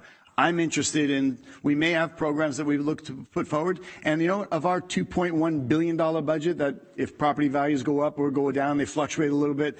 If we have to dedicate a few $1 million a year to running a program to keep those most desperate, those most destitute, those most living in despair into a shelter program, I want to bring that back to the board again and again and again until we finally get a board that agrees on, yes, this is a program that would help. Because I believe we could identify that whatever we're doing, if we're doing motel conversions, we're not going to have 2,000 rooms available for the 2,000 people that are living unsheltered throughout San Joaquin County, unless you have a math or an understanding or plan that would address those, those unsheltered. I don't know that we're addressing them altogether.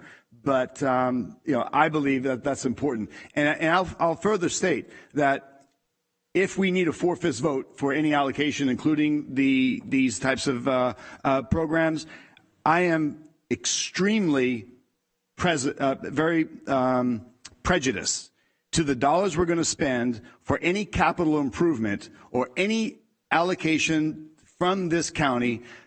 I'm prejudiced toward the use of funds being primarily and first focused on resolving this unsheltered population in our county.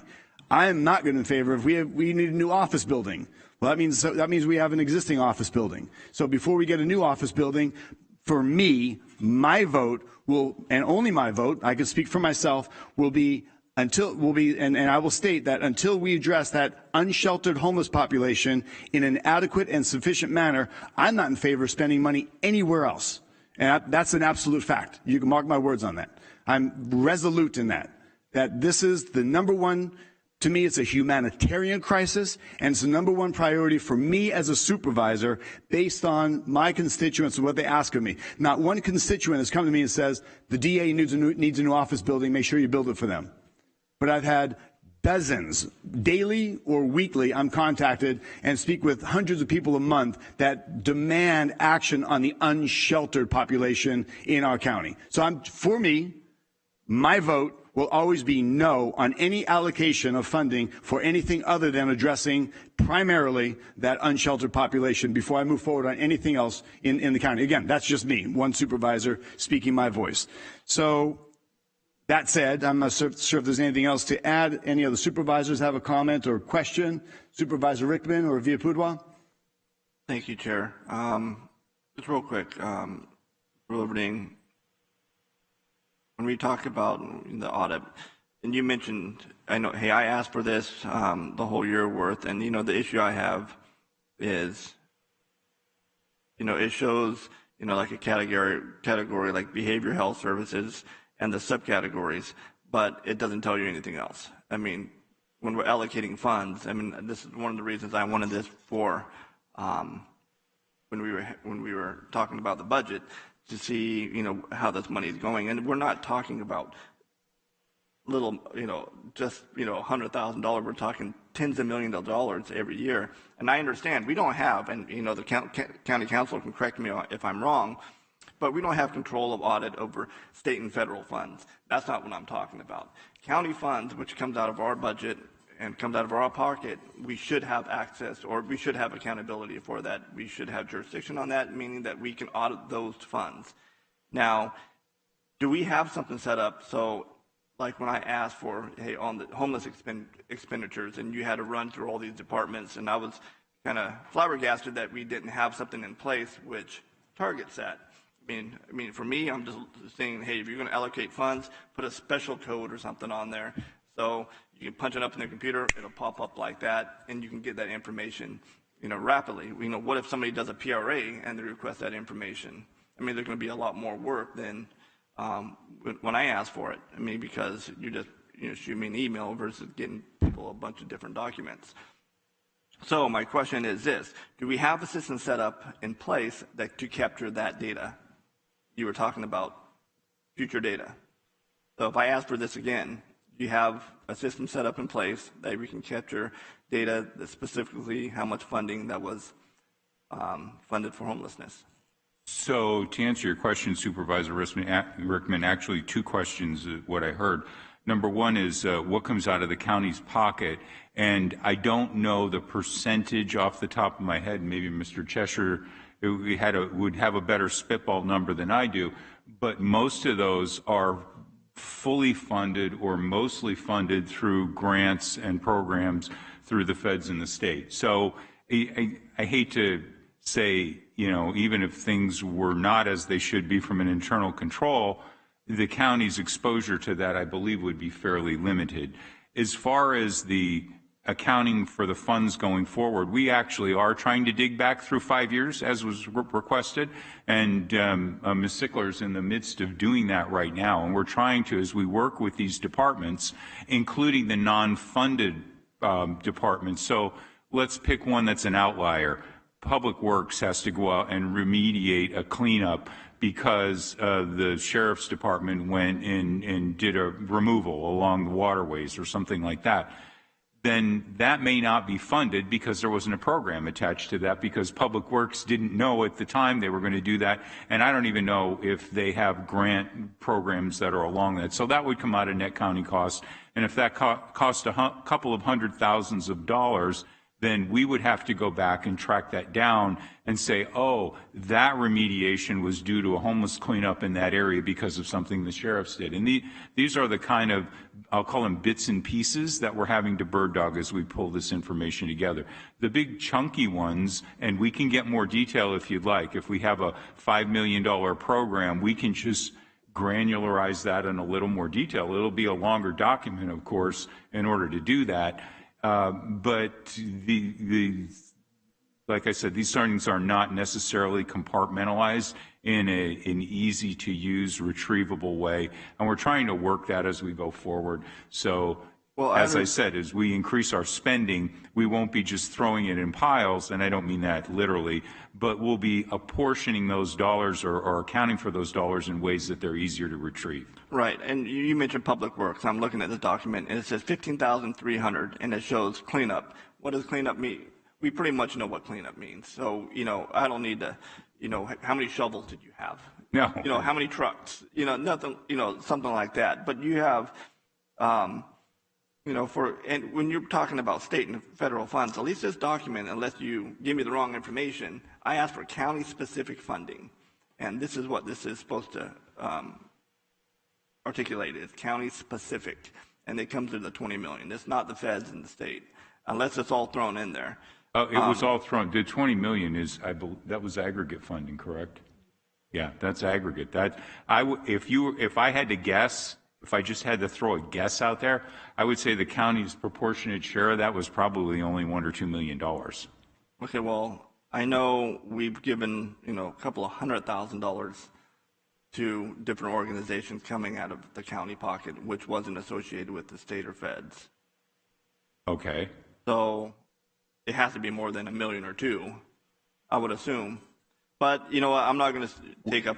We're not going to take up all our time on this. But what will happen? And I'll get with you at another time, and we can discuss it then. Sure. So so we don't put everybody through another 30 minutes discussion of grants, which now we're kind of veering off of what the agendized item is for. So Ms. Sickler has something to add. Yes. I have to turn this on. We're working with the departments and within the CAO's office to form a mechanism to keep track of the county costs on a quarterly basis. It's been really hard going retroactively, trying to get them to capture these costs. So we're working on the kind of data that and overheard the number of people that we're helping, and you seem like you would like to know what's actually going to the community and what's doing like payroll costs and things like that. And those are things I think that if we communicate to the department heads that we'll be able to track on an ongoing basis. And that's something that Adam and I have talked about, reporting to you guys more on like a quarterly basis versus trying to ask these departments to go back 5 years and figure out how these costs are spent. Now, if you're saying you only want to do net county costs, then that might be something moving forward that we can break out more easily and then present to you guys. Well, thank you. And I can sit down with Mr. Wilverding if you would like to join us by all means. And, my goal is this, and, the cost benefit, accountability, transparency. The public has a right to know where their tax dollars are going and to make sure these programs are working. I mean, if something's not working, it's just, what's the saying? There's nothing more permanent than a temporary government program, right? Right. And if something's not working, we're spending millions of dollars or hundreds of thousands of dollars, in which that money could be someplace else and benefit other people or come to a better benefit. So that's my goal of this. Right, and the CEO's office is happy to work with the board and figure out what kind of information you guys are looking at so we can proactively reach out to departments and make sure we're extracting that and reporting back to you guys. All right. Yeah, like I said, we'll get together whenever we all get time, and we'll move from there. So thank you very much, and thank you for your presentation. And Chair, thank you for your patience. Very well. Supervisor Villaputo, anything to add? Nothing to add. Thank you. Thank you. Supervisor Wynn, a wrap up. Thank you, Chair. I appreciate the presentation. Certainly there's been a lot of discussion, and I also appreciate the information that you've raised and look forward to, whether it be quarterly or whatever, look forward to future reports that would give us a better sense of what's going on globally with the homeless problem. So that's fine. And I did ask some questions in regards to numbers, and you can provide me that separately. You don't have to do that before the board, and I'll be in contact with you. I am a little bit disappointed with the chair's statement in regards to not voting for any other expenditures by this board until we address the homeless problem. And I guess from my vantage point, maybe I run in different circles than he does, but I can tell you this, that there's a lot of my constituents who are very concerned about the expenditures. I assume Supervisor Rickman has maybe the same comments in his district. In regards to how much we're spending, how much the state's spending, how much the federal government's spending on homelessness, and almost to the point of making homeless population, a special category that gets more attention and certainly more money than the average resident. And I would say, as Chair Patty says, I think we all up here agree that, we need to address the problem as best we can with the limited resources available. And I think we'll continue to do that. But I also think that, as a board, I think we can walk and chew gum at the same time. I think we can address certain critical issues that the county's dealing with and at the same time deal with the homeless issue. So I would be disappointed if the chair were to hold every other program and request hostage until we deal with this, because I don't think, and I'm not the expert, Mr. Cheshire, obviously you've been doing this for a number of years, and certainly Supervisor Miller, I know she's been engaged for over 6 years, but I guess my concern is I want to make sure that we do as much as we can, as quickly as we can, but it's not going to happen in a few months or maybe even a few years. And so, to block any kind of movement forward in regards to the county and its projects, I would hope that the chair would be interested in making sure that we do the people's business in regards to getting things done and not hold the entire agenda of this board up for one particular group, which I think would be detrimental, because a lot of people would be upset considering that they're not getting what they want based upon this particular issue. So anyway, I'll leave it at that. And again, thank you for the presentation. I think it was very informative, and I look forward to the next one. Thank you. Thank you, Supervisor Wynn. And I am only one vote. There's 5 of you that can choose whoever you decide. That's just how I personally feel. But thank you. It was good advice. Supervisor Miller, I imagine you have something to say. Thank you.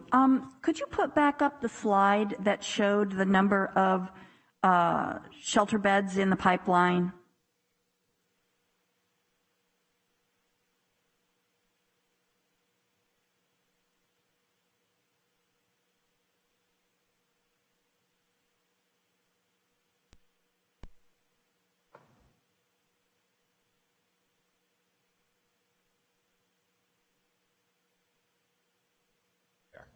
Right here. So, as Supervisor Patty said, as Chair Patty referred, the strategic plan called for 250 additional beds by 2025. That's correct. So we're looking at here by 2025 adding almost 800 additional beds. So I agree with the chair's comment that 250 is a floor, that shouldn't be the ceiling. But if you look at this, we're clearly shooting for way higher than that 250 beds. And to be perfectly honest, almost none of these would be moving forward without significant investments from the county, correct?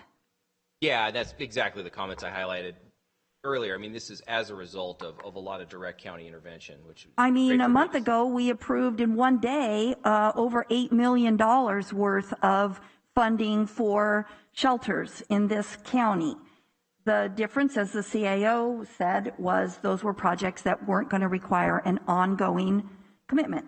All of these here, they have organizations that are experienced, or they will be bringing on operators with experience to manage their municipal shelters, and it won't require an ongoing and continuing influx of dollars from the county at a future date when we don't know at a future date perhaps what our financial situation might be. So from my standpoint, we have smashed through the goal set in the countywide strategic plan, in no small part because of recommendations that came forward from our staff, from all of you, and approved by this board. So I also would point out that even 5 years ago, none of these kinds of investments were being made by the county. Frankly, we didn't have this kind of money. I mean, there's been just a huge influx of outside dollars to address homelessness, and as part of our COVID dollars and our economic recovery dollars from COVID that these are eligible for. We didn't have that. We didn't have those resources in the past. Because we have them now, the county has stepped up. I, for one, am very proud of the work that this board has done to do this. I think it's been done in a fiscally responsible manner. And I want to thank our staff for bringing this kind of proposal to us and making it very clear to this board that these were good, solid investments for it. So I also will say that the question of, so what do we do next? I think that is going to be answered in this next discussion item. I think this is a perfect example of what we do next, because if all you do is invest in shelter, you don't have a lasting impact on homelessness. All you do is you move people from the streets to warehouses. If you're really going to end functional homelessness, you have to provide a continuum of housing, and that's what this next item is going to address. And so I also will say that the requirement to say, so what are we going to do in the next 90 days on an issue that has been building and growing and brewing for 30 or 40 or 50 years, in my opinion, that's an unrealistic expectation. And I do believe we're taking the right steps. I think, as the CAO has said, every single meeting for at least since the budget was approved has come with pretty significant proposal and an ask for funding, and this board has stepped up. So thank you to all of you for this report. I think quarterly reports of this kind, from my standpoint, would be fine. I think it's hard to have anything significant or material to report on if you don't allow enough time to pass. So from my standpoint, I agree with Supervisor Wynn. I think a quarterly report of this type with an update, I think would be great. And I think it does highlight the good work that's being done all across San Joaquin County on this issue. So thank you. All right, any further questions, comments, statements? If not, we have public comment, I imagine. We do have one public comment. Thank you, Chairman. Let me guess, is it anonymous?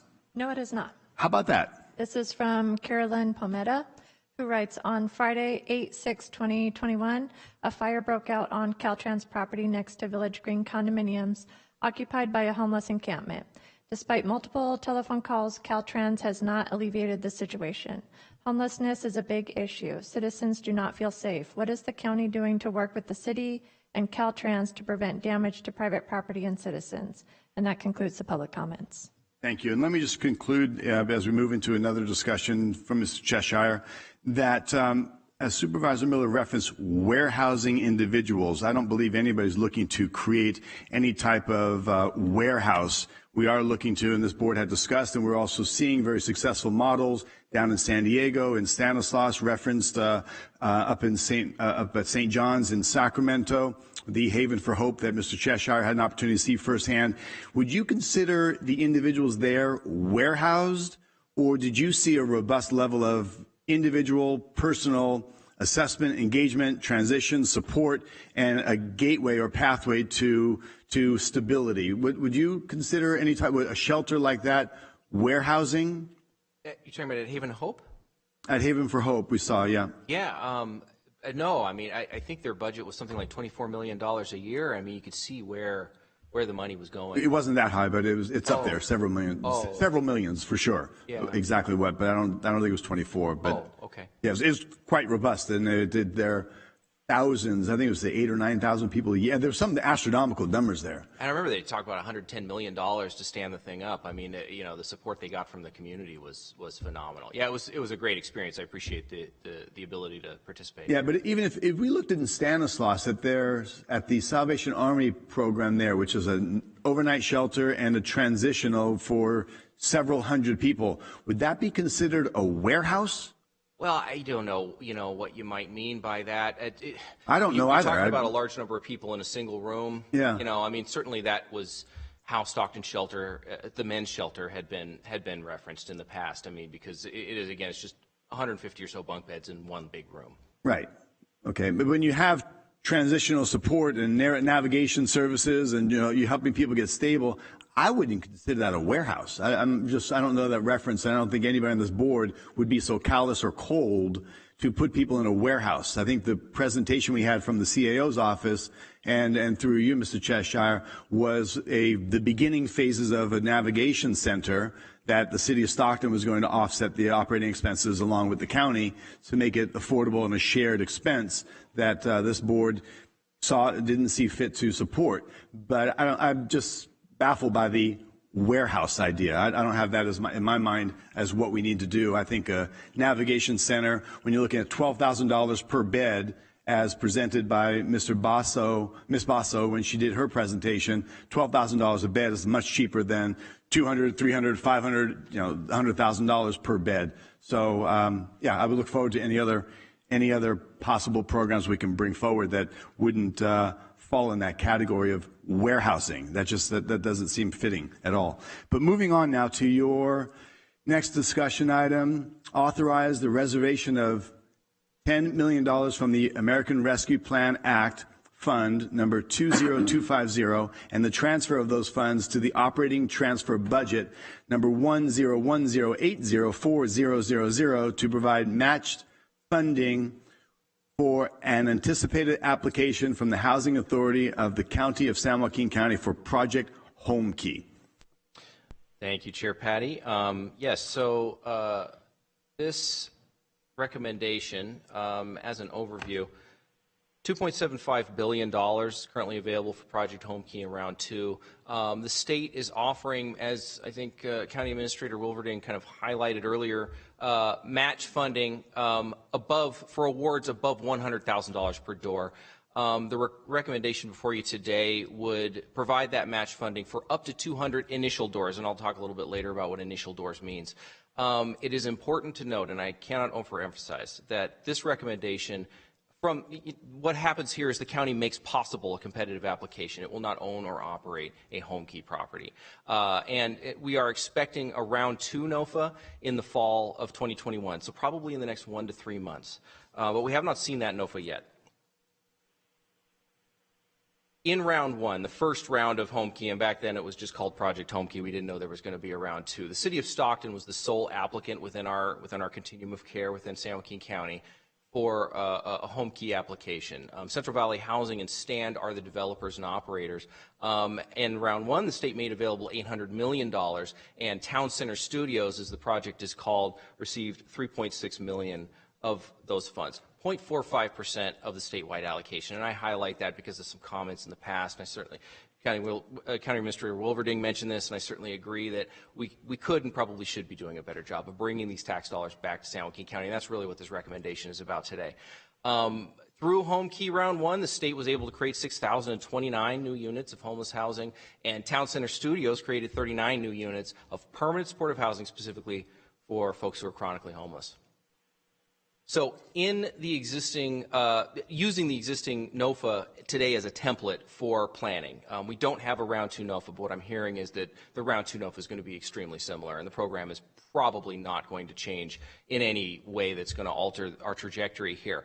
As I mentioned, there's $2.75 billion available for Homekey in fiscal year 2021-2022. That may continue beyond future fiscal years, but I think it's very likely that this program is going to be highly competitive, and that it's very possible that all of those funds are awarded in a single round. Again, we're expecting a NOFA in the next 1 to 3 months. Important to note that only cities, counties, public housing authorities, and federally recognized tribal governments are eligible to apply. Nonprofit organizations, as an example, are not eligible to apply for Homekey. They must be sponsored by a jurisdiction. And there is, I want to just point out, the potential for multiple local applications. This is not necessarily the only basket that the county has to put their eggs in. If, for example, we are approached by a city, I think that it's worth having that conversation, and we can cross that bridge if and when we come to it. Eligible uses is a long list. I'm not going to go over this completely, but I just want to highlight that the plan in terms of this recommendation would be for acquisition or rehabilitation of motels, hotels, or hostels, a local motel. This Project Homekey really came out of the idea that the state had provided a whole bunch of funds to local communities for Project Roomkey, and so that counties like ours and all up and down the state had these facilities that were already leased. Well, hey, the state says, let's give those counties some money to actually purchase those and turn them into permanent supportive housing. So there are other things you can do with it, but primarily this is around acquisition and rehabilitation. Of note, you cannot do new construction with Homekey. That is not an allowable use. Only acquisition, rehab, and some of the other things that you see here that are related to that. So, with these matching funds, the state requires a commitment of local match using a per-door formula that's available in the Round 1 NOFA. Per the U.S. Treasury's interim final rule, we know that ARPA can be used to support the development of housing for the unhoused, as they sort of put it. And so what this reservation of funds would allow today is to develop up to 200 initial doors. And what that means is the number of doors that exist in the facility when it is acquired, not when it is finally developed into permanent housing, which will presumably be less units as you add kitchenettes and other kinds of amenities. So the support from the state we would receive is on those initial doors. It would not be reduced because of turning the property into permanent housing. So with this reservation of funds, it would allow, again, for up to 200 doors, $50,000 per door match contribution from the county, which would allow us to acquire, or rather would allow the Housing Authority to acquire $150,000 per door award through Homekey. That would be a return on investment, as the county administrator mentioned, of $30 million on a $10 million match requirement. The total contribution may be less depending on the number of initial doors, and certainly 200 doors is an ambitious number for a facility in San Joaquin County. And it's certainly possible that what ultimately, depending on the conditions on the ground we land on, is a facility of less doors in initial doors. This is one-time county support, which increases the chances of a competitive award and frankly makes possible the application at all. But just like in Victory Gardens, and I kind of want to emphasize this is a very similar process, the Housing Authority must be awarded to receive the matching funds. And if and when that happens, I'll certainly be coming back to this board with some additional information and requests to move forward. And again, as I mentioned, the county would not own or operate. This would certainly be a Housing Authority project that the county is supporting and frankly making possible. So that's it. With that, I want to answer any questions you may have, and thank you again. Thank you, Mr. Cheshire. I appreciate it. Nice presentation. Thanks, sir. Supervisor Rickman, no. Supervisor Villaputo, anything. Supervisor Vice Chair Wynn. You had mentioned cities and counties. Would a city and a county be able to co-apply for a fund, or does it have to be a separate entity on each application? You know, I'm not sure about that. It's a good question, and I really don't have an answer. I know that jurisdictions, cities, counties, public housing authorities were able to co-apply with a nonprofit partner. Whether two separate eligible jurisdictions could apply together, I'm not sure. I think it would probably require, I'm assuming the state would require a lead applicant, but that it would be up to the individual jurisdictions to determine what the relationship to the project would be for each jurisdiction. Would, for example, the county be the lead applicant, the city would then provide funding and have some ownership stake in the property. I mean, I'm speaking in hypotheticals here, but I'm sure there's a mechanism that could be determined. Okay. And would the Housing Authority have to be a partner in that application? No, in this case, the Housing Authority would be the lead applicant, and the county would be supporting that application through the reservation of match funds alone. And then the city would join in on that? Would that be the way it At would this work? time, the city does not have a role, but certainly that would be a possibility, and I think would be a welcome eventuality. Yeah, well, when I talk about cities, I'm not talking necessarily about Stockton. I'm talking about other cities. Understood. That have obviously an equal stake in regards to homelessness. Just if you could find out, how that would work, if at all, I'd appreciate that information. Certainly, I've been in contact, I'll just say, with city managers' offices around the county, and kind of had conversations around interest, what the county might be able to do in terms of support. So I will just say that there are several irons in that fire. How hot they are, not really clear, but certainly I've been in contact with my colleagues at the other cities. Thank you. Supervisor Miller, any questions or comments?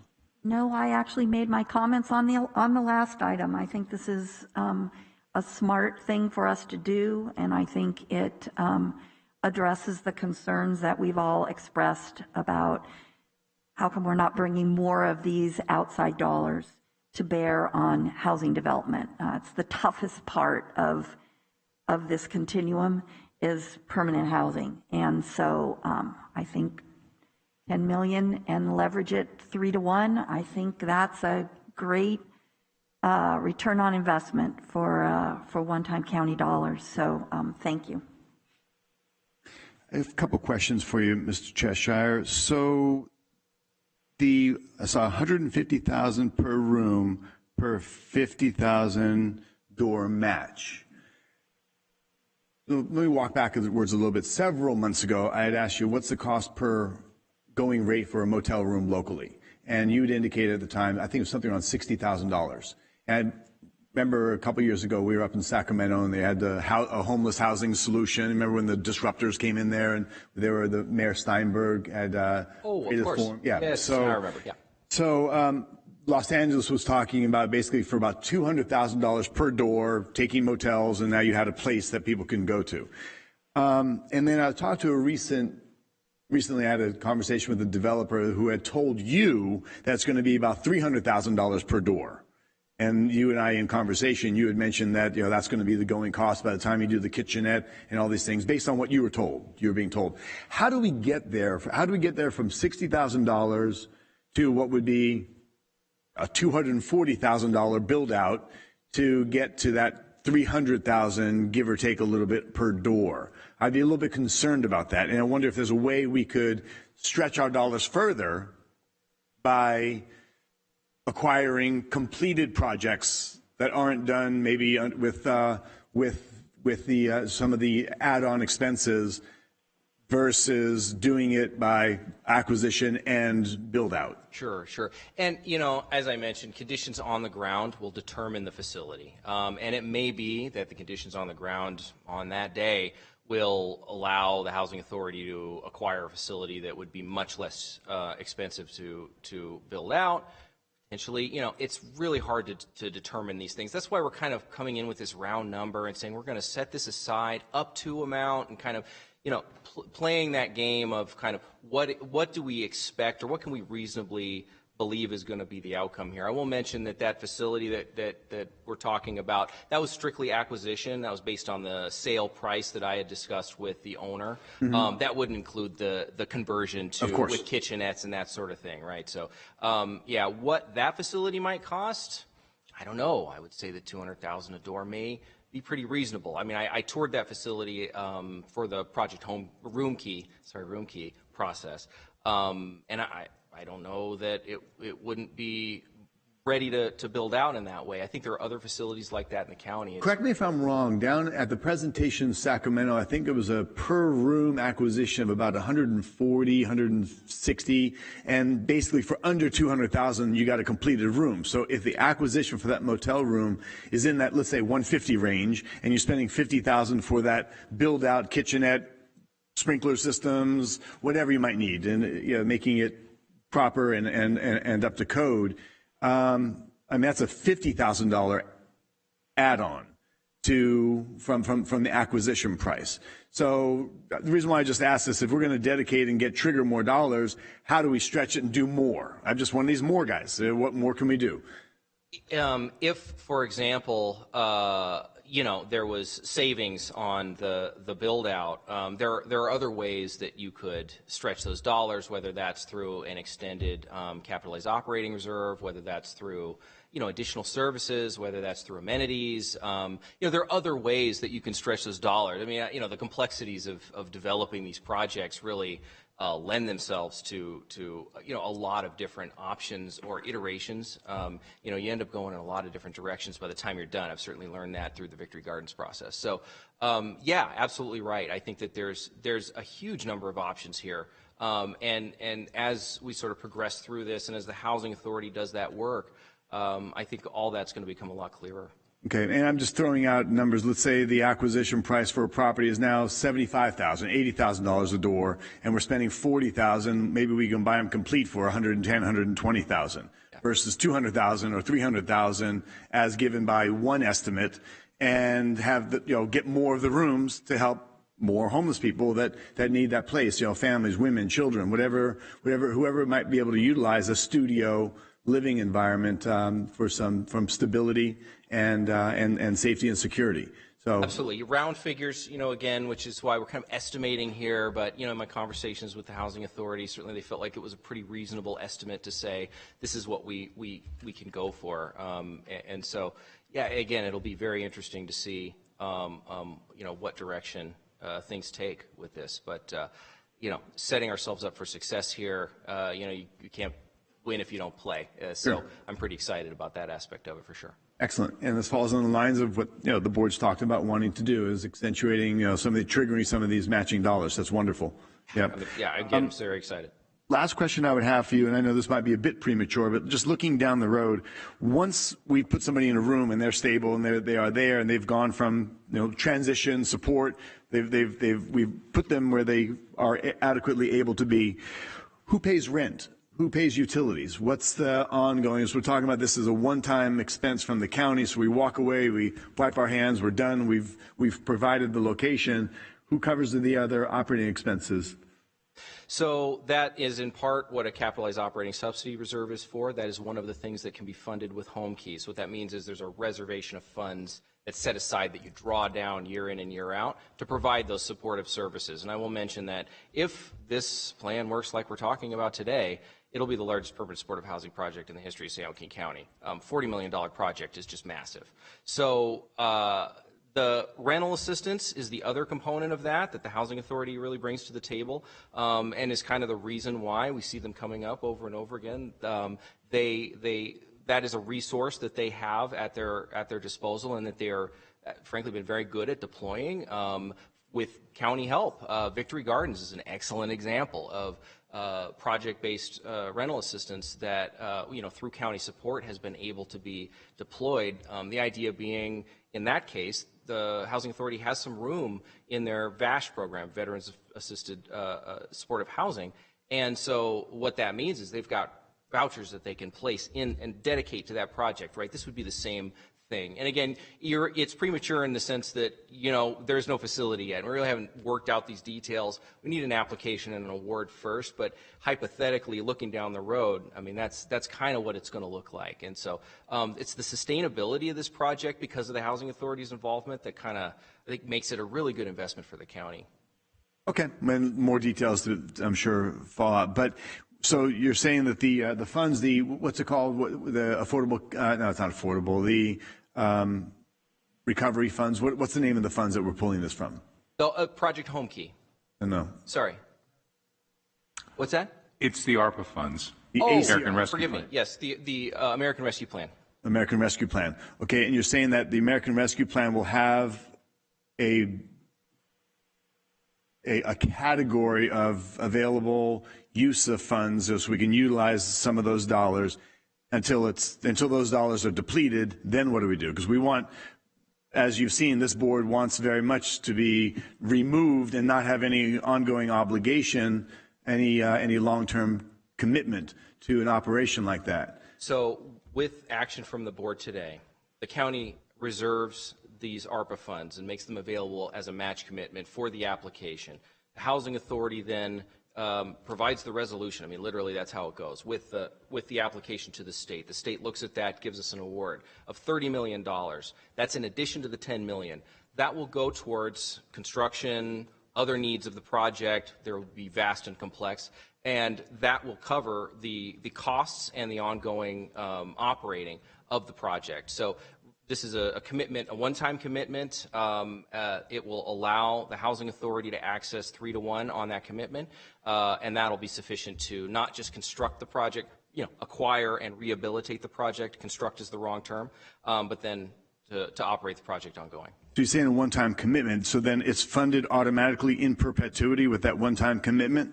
No, the one-time commitment from the county would be the match funds, which allow us to pull down the extra money, right, from the state. Yep. That's a big chunk of change that's going to allow the Housing Authority to complete the project and to operate it long term. That's in addition to of course, to the rental assistance that they're committing to the project, which represents millions of dollars a year if we're talking about 200 units. I mean, I don't have that calculation, but it will be millions of dollars a year in funds. In rental assistance. So there's a rental assistance this would trigger. That's what makes this project pencil. Yes. Okay, got it. Almost $40 million for 200 units. I believe that's correct. Yes. Okay. It's an up to amount. A large amount. It is. Yep. Okay. Thank you. At this time, we need a motion to approve. Anything CAO comment? Anything additional to add? I have nothing to add, Chair. Thank you. Okay. Make a motion to accept. Yes, County Council Miles. Call for public comment. Oh, public comment. Thank you for the reminder. Public comment, please. Any? There are no written public comments. I don't know if anyone's here to speak. Anybody from the public wish to come down and speak?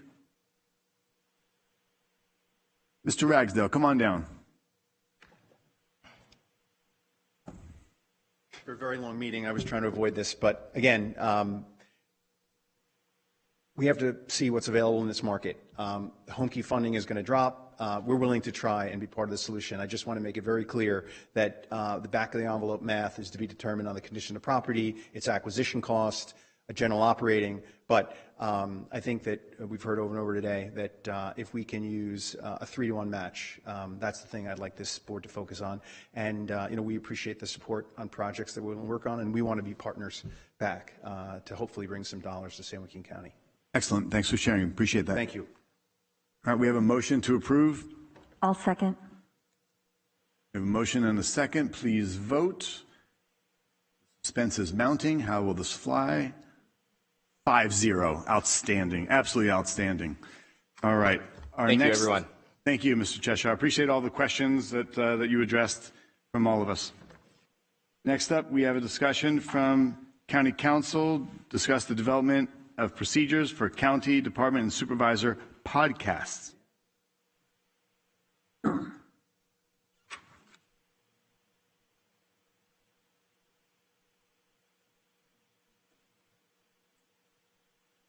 Thank you, Chair Patty, through the board. Chair Patty had asked ISD about creating county podcasts. ISD has indicated that they have that capability, but it would be a significant undertaking, and under the board's Rule 34 requires direction from the board before any department can be tasked to undertake a significant project. Specifically, what we'd be looking at is developing procedures for processes and procedures for the development of podcasts. Things like scheduling, the amount of lead time that would be required, limitations on the length of the podcast, limitations on topics, a script review process, potentially a guest vetting process, permissible subjects of the podcasts, and even potentially a blackout period that would come into play anytime an individual had pulled papers, whether it's a sitting elected official or whether it's a county department head or county employee who's decided that they're going to try and run for an elected seat. That there would be a blackout period that would apply. So those are all things that we need to look at, but we are looking for direction from the board for authority to go out and do that work. Supervisor Rickman. Thank you, Chair. So you can be like Joe Rogan?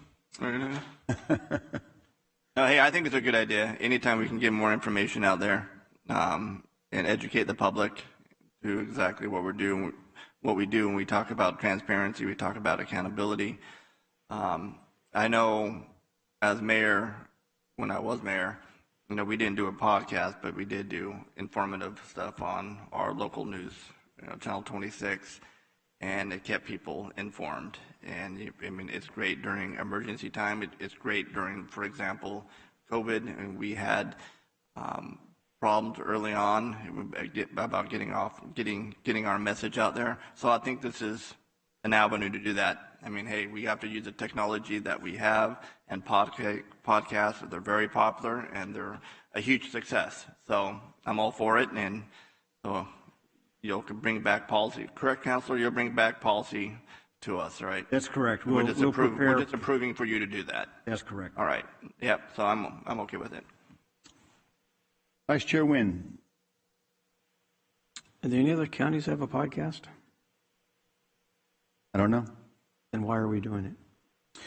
As Supervisor Rickman points out, information, interaction, sometimes we discuss things in a board that may not be seen for people that may miss out on the hours of entertainment that we have and information that we share.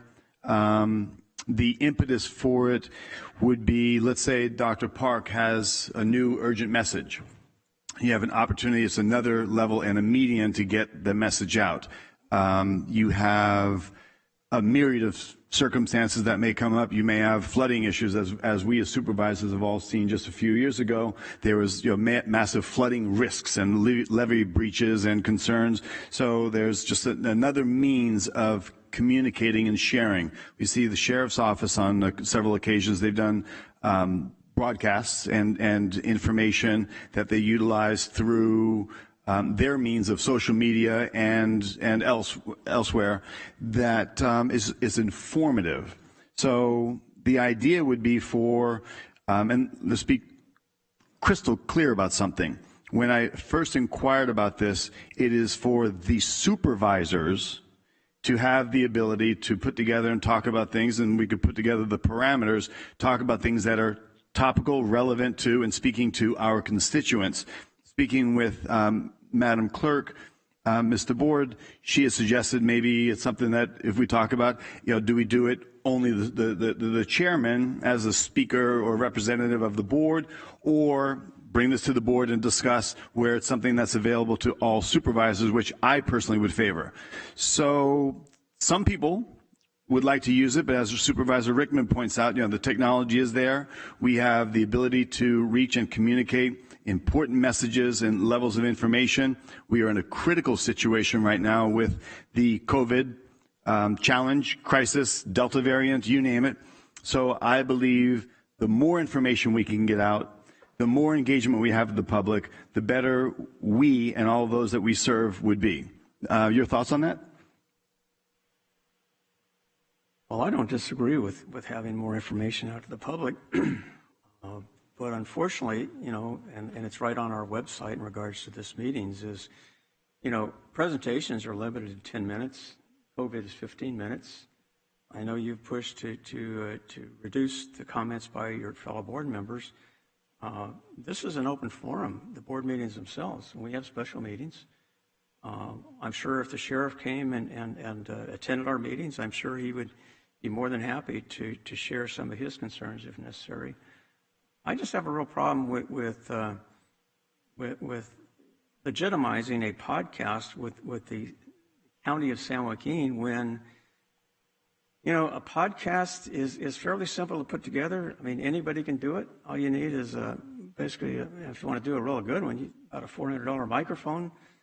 You want to do video, you got a $1,000 camera, and you're in business. And whether you want to be Joe Rogan or any number of podcasts that are out there, it's available for me or for you or Supervisor Miller, Supervisor Rickman, Supervisor Villaputa. Any of us can do it. Even our county departments can do it. The sheriff can do it.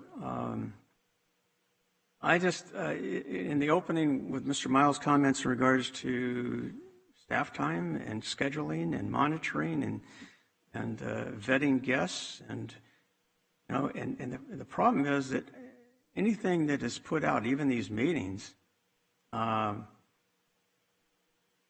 things can be said that I or you or other supervisors may not agree with, and once those things are out there in the public, you can't get them back.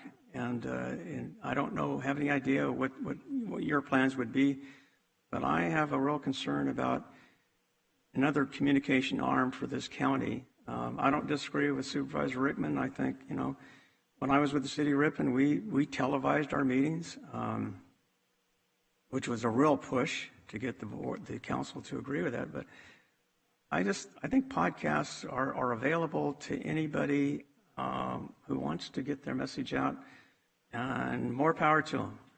In fact, if you want to do it, my 19-year-old grandson can show you how to set one up. It's not that hard. So again, I have a concern about, and it was mentioned from Mr. Miles in regards to a blackout. Is that what you called it? Yes. And I clearly understand that one may use it or misuse it for campaign purposes to get their image out there in the public, et cetera. There are restrictions currently in regards to us sending out any information to the public, especially anything that has our name on it or a picture on it. I mean, so I just don't think that expenditure of county resources for whoever would use it, whether I would use it or any of the supervisors or county departments or the sheriff. I think there's other means, and we've been successful, I don't know, probably since 1850 in getting the message out. And I don't see a need for the additional technology, especially with Facebook and Twitter and all these other means that are available, TikTok, et cetera. I just don't see any reason for the county to endorse or support any kind of communication that requires expenditures from our ISD. And I would leave it to the experts to share, because obviously, you know, you're probably very familiar with the process and how it works, but I just don't I don't know how many people actually watch I know thousands and millions do, but it just seems to me an additional burden for a department that's already challenged, especially with all the things going on we'll have a presentation on the election.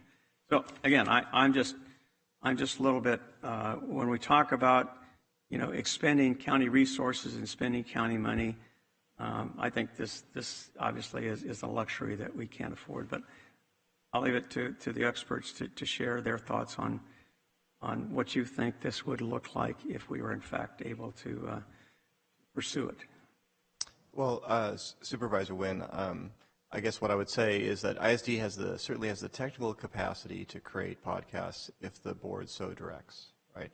I think the primary question from our perspective is the use of staff time and the allocation of funds. It's my understanding that we would, you know, charge back the cost to the Board of Supervisors budget, so there would have to be adequate funds in the Board of Supervisors budget to pay for the podcasts. You know, clearly, you know, one or two of short duration wouldn't be great cost, but, you know, if it became an ongoing series of multiple supervisors wanting to do, you know, hour-long broad podcasts, that would become a significant cost, and there'd have to be allocation for that. And then, of course, County Council raises a variety of important points that ISD really, we can't speak to the vetting of content, et cetera, so we would have to have guidelines from the board on how to do that. Okay, thank you very much. If you were to put a dollar amount, let's say you did, I wouldn't even begin to mess, let's say there was 2 to 5 15-minute podcasts that were informative based, something that's relevant. Dr. Park is a guest speaker that talks about the issues that are relevant to what's pressing and what we need to convey to the public.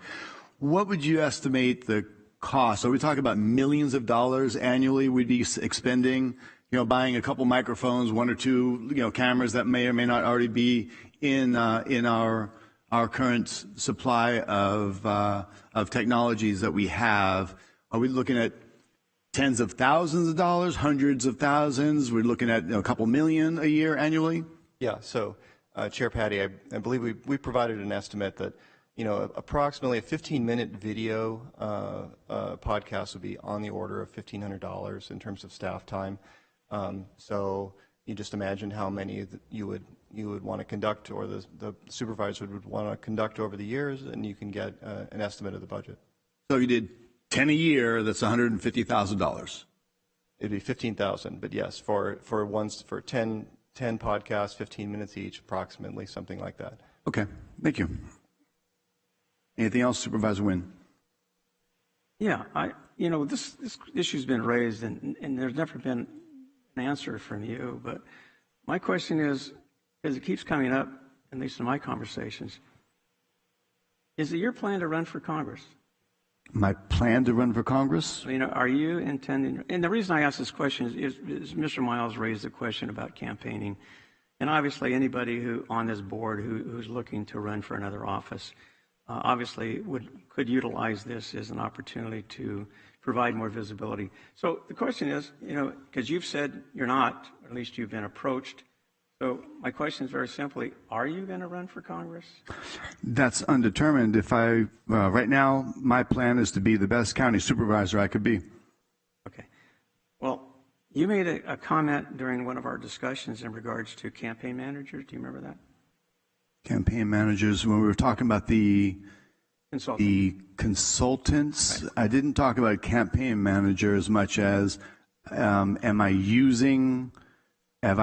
I pay for somebody to do some work for me? Yes.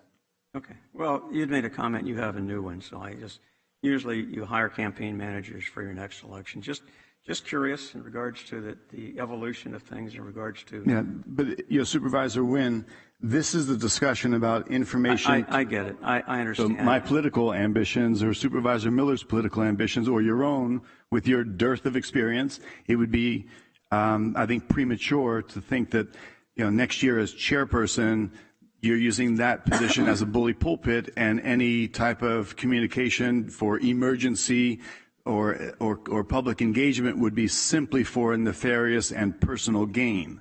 I think we all take our responsibilities, and I think very appropriately, County Council has outlined some of the guidelines that would need to be baked in or put in place, so that there isn't any type of perception that this is being done for political campaigning. But it's actually more a guideline for, again, you bring in Dr. Park to sit down and talk about and convey. It's just an additional means and method of getting a message to the public.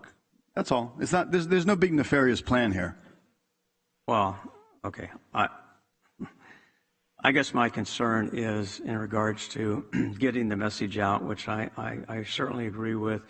But we have, for example, the floods of 2017. We fed the media with press releases, and when disasters come up or situations that require some type of message, we call the press conference and the media comes, and I've done a ton of press conferences over the years. So I guess my question is, I'm not sure that a podcast is necessarily should be in our toolbox when we have a lot of other things, and especially when ISD obviously is going to be assisting, and I understand, it is an exorbitant cost, but it is a cost. But on the other side of that, I guess my concern is that the rest of the board is not going to be able to at least view these preparations and these schedules and the content until after the fact. And I don't want to see something on a podcast, and whether it be me or anybody else or department head, that I think is either questionable or inaccurate or whatever. And so I think what we do with these board meetings is certainly plenty of information. We could do 4 board meetings a month if we don't have enough time. But again, I don't see any need for a podcast, certainly with the county supporting it. So just my position. Thank you. Thanks for sharing. Supervisor Miller, I bet you've got something to say. Thank you. Yes, I do. In my experience, podcasts are not used for disseminating public information. They're for disseminating opinion wrapped in information. But they're, especially the more successful podcasts, the spicier they are, the more controversial they are, the more successful they tend to be. That's the opposite of the kind of communication that we can and should be doing. If Dr. Park has a need to inform the public, we fund public service announcements. We've all participated in them. She has done videos that are posted on various websites and pushed out over various social media platforms. I understand that the cost for ISD is $1,500 per podcast. So in my mind, the most significant expenditure on this would be the amount of oversight it would take from County Council and the CAO to oversee the content and the various department heads that are subject matter experts. In addition to that, if you have Dr. Park on, I would assume Dr. Park's time is also charged back to the board. CAO's time is going to be charged back to the board in terms of review to make sure it's consistent with the county's official position and the information that the county is providing to the public. County Council may have to take on more staff to oversee something like this, because the opportunities for politicizing and for skewing messaging to the public under the guise of it being official county information, I think there's a tremendous risk there. And so I don't believe this is something that we should be expending county funds on. I think all of us can do our own podcasts if we want. There's also community forums that invite people on a regular basis for radio and video if you want to come in and talk. The big difference is they don't carry the county logo and the force of it being official, and I don't think they should. I think when we communicate to our constituents, it's our responsibility to make it very clear. I'm not speaking for the board, I'm speaking for myself. The county's official position is X. I agree or I disagree or I would change it a little bit, but that's my own position and that's not what's been approved by the board. That's our responsibility, all of us. It gets really difficult when you've got one person going out there messaging and there's a big county seal behind them. It appears that it has been approved by the board and is the official position of the county. So I don't think we should be spending county resources on this, because I think the $1,500 that you've quoted from ISD, I think that is just the very smallest tip of the iceberg of what the actual cost would be to do this appropriately. So I think we shouldn't go here. So, County Administrator Wilverdine, Supervisor Miller brings up some good points. She's talking about if you do something like this, then there's, I don't know if it's, and she's not inferring that it is, but there could be a charge back to the county for staff that's already paid to do a job. So is there in the purview of what this could be and available to the supervisors? I've not identified that it's available just to the chair or to a single person, but is there, and whatever the parameters that this, if it were to be adopted, whatever parameters that were utilized once it's identified, but is there an automatic chargeback for, let's say, county council looks at a video for 15 minutes and nothing strikes any major concern, again, using Dr. Parker as an example, or perhaps there's an interview that involves you and, the conversations are within the parameters as identified, as county council is mentioning, needs to be created. And if the board were to approve, is there an automatic chargeback for, let's say, 15 or 20 minutes of time that the board's budget is automatically going to be charged for county council's time or CAO's time or additional staff time or ISD time?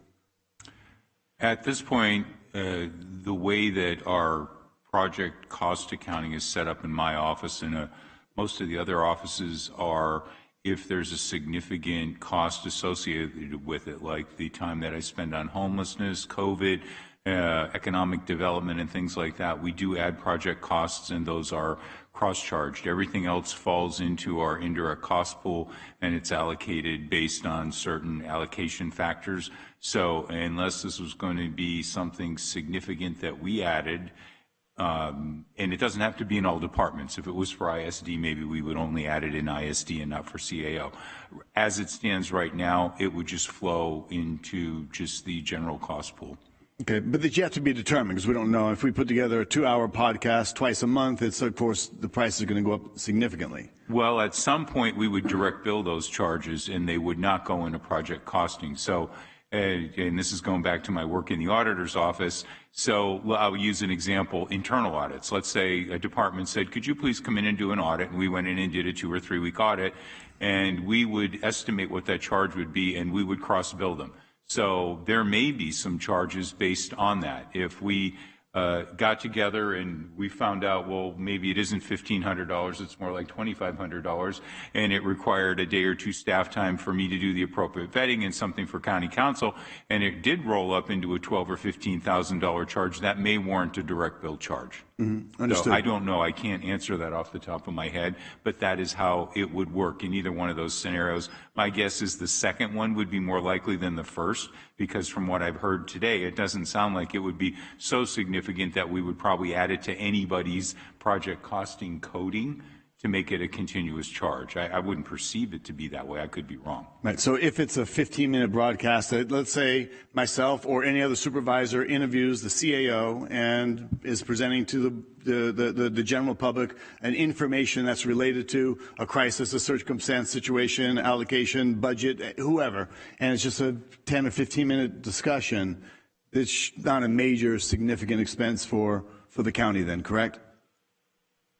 So if it's a video podcast, we're estimating it's approximately $1,500 in staff time. Our typical practice for that is the staff member or members who are working on the project would just essentially use the Board of Supervisors departmental code and allocate the staff costs to the Board of Supervisors budget.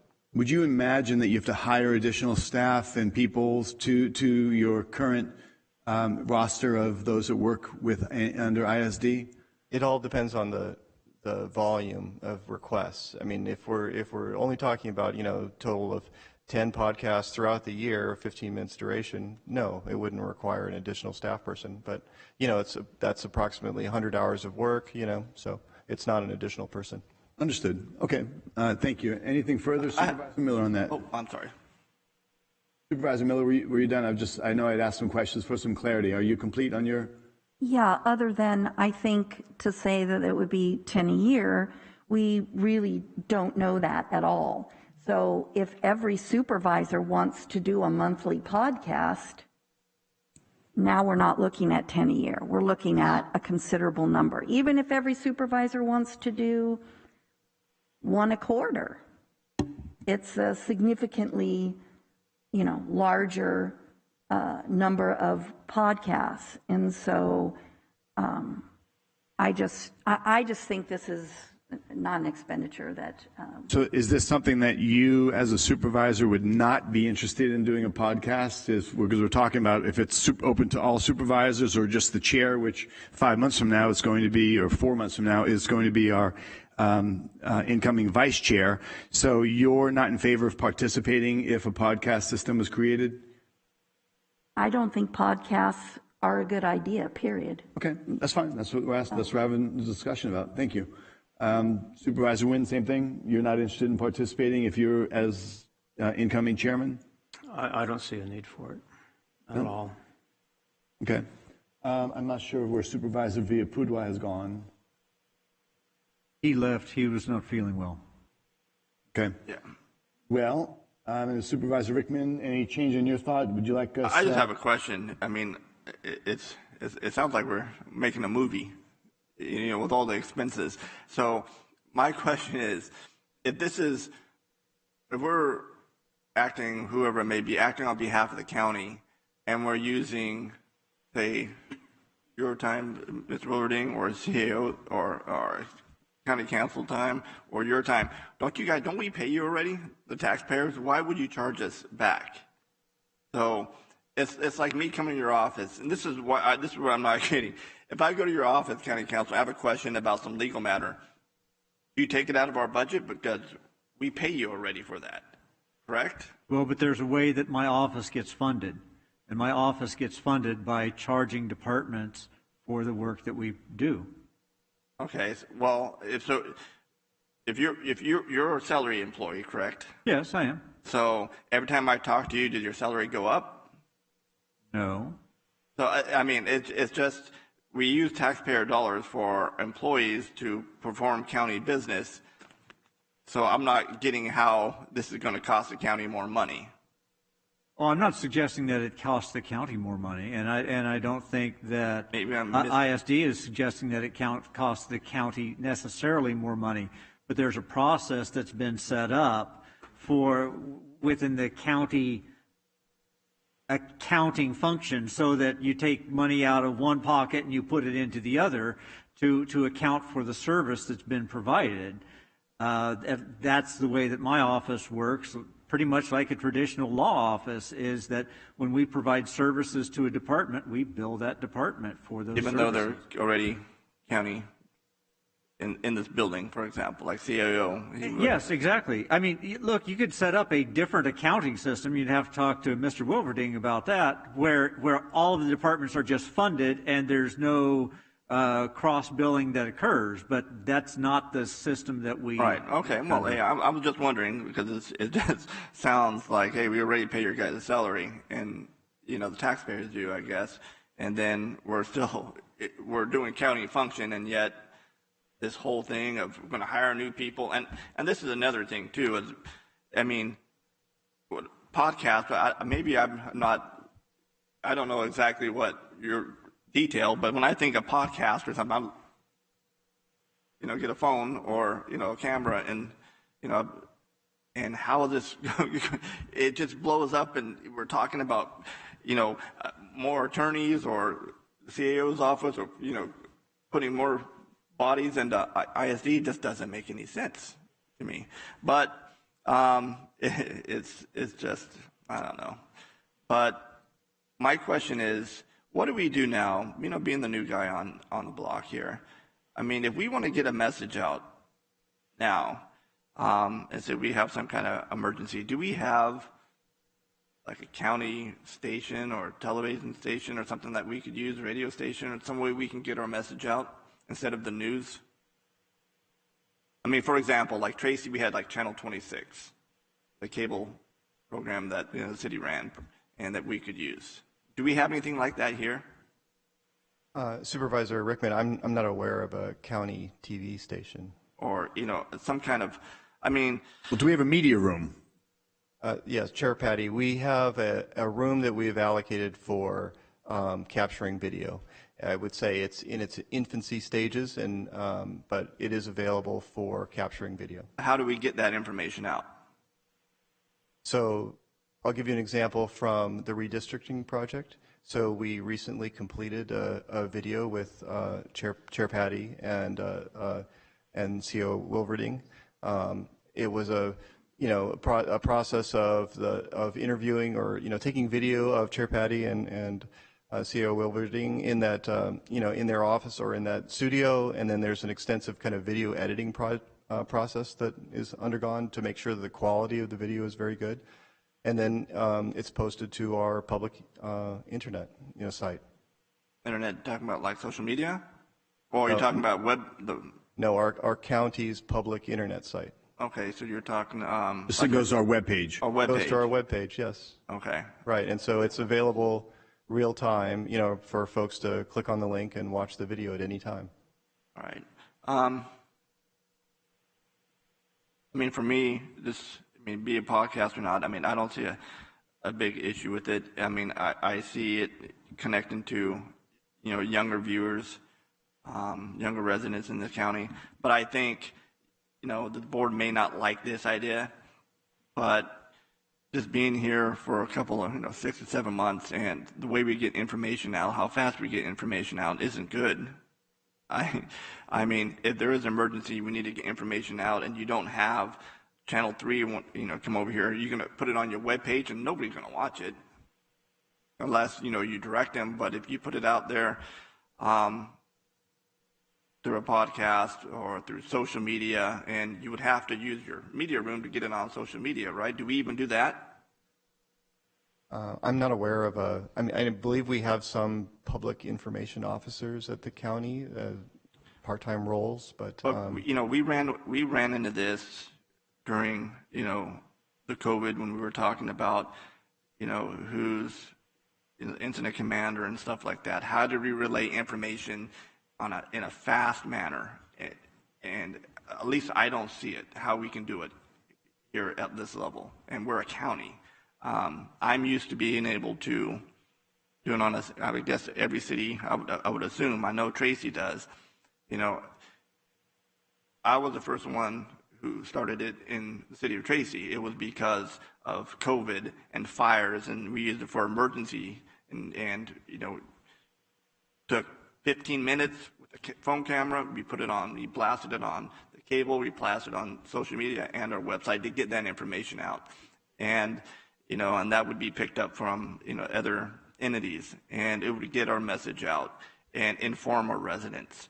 And I mean, that's the number one thing that we should be concerned about, is making sure our residents are informed of whatever it may be.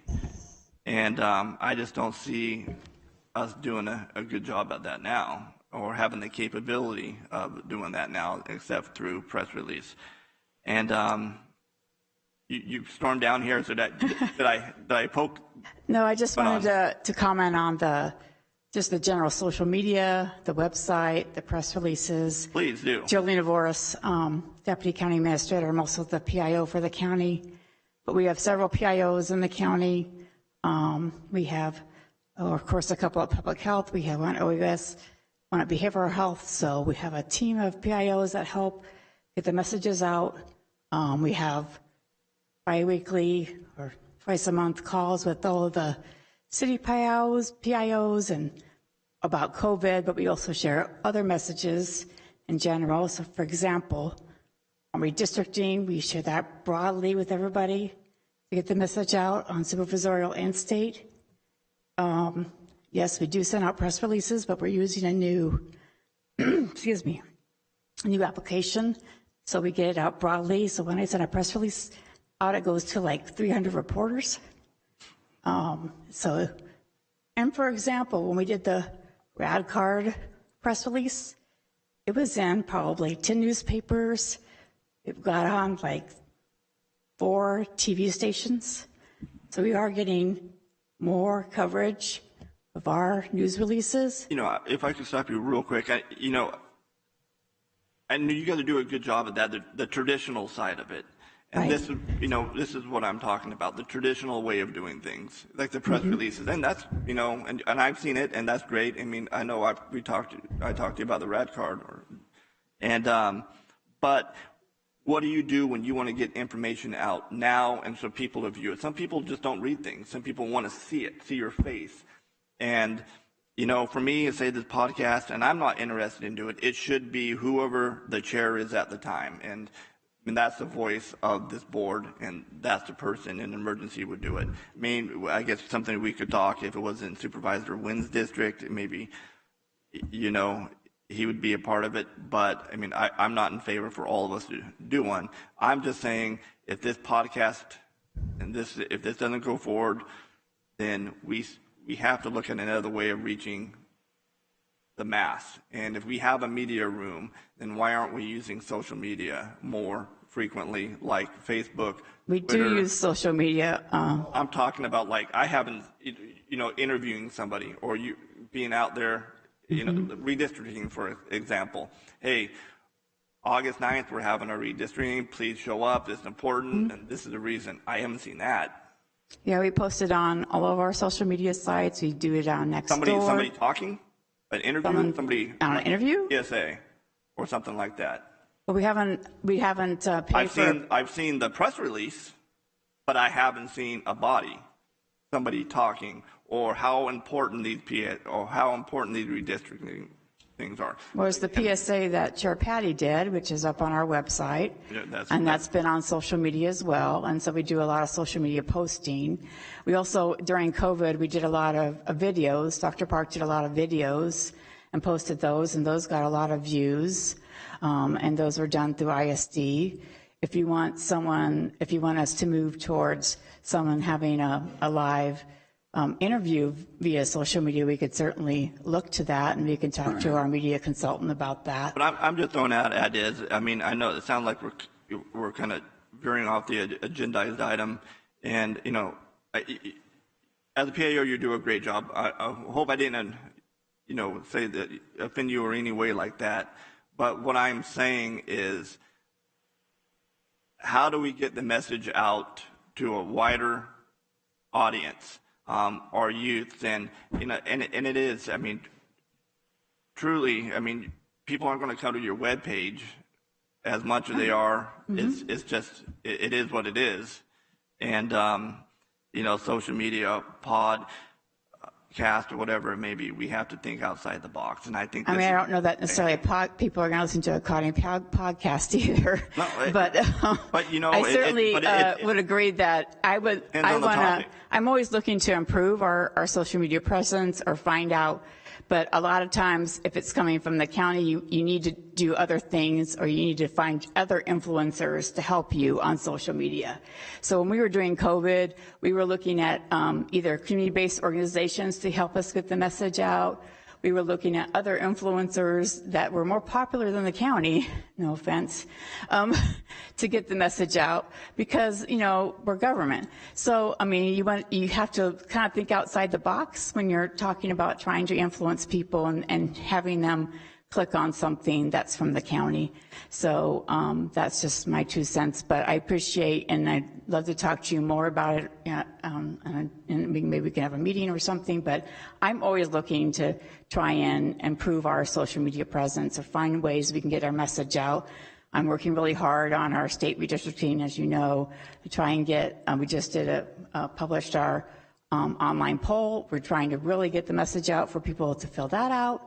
So you'll be seeing an email from me in that. Like I said, you're doing a great job at that, and I know we're veering off, you know, the topic of this, but my intention was to think outside the box. How do we get our message, our agenda out there more? Mm-hmm. And I think this is, you know, we have to do more than what we're doing now, and you know, like I said, we had this discussion in the beginning of the year with the incident command system, and, you know, you have a huge emergency, and yet how do we get the chair, whoever that may be, out there in front of the public, not in a day or two, right now. Mm-hmm. And that is what we need to, you know, work on, I believe. And, you know, of course, that's going to be, it's probably going to be running through you, since you're the public affairs, working with whoever the chair is to get that chair, the chair or wherever the emergency is at, supervisor, out there in front of the public, so let them informed. Again, I've had, and that reason, I bring this up and kind of, you know, passionate to me, because I realize how instrumental it was when we had our fires over there in the hills outside of Tracy, when, you know, they ordered our city to be evacuated, mm-hmm. you know, which was a mistake. And I was able to get on, myself and the fire chief, I believe it was able to get on there within an hour and let people know, hey, we're fine, our city isn't getting evacuated. That's the messaging that we need to work on and make sure that we have on board, so we can get that information out there quickly and, you know, calm people and give them the information that they need. And I think, you know, a podcast may not be time sensitive as that, but on the other hand, it could be. So, well, generally, I'll say in an emergency, and because we have relationships with the local TV reporters, you can generally get on TV really fast in an emergency, and they're always calling for interviews and things like that. So that usually isn't a problem in an emergency. You know, but that's a problem. You're relying on a third party to do it. When, as an entity, my God, we're a county, San Joaquin County. We should be the master of our domain, meaning that we need something, we should be able to get out there and do it without relying on a third party to do it, mostly in an emergency situation. Press is awesome, and they do a great job, but if you have one reporter coming from Sacramento stuck in traffic. But I'm going to end it there. So that's my 2 cents, and I would love to sit there and sit down and talk with you. And again, you do a great job. Again, I didn't mean to reiterate that, you know, what's the word I'm looking for? I don't know. You know, but no, it's fine. I just want to be sure you knew that we I know. Work hard to get our message out. We're always trying to improve. So no, you do a great job. The redistricting, for example, I've seen it. I mean, and actually we have a meeting here coming up tomorrow, I believe it is. Okay. So thank you for the work that you do. And Chair, that's my 2 cents into it. So with that, I'll Ms. Morris, thank you for joining us. Appreciate this, because we are in discussion. It is about messaging out. Mm-hmm. So is getting a message out on another medium beneficial or not beneficial, providing it's a message that we all, Dr. Park, getting a message out on on getting your vaccinations, whatever she as the medical representative is. If there's more awareness and more messaging and more engagement, is that a good or is that a bad thing to do in the county? I think it's always good to have more ways to get the message out, as long as we're consistent on that message. Okay. I mean, end of story, really. We're just talking about using another medium. 5 years ago, podcasts weren't a big deal. 20 years ago, they didn't exist. 50 years ago, 80 years ago, we didn't have video cameras and we weren't streaming our meetings. So, as we use technology and it evolves, we can incorporate it into a messaging mechanism to those we serve. I mean, we have 750,000+ people in the county, and let's say 350,000 of them are adults. How many people are watching or clicking on the social media feed that, as we're speaking today, I may have missed something and went through the social media and my 5,000 friends as they feed their multiple things out there? How am I going to get 5,000 messages or 2,000 messages from people that are engaging today on social media while I'm in a meeting? I may miss that feed. So I think to Supervisor Rickman's point, he had a mechanism with the TV channel. Now, Supervisor Rickman, when you were mayor of Tracy and you had the ability to go on TV and give a message, and then you ran for the position of supervisor, when you ran for office, did that just catapult you, 10 times higher than anybody that competed against you? Or did you have a competitive race for somebody that maybe didn't have access to that TV channel to give messages? And what we did, and Mr. Miles was talked about, we had a blackout, I forget what it was, so many months before the election. Right. It was. But before that, you would give messages, and did that give you a resounding lead over anybody else, or did you have a competitive race? No, it's a competitive race, but again, that's, you have a job. I mean, the chair's job is to be the voice of the board. And that's why I would limit it to the chair. I mean, I could see a problem where everybody on the supervisors, everybody wants to be on, do their own podcast every, week, and I can see that would be a pain. But again, you have a job, or the chair has a job, and we relinquish that authority to the chair in order to be our voice. And also, we have to trust each other. Also, I mean, to do the right thing. Well, there is an ethics code that we use pretty randomly here at the county, so I can't imagine somebody's getting on there and give misleading information, because there'll be certainly somebody ready to pounce. But at the end of the day, I mean, the board has the authority. I mean, this takes three of us to yank it. So. All right. Well, I think at this point we're probably split with 2-2, so I'm uncertain what we would do in this instance. Do we need a majority to ask you to come back to the board with parameters, or just general direction? You've listened to concerns from 2 supervisors, and then you've got 2 supervisors, and you've got a PIO officer that said, messaging and information is good. In order to come back to the board with some parameters for the board to consider, do you need a majority vote, or do you just act upon the considerations that we've had in discussion? That's a great question. So let me look at exactly what the rule says.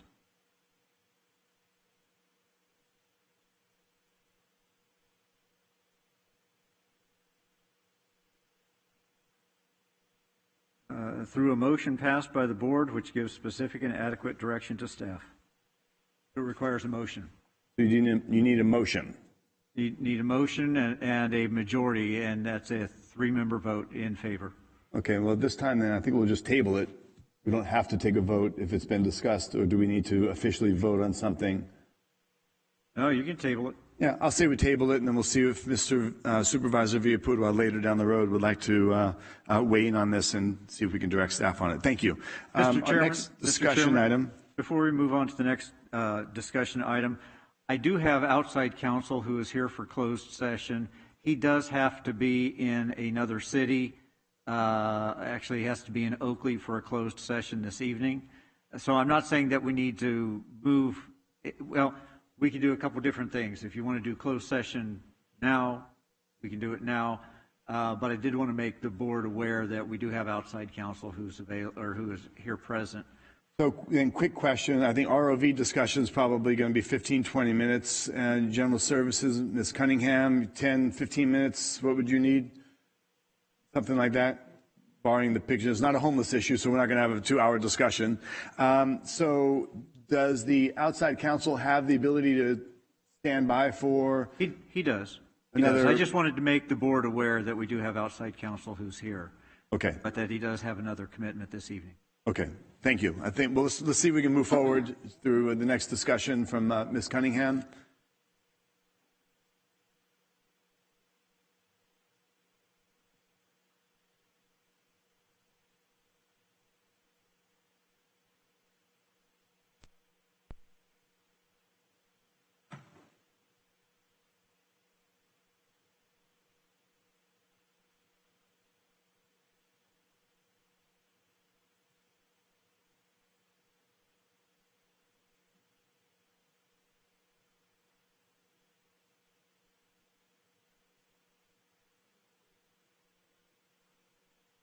CAO Wilverding, Marcia Cunningham, Director of General Service, and with me today is Judy Vassbinder, our Parks Administrator. And we're here today because on June 22nd, 2021, we were asked to put together and develop a list of the parks and recreation needs as it relates to projects, infrastructure, restoration, and improvements that need to happen at our parks. Area of focus as we go through the presentation will be on the regional parks, community parks, county service areas, and community centers. Before I turn the presentation over to Judy, I want to thank her for all her work she did on this and her staff identifying the needs. Good afternoon, Board of Supervisors. As we look through, just a little highlight, county parks has over 997 acres of parks, 8 regionals, 11 community and neighborhood parks. We have the historical church, the zoo, a nature center, and a leased golf course. So it's a varied acreage. If we go to the next slide, we can see that we have the parks by supervisor districts. District 1 and District 4 has the majority of the parks within San Joaquin County. The District 2, 5, and 3, not so much, and of course we go to District 5 for Supervisor Rickman. There are no regional parks, and he's one small community service area there, Larch Clover. I'm not going to go through the entire list of all the information that I'm provided. I am going to just bring some highlights, and you'll see a lot of common themes as we go through each location. And I have broken this up into supervisorial districts, so each person can see what's happening within their district. As you can see, you'll have some regional sports complex, Taft, Madison, Kennedy, Boggs, and West Jackson at District 1. A lot of these are community service areas, and they also have the community areas to them. The community centers with HSA, which have parks attached to them. I have spoken with HSA, and they have provided information to assist me with some of those community centers on the exteriors and things that are needed. Some of the major themes that go throughout the entire county is going to be upgrading security systems, upgrading lights, cameras, things like that that are happening. Supervisor Miller's district, unfortunately, there's a lot of theft, a lot of damage. People are burning down playgrounds. So it's a common theme throughout the entire department. Certain things that you can take a look at that are just deferred maintenance projects. Projects like painting just basketball courts at locations, installing new light systems for the baseball and soccer fields, repaving parking lots. These are just upgrading irrigation, modifying the irrigation and upgrading the systems that we have. We're once again, into a drought, installing monitoring systems, things like that to help with water services. And those are just some of the few things that we're going to talk about. And I had, moving into Supervisor Miller's district, Giannone is continually gets hit over and over and over again. This is going to be the third time, and I've been the Parks Administrator for 3 years. This is going to be the third time I've had to replace parts of a play structure. So once again, the upgrading landscaping, upgrading irrigation, things like that are great, but security, lighting, cameras, fencing, things like that are extreme infrastructure needs. As we go into Chair Patty, your district, Dos Reyes, Mossdale, Oak, and Ramus, you have quite a few regional parks. Automatic ticketing systems, gates, things like that will also help with a lot of our security issues. Mossdale and Dos Reyes recently had both of their kiosks broken into, and of all things, the air conditioner stolen. We then recently, like real recently, within the last few weeks, one of our caretaker residents out at Mossdale had their mobile home and their trailer that they live in broken into and things stolen. We are working with Sheriff's Department on a couple of things that will help alleviate the problems, but this is also a need within our parks. You can go into Oak Grove, the lake, the bank needs stabilization. I don't know how many of you are aware of this, but our office and our at Oak Grove does not have internet, Ethernet. We actually have to use air cards still. That's how bad it is out there. We go into Supervisor Wynn districts, and that's, of course, where Parks Administration is held, Mickey Grove Park. We are, once again, I had mentioned, in a drought. When it comes to irrigation, we are on wells, we are on septic. There is a need to tie into the city of Lodi for their water and sewer. We are talking the septic systems that have been in place for 60 years. They're failing. A lot of them are failing. We can't grow any of these parks without major infrastructure investments into San Joaquin County parks. As you can see, like I said, there's just so many things that can go in there. Stillman McGee, beautiful location on the river. They actually, the fire department actually uses it for access to go up and down the river for rescues. It is the actual place where you get into the water there. The river access is deplorable. It's sometimes even the fire departments have a hard time getting to the river. So those are the just types of things that Woodbridge Community Park, we know there's just things that can be done. Very simple, easy, some expensive, some not so expensive items that can be done. We get into District 5, and I had mentioned that a little earlier. You know, there is property for a regional park in the South County in Tracy. There is a small trust fund that would allow the beginning uses of, you know, doing some studies, finding some need studies, things like that in the area. Larch Clover, I actually live in Tracy too, and that's one of the parks that I go and look at quite often. You know, they still have a metal slide. What child in Tracy at 105 degrees is going to use a metal slide? These are the things that just, you know, and unfortunately with that, and this is a community service area, and honestly, that community service area's revenue is about $6,000 a year. That is barely enough to water.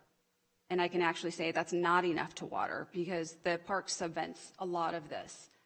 But their district does not, that CSA does not have enough money to even upgrade a slide in that district. And as we move forward, I wanted to make sure that you guys understood that as we move forward and infrastructure needs for parks, a project manager could be used. This is not something that this is something that parks should be doing. This is not something that should be going through capital projects at all times. A project manager, a management analyst. I kind of did a quick little thing and went back to the 2011-2012 budget. At that time, there was 45 full-time employees and 15 full-time equivalents. This year for 2021, their parks has 36 full-time staff members and 9.1 full-time equivalents. So I don't understand how we can go from the same acreage, the same needs, a reduced full-time staffing of 20% and a reduction in part-time staffing by 40%, and expect to have the same services and the same infrastructure needs and the same projects happening. It doesn't, and it can't. And unfortunately, Parks is at a position now to where the infrastructure is aging, things are crumbling, and the needs are there. And as you can go to the next slide, I have broken this out by district and with the true cost. This is what it would cost to bring parks back to a shining beacon it should be within San Joaquin County. It's around $28 million. It's not an easy number to digest, and going through this exercise definitely was a shock to me, as it probably is to all of you. But I just wanted, as we were directed, this is the cost of parks restorations. So, if any questions, discussions, I'm more than happy to talk about this. What's a funding plan?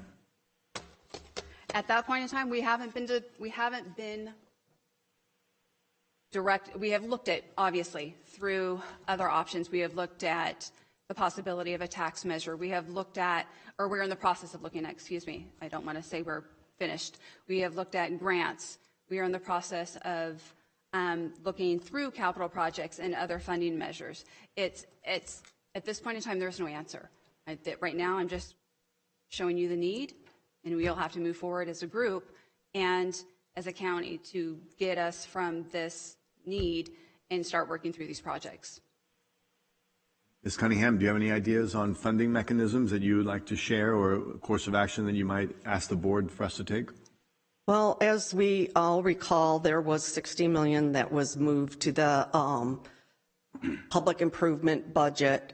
The money has already started to be used this fiscal year. We're probably at about $9.2 million.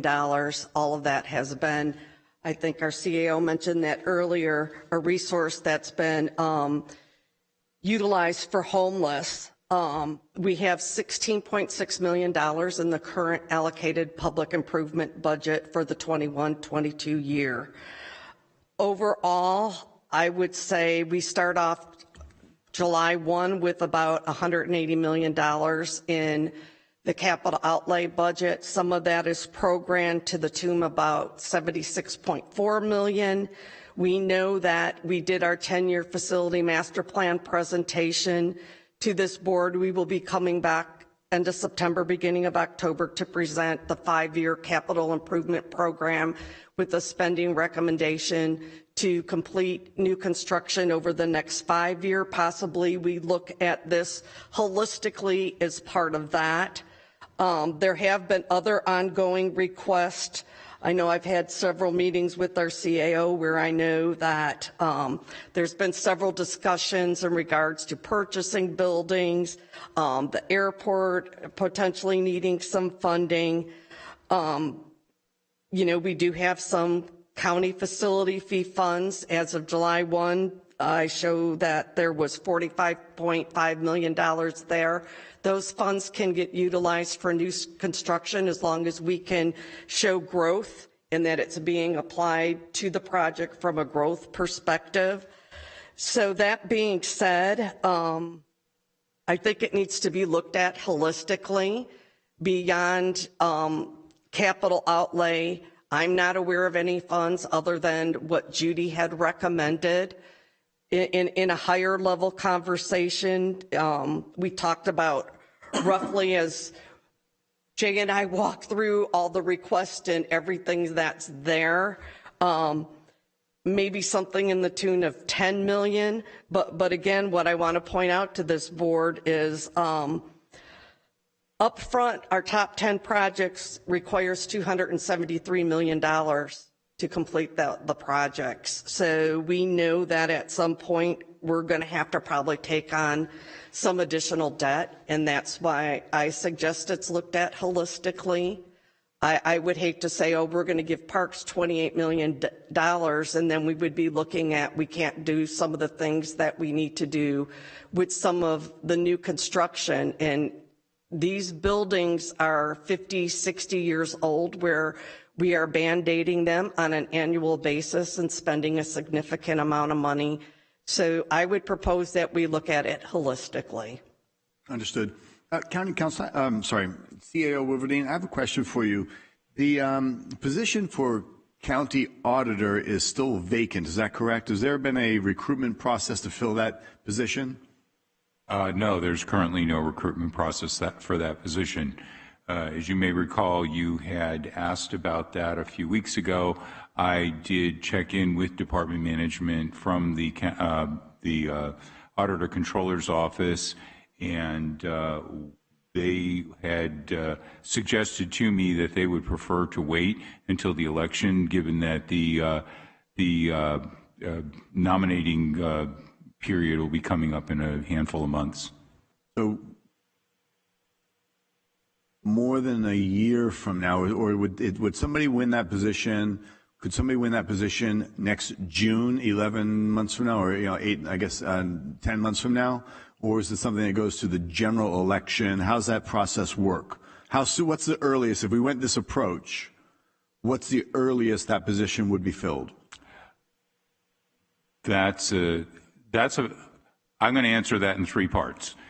If a candidate should apply, which I believe there's at least one individual that would, probably one in the auditor's office, and no other candidate were to oppose that person, then when the nomination period closed, which I believe is the first week of February, that person would be destined to be the auditor the following January. At that point, it would make, in my opinion, no sense at all to leave that position open. I would come before the board, make a recommendation to appoint the person who would ultimately become that individual. If in the event there were more than one person who filed and the election is in June, the person who won, I would again come to the board and make the recommendation that we just go ahead and appoint whoever the person-elect is going to be. So I don't see any situation where this is going to be open until the January 2023 period, unless, of course, the board decided they didn't want to make the appointment. As you may recall, this board, with the exception of Supervisor Rickman, chose to allow our treasurer to go vacant for, I believe it was almost 2 years. And my predecessor, for whatever reason, elected not to appoint that person in the role, and not even to do it after he was the only one that was made it through the nominating period. So I don't want to do that, but I think if that's the recommendation of the management team in the auditor's office, that was something I would support. Understood. I believe, correct me if I'm wrong, but several weeks ago, you and I had a conversation. You were going to speak with Ms. Brandis about, Brandy, about the filling that position and maybe putting out an application process, but that's decided not to go that route? Correct. Okay. And the reason why I ask is it's my understanding that we have some $40 million sitting in a fund from tax penalty dollars. That's teeter funds. Is that what it's properly called? It's the Tax Resource Fund. What's the name of that fund? Is there a name? Tax Resource Fund. Tax Resource Fund. Okay, I thought where did I come up with the teeter fund? But okay, Tax Resource Fund. The teeter plan, because I've heard it referred to as teeter money, and it's not teeter money. Just a little 30-second overview. The county's on the teeter plan and has been since 1994. Under the teeter plan, what the county does is it apportions to all the jurisdictions that receive property tax money, which is just over about $1 billion. The county gets just under $300 million of that. What we do is we advance their full apportionment, even though taxpayers haven't paid their particular bills. And generally, we have about a 3% default rate. Well, the county absorbs that default rate, and eventually those property owners will pay penalties and fees on those taxes, and when those the properties are redeemed, they have 5 years in order to do that, that money will go into our tax resource fund, which is where it will reside and accumulate. And that money has sat there and accumulated, my understanding, since we went on the teeter plan in 1994, and the funds have never been tapped for anything during that time. And that fund amount right now, do I understand correctly, to be somewhere around $40 million? I believe it's more towards 60. I've lost track of it since I have been in the CAO's office, but it's probably $55 to $60 million. So we could not utilize that $60 million, if I understand correctly, unless we have an auditor filling the position, like the interim auditor does not have the authority to access those dollars. Do I understand that correctly? Yeah, I believe that would be unprecedented. I would have to turn to county council on that one. And I County don't know Council, what- do you have any knowledge on this, or is this something you can bring back some information on the board that, based on prior conversations, this, what was, I thought 40, but up to $60 million that's sitting there, the thought at the time in conversation was that that money would not be available unless we had an auditor filling the position, and the interim would not suffice. Do you have any knowledge, or would you like to come back on that? I'll have to do some research on that, and I will bring a report back to the board. Okay, let's do that, because the reason why I asked that is, as we're talking about capital outlays, we've got $60 million sitting in a bank account that's getting very low interest rates. It's just kind of sitting there. A lot of counties, it's my understanding, that automatically roll that money into their general fund at the end of every year. Would that be correct, Mr. Wolverine? I'm unaware of a lot of counties who do that. I know when I worked for Contra Costa County as their property tax chief, where I was the oversight for that, at the time they had $110 million in that account. And during my tenure there, I believe they had tapped it one time for a roof repair for a handful of $1 million in their administration building. Was the only time that they'd done that. One of the things I want to caution about that, and I believe we've had this conversation earlier when we've had this discussion before, is that that amount also backs up the tax losses reserve fund, which has 20, I believe, and I'd have to check my numbers on that, I believe $24 million currently. We combine, as the county, the auditor's office does, the tax losses reserve fund with the tax resource fund in order to determine whether or not we meet statutory requirements for covering the properties we have out there because we're doing the cheater funding. So when I first came on board as auditor controller, I believe was the first year we did not have to do what is called a cheater note. And that is when those two accounts combined are not sufficient, the county actually has to borrow from the Treasury. You know, we have other jurisdictions that have their money in the Treasury. We're essentially borrowing from other jurisdictions until we can get that back up. So we want to be careful. If we drain that money down, we want to make sure we do an analysis that this isn't just free money sitting around, but that we're not impairing ourselves so that when we get to our next teeter note calculation, we don't wind up having to borrow because we overspent out of the tax resource fund. So that's one of the reasons we've kept an ample bank account in there. Yeah, great point. Perhaps then when, as County Council does an analysis on what is or isn't possible if we do or don't have an auditor, then we can also identify like what of that 60 million, we should keep 15, 20, 30 of it set aside to make sure that we've got that safety net as you're identifying. Would that be fair? Yes, and my understanding of the process, and again, this is only from the one-time experience that I had at the Contra Costa County, is that the auditor would make the recommendation to do that, and the board would approve that recommendation. Okay. Is how I understand it works. All right. Well, I'm not talking about allocating the use of funds right now. I'm talking about identifying. County Council will identify if an interim auditor is sufficient to do anything with it or not. Understood. And then you could identify what a safety net, a set aside, or make sure that we don't go below this threshold in amounts. Would that be fair? Actually, that's the auditor's responsibility. Okay. Would the interim auditor be able to, or with your experience through the CAO's office, would you be able to identify that tax cushion that you're identifying should be there? We wouldn't want to, as you just said, we wouldn't want to drain the account. We wanted to leave a cushion. You'd want to leave a cushion. And if County Council said that an assistant auditor or designate in the auditor's office was able to do that, then the assistant auditor and more importantly the property tax chief is the key person who would make that evaluation and determination and make the recommendation to the auditor or the assistant auditor. Right. So that's how I would proceed. Of what a set aside would be. Correct? How much we could safely take out of that before we came to a point where we might need to go around and do a teeter note because we overdid it on the account. Understood. Okay. And that number could be, if it's 60, we may want to leave 30 there. That number could be, we have 60, we want to leave 50 there. Or we may want to leave 15 there, giving us 45 million to maybe do something that the board would decide to allocate the dollars with.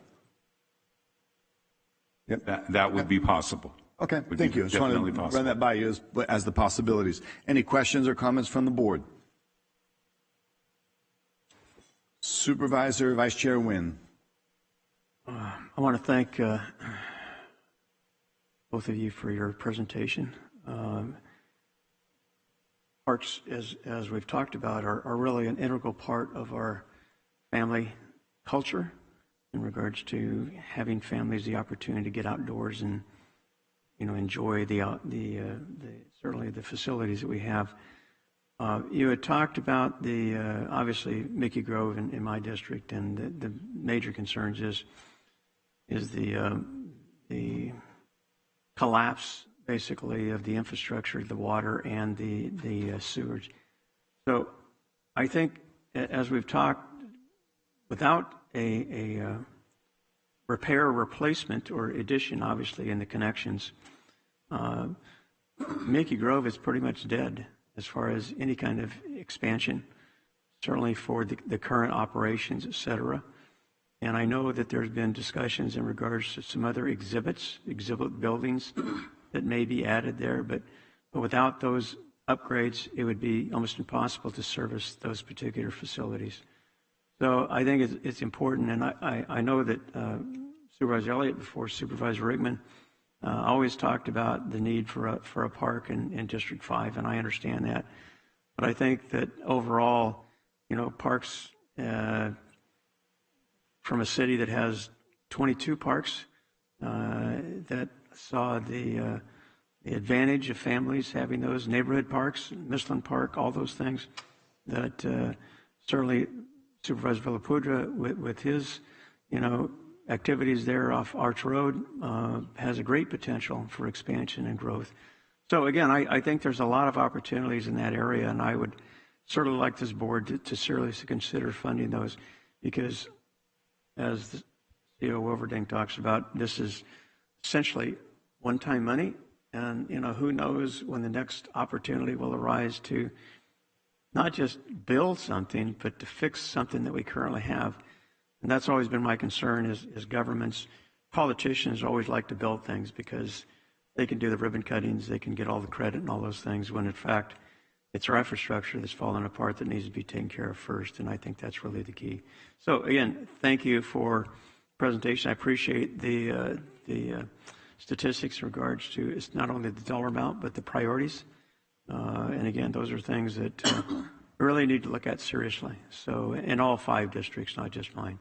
So again, thank you for your efforts, and hopefully we can get, some of those projects built or fixed or whatever. Thank you.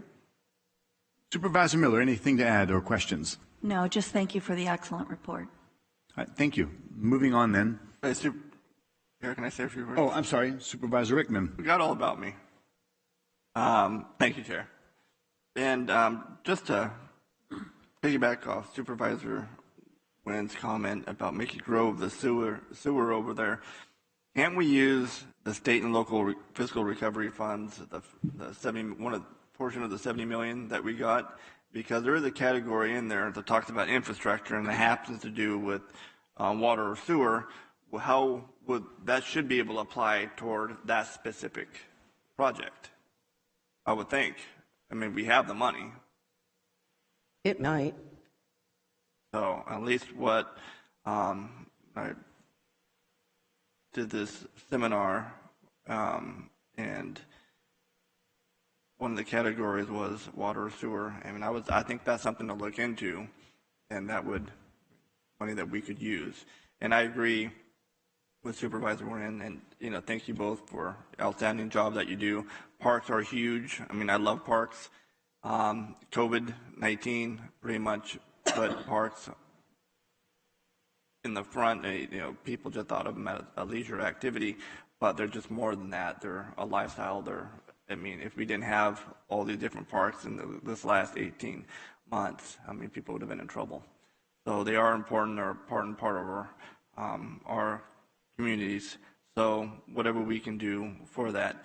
I don't have too much in my district, which is a bummer. Hopefully we can change that. And, I try to go down to the large clover as much as I can.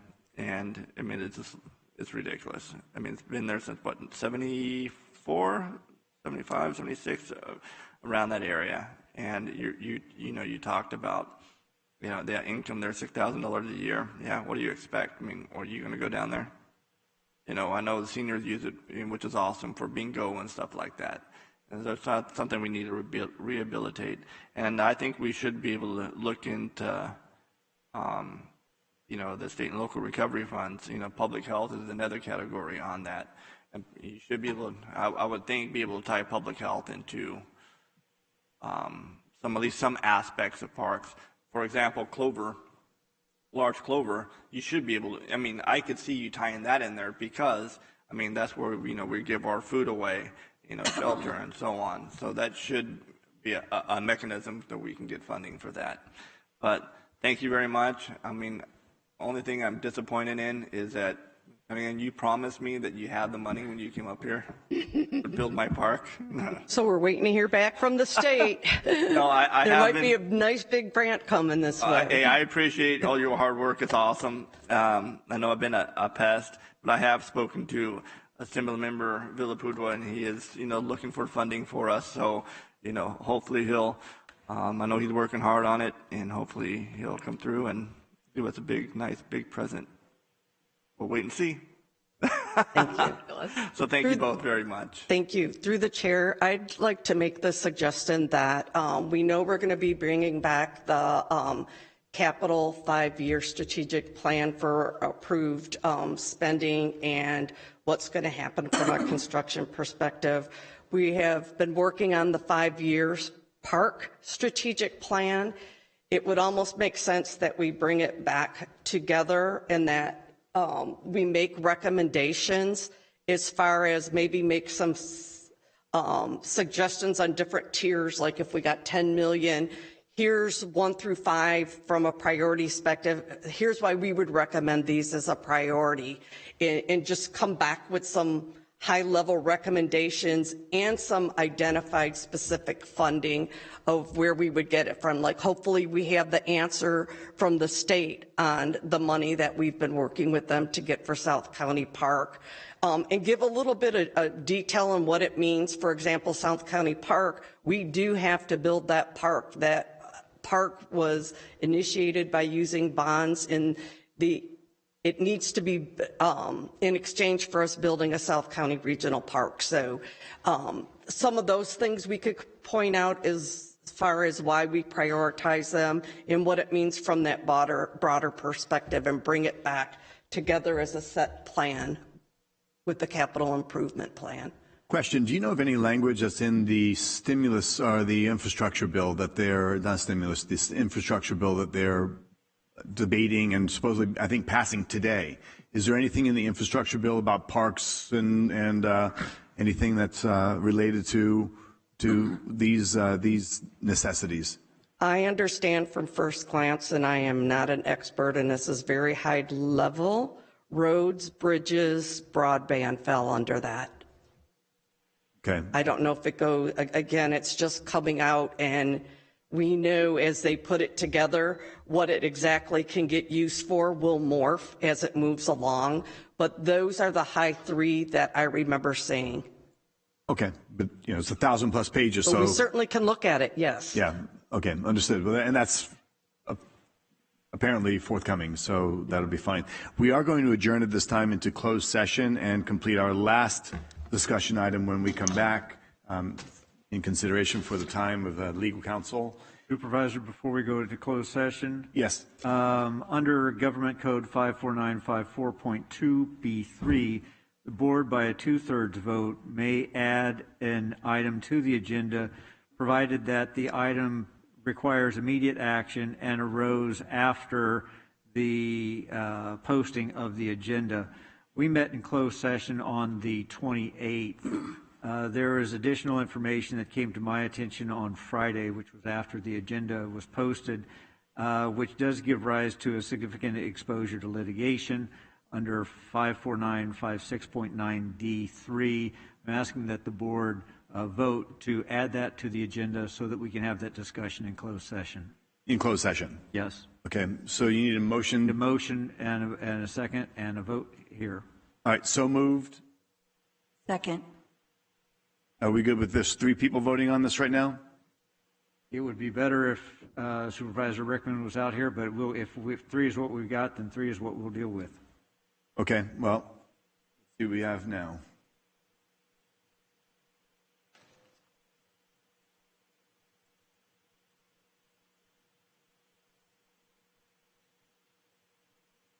We need a roll call vote. Yeah, I think so, because Supervisor Rickman is not marked absent at this time. So we'll go Supervisor Miller? Yes. Supervisor Wynn? Yes. Chairman Patty? Yes. Okay. If 3-0 is good, then we're 0 is good. okay. Go into closed session. Thank you. Make it quick.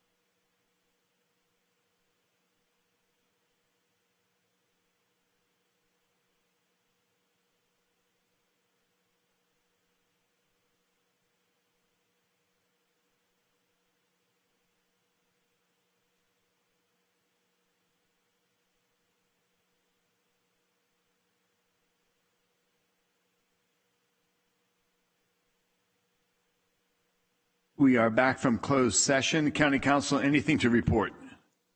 Nothing to report. All right, thank you. So moving on then to our next discussion item.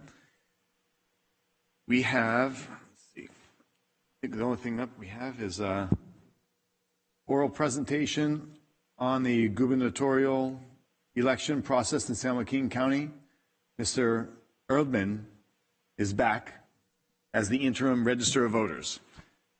I believe we have a presentation, or just is it just a report? Yeah, excuse me, Chair. I'd like to make a few comments before Mr. Erdman makes his presentation. Sure, CAO.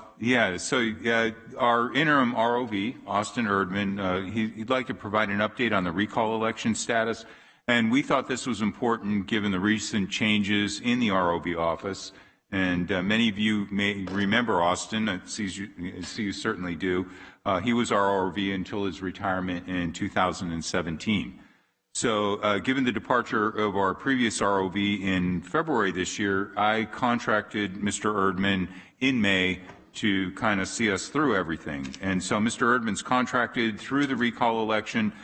And just as importantly, he will also be on staff until a permanent ROV is hired. We want to make sure that he's there and bridges this thing all the way through. We are going towards that end. We're going to start an active national search for a permanent ROV immediately following the recall. And the reason for that is all the counties are embroiled in the recall right now, and trying to put a recruitment out there, they're going to be distracted, as they should be. And if they weren't, I'd probably be concerned. But what we are doing this week is we're getting out a save the date to let people know that we will be opening a recruitment so we can at least catch their attention and let them know. And then finally, as you all may recall, in June, your board approved an organizational change. So the ROV's office now reports to the CAO instead of ISD. And Mr. Erdman reports to me, as well as will be the new ROV.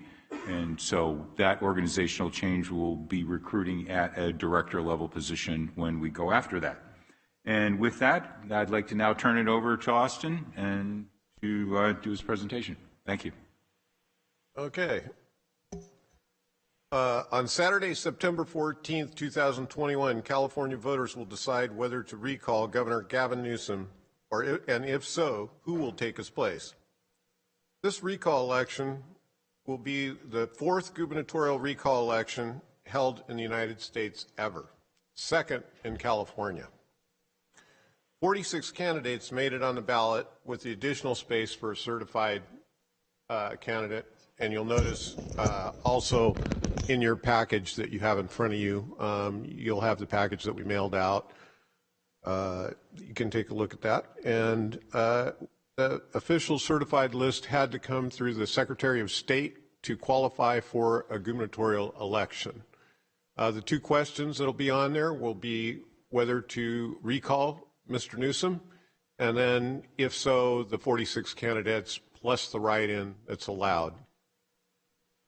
Slide 2, Senate Bill 152. 152's effective date was pushed through on June 28th, 21. The expiration date of Senate Bill 152 is January 1st, 22. What does this mean for San Joaquin County? Well, it means that we're conducting the election according to state rules, and they are changing the rules in 152 on how we conduct it. We're going to conduct it as a general election. Among the mandates requires early voting opportunities. Our office has been open since August 2nd for early voting. It was mandated for those with disabilities that they are able to come in, but I am not going to ask you your disability. If you come in and you want to vote in our office, you're more than welcome to do so. San Joaquin is fully compliant with 152. And pursuant 152, early voting, as I said, began on August 2nd. Next slide. In addition to the election day, we have 101 polling places. We have 18 drop-off boxes in various locations, and I put the address up there for you to go to for people to go to check it out, find out where those locations will be. And we'll also have Democracy Live on the front of the building on Election Day, where you can drive up and actually drop off your ballot. In addition, on Election Day, Registered voters can come into my office Monday through Friday, 8 to 5, and the Saturday before the election will be open 8 to 5, so they can come in and vote during those times also.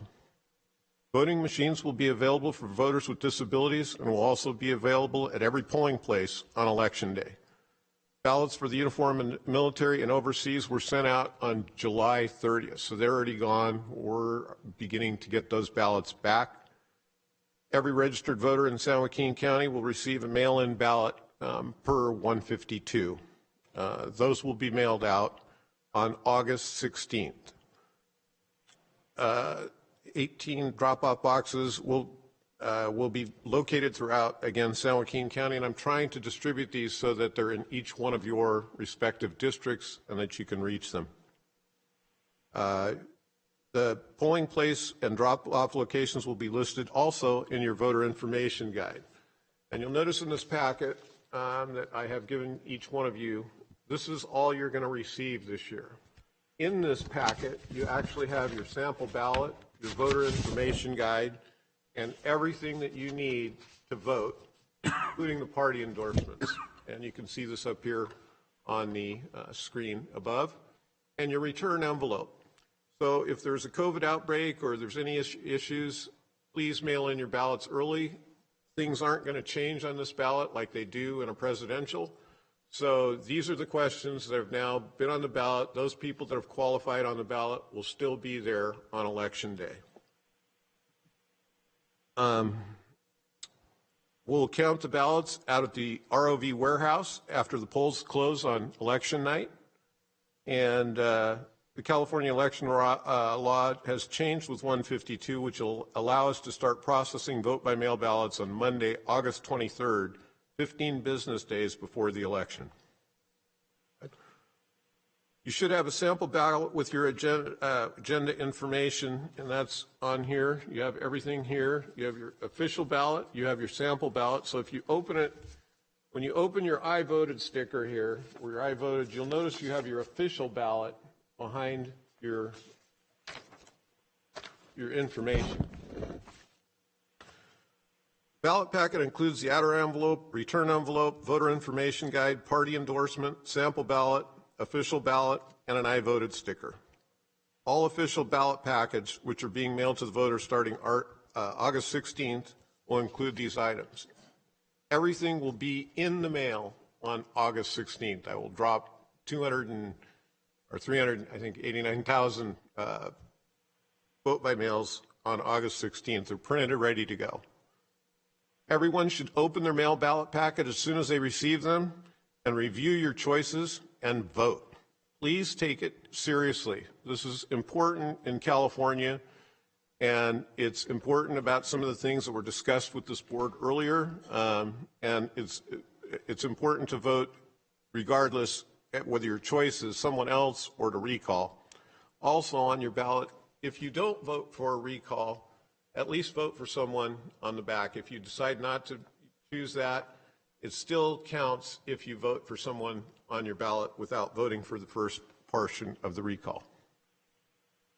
Please return your ballot immediately to the registrar of voters office.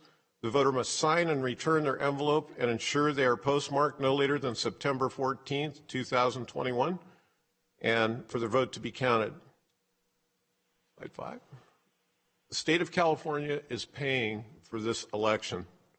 At the direction of the CAO, I applied for state funds and received an appropriation in the amount of about $6.5 million. Actually, that's the exact number. And we'll be back to your board on August 24th for receipt of that. I believe tomorrow, my best information is the county will receive this $6.5 million via wire transfer. On Thursday, August 5th, the state notified the county that the full allocation will be released. The ROV will submit this to the board and a recommendation to accept these funds on August 24th. I thank you for allowing me to update you on the upcoming special recall election, and I'd like to take this opportunity to encourage everyone to let their voice be heard. Please vote in this election. It's important. And everyone has a ballot, so there's no excuse not to vote. Thank you. Any questions? Thank you, Mr. Urban. Any questions from the board? Supervisor Rickman.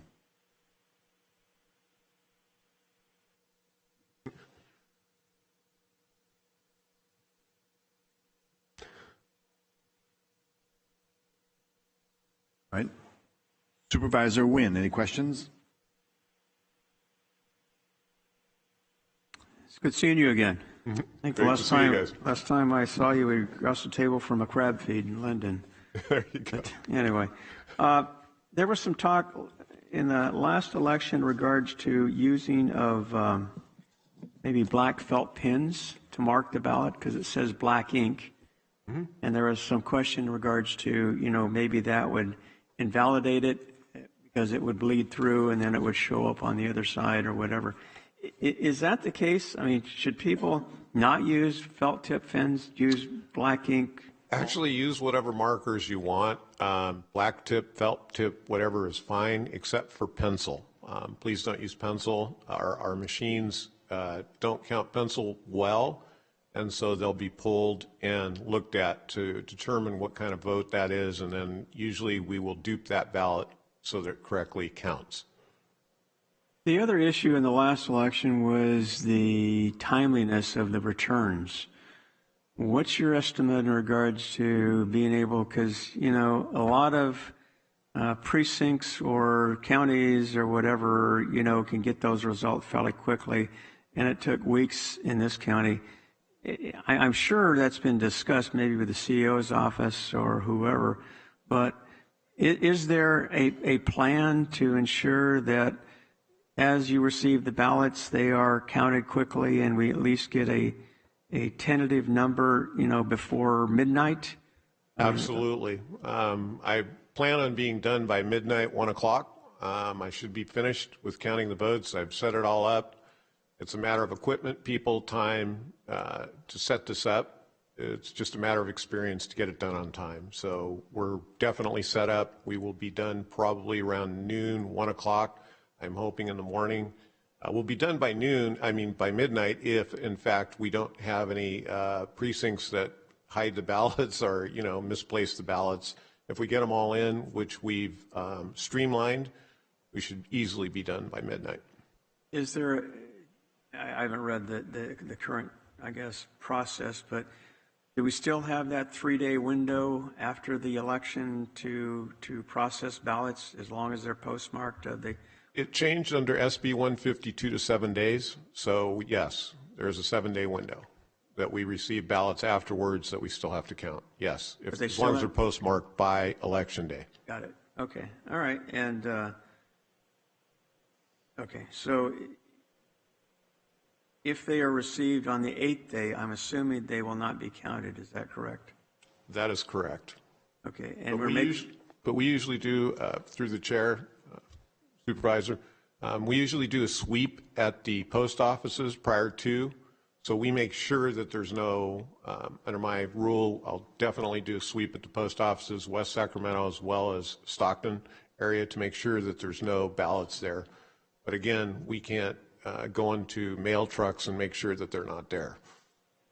But if they're at the receiving centers throughout from West Sacramento to San Joaquin County, we'll get them.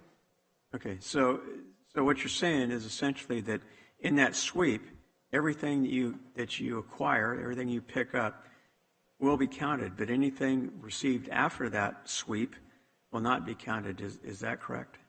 It's after the 7 days, correct. Okay, right. All right, thank you. Supervisor Miller. Thank you. I have a question on the write-ins. It says as long as a candidate has been certified. How do you know if a write-in candidate has been certified? From the Secretary of State. We get a list from the Secretary of State that will not be available until September 3rd, because write-ins have until September 3rd to actually become a write-in. So those folks will get on the ballot, and we wait till September 3rd until we get all the information from the Secretary of State regarding the write-ins. And so how will that information get to the public? Because this will already be mailed out. What in regard? Oh, we will disseminate that at the polls. We usually have a write-in list. We will allow them to. We will have a list at the office. Any write-in that is valid will be counted. Okay, and will that be on on the ROV website? Will it be? Sure, I'll put it on the ROV website. Absolutely. Okay, I just wanted, I'm just anticipating if we get calls in our office, where's the best place to direct them? So what you're saying is after September 3rd, that list will be certified and then that information will be available on your webpage. Correct. Perfect, thank you. Supervisor Rickman. Oh, okay, thank you. Thanks for sticking around. You probably thought you were getting out of here about noon, huh? Yeah, exactly. Yeah, very great information. I appreciate it. Only question I had is, and I keep hearing, and I read something about this. What is it? Print at home ballots. What's that? Do you know anything about that? About what? Print at home ballot. I have no idea what you're talking about. Okay. Did anybody hear anything about that? Print at home ballot? Yeah. There was something. I went to a website, downloaded 100 ballots, and Yeah. I don't know if it was that's just the same. Yeah, it's just something that I thought it was came from the Secretary of State, but maybe not. Maybe it was some. God knows what it could What be. you're talking about, I believe, is a UOCAVA ballot, which is actually you can go to our site if you're military overseas and you've asked for it faxed, or you are somewhere that the military has put you where in harm's way, possibly. Mm-hmm. There's the ability to be able to get on the internet, go to our website, download the ballot, and actually vote that ballot and get it back to us. Okay, maybe that's what it was. And so, all right, that's good to know. Right. I appreciate it. To take care of our military overseas civilians. That's great. As long as it's just limited to those individuals, and that was my question. So thank you very much. No problem. Well, Mr. Erdman, this is almost like that Al Pacino scene in Godfather 3 where you thought you were out and you got dragged back in. So we are glad you're here. I know this is a special election situation coming up, but not only here to carry us through and bridge this, but get us to a point where we have an adequate replacement. So thank you so much for coming out of retirement and coming back to the county that you've served for many years. And I think we're very fortunate to have you come back and help us go forward on steady ground. Right, and thank the CAO for also convincing me, because when I first came, I said no. Oh, good job. Yeah, he did a great job. So all right. I want to thank you all and appreciate what you do, and we're going to have a good election. Excellent. Thank you so much. Thank you for that part. Thank you. So now we are at our point, I believe last thing on the agenda is Board of Supervisors comments and committee reports, and then we do have an afternoon session. Should we just go, I guess we just go into our afternoon session? Let's do that. Ms. Hopkins?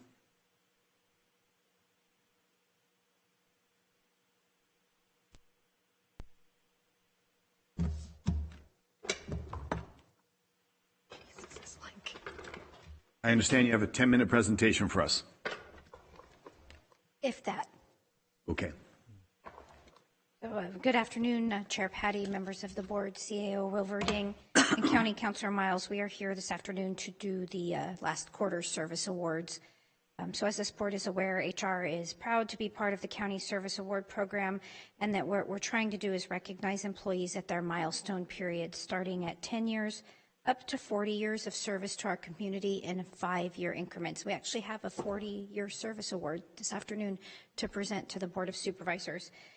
Employees with 20 years of service or more are honored by the board in the ceremony that we're going to do right now. And this is our third virtual ceremony because of COVID. We are hoping to get back in person soon as our numbers improve. The honorees are provided with 2 long-lasting gifts, a service pen identifying the years of service and a framed matted print. We'll show a picture of that in a minute. Oh, thank you so much. Today we have 99 employees from 19 departments who were eligible to participate in the service awards, and 30 of those employees requested to be honored publicly today. And these are individuals that were from January of 2021 to April of 2021. We do have photographs of the participating employees.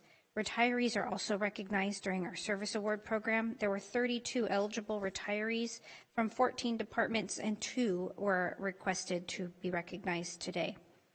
So again, we're proud to spend this time with the Board of Supervisors this afternoon to recognize these employees for their years of service and their dedication to the community, and we will now honor those individuals.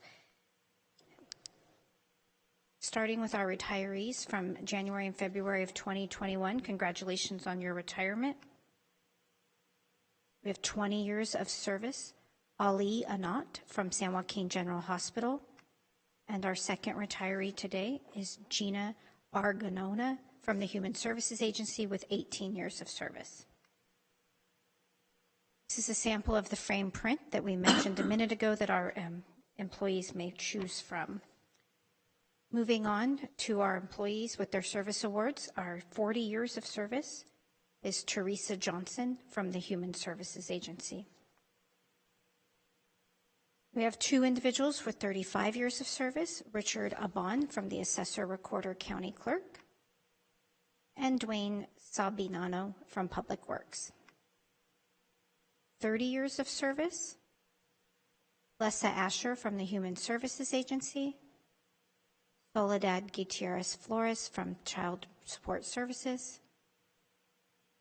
Sue Lee from the Human Services Agency, Hung Nguyen from Human Services Agency.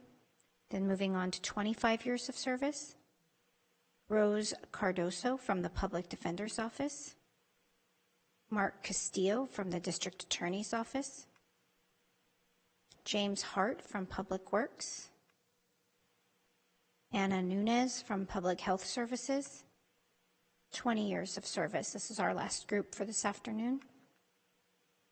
Tamisa Boone from Behavioral Health Services, Isabel Carney from Human Services Agency, Genoveva Flores, Assessor Recorder County Clerk, Dina Galindo from San Joaquin General Hospital, Florentino Guerzo from the Human Services Agency, Maria Hernandez from the Treasurer Tax Collector's Office, Nona Kay from Public Health Services, Canton Lamb Copeland from Behavioral Health Services, Andrea Lopez from the Sheriff's Office, Angelique Mascoro from Human Services Agency, Dawn Marie Naharan from Human Services Agency, Renee Norman from the Auditor Controller's Office, Yvette Payton from the Probation Department, Timothy Radovich from the Information Services Division, Migdalia Rodriguez from San Joaquin General Hospital, Cecilia Rosales from the Probation Department, Diana Ungsun from San Joaquin General Hospital, Lillian Weidman from Public Works, Amanda Walder from the Probation Department. And that's the end of our employees and why they couldn't be with us today. I hope the board was happy to see all of their smiling faces. We were able to get pictures from all of them, again, until we can have them here in person. Are there any questions from the board? Thank you, Ms. Hopkins. And we do miss having them here. It's always great to see our employees and their family coming in for recognition and a little interaction that we're fortunate to give. I imagine some of them are watching, so board members may want to have some comments to them, and I'll start off as I go left to right here. Supervisor Rickman, any comments to our staff that's either retiring or multiple years of service? Thank you, Chair. I don't have a microphone. I wrote a song. No, I just want to say thank you to everybody. For those who are retiring, thank you for your service and dedication. And hey, you worked this many years. Enjoy it. Enjoy your time. Go out, spend time with the family, and you earned it. So thank you very much. And for those with your dedicated service, years of service, thank you for your dedication. Thanks for sticking with us through this crazy time of COVID, and we appreciate your service. And if there's anything that we can do for you as a board, please let us know. And thank you both for being here and waiting all day to bring this forward. I would love to have seen everybody in person and to shake their hands or shake your hands, but there's always next time. So we thank hope you. So. Thank you, Chair. Sure. Vice Chair Wynn. As Supervisor Rickman said, it's always a privilege and a pleasure to recognize all our employees, both retirees and service.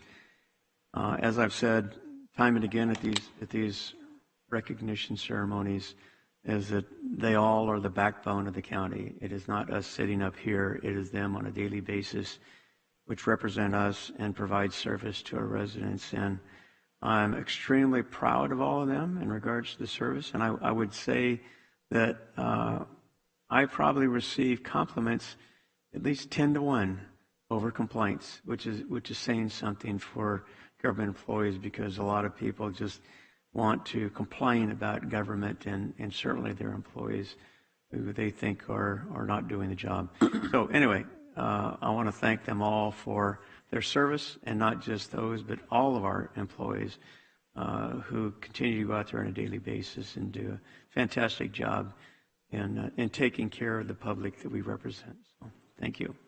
And Supervisor Nguyen, I just wanted to say thank you for giving us the recognition to put in the pictures, the suggestion. I think that it does make a big difference. We didn't get as many people that responded to be recognized, but there is something about being able to look at the video or the photos of individuals who do want to be recognized in that way. Well, great job. Thank you. Supervisor Miller. Thank you. I would just echo my colleagues.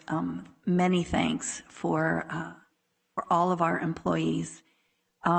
This last year has been tough on everyone. It's been very, very challenging. And through it all, our employees really kept their public service front and center and really allowed us, excuse me, to continue delivering really critical services to the people of San Joaquin County. And so I'm very grateful for their work and their continued work and their commitment to the county. So they really exemplify the phrase public service. Thank you. I guess I'll conclude in saying that our gratitude for those in the county that continue being the face of the services and the many needed departmental levels of engagement. Oftentimes people come to them when they're most in need, whether you're in the hospital or you've got child protective services issues or a call from to law enforcement. And we've got a dedicated staff. We've got, you can see the reflection in the years that they're putting in here. We appreciate them. We're grateful for their service, and we work here on your behalf. So we thank you. Thank you. All right. And finally, in conclusion, Board of Supervisors comments and any committee reports. Supervisor Rickman. Nope. Supervisor Nguyen. Just a comment, tomorrow at 1, we're going to have our redistricting committee meeting. It's the last meeting was, in fact, I appreciate Supervisor Rickman's comments and volunteerism in regards to some of the messaging that he'll be involved in. But it's going very well, and I really appreciate certainly Jolena and Mo in regards to their help, and certainly all the staff that's putting the time to make this happen. So great job, and we're moving forward. So thank you. Excellent. And Supervisor Miller. Thank you. Couple of things. I attended the Victory Gardens groundbreaking. Almost all of us were there. It was a really great day. It's pretty amazing that entire project has basically gone from brainstorm to groundbreaking in about 3 years is all. When you look at what some of these other projects, the length of time they've taken, it's pretty amazing, and I really credit our county staff for that. So many thanks. Also, our incredible partners at the Housing Authority of San Joaquin. They are Mr. Ragsdale and his Board of Commissioners. They do a phenomenal job, and they have emerged as really, really strong partners for the county. I'd also like to thank all of our neighborhoods and community members that participated in National Night Out last week. Not as many as in some years past, and I'm sure that's because of COVID, but still a strong showing of a lot of neighborhoods that came out to celebrate community and safety and interact with their public safety employees. And so that's a really great thing. I want to extend my thanks. Also, at our last meeting, Chair Patty requested a report from the Women's Committee. That is being scheduled for September 14th. HR staff is working on a presentation that'll provide an update from the various working groups, which have been meeting. There's been surveys taking place. There's a lot going on and a lot of data being collected. So that will be coming forward to the board on September 14th. And finally, I would like to put in a request to Chair to come up with a different way of recognizing speakers here on the board. Moving left to right consistently is not in compliance with our board meeting rules, which state in the absence of a written policy, Robert's Rules of Order will prevail.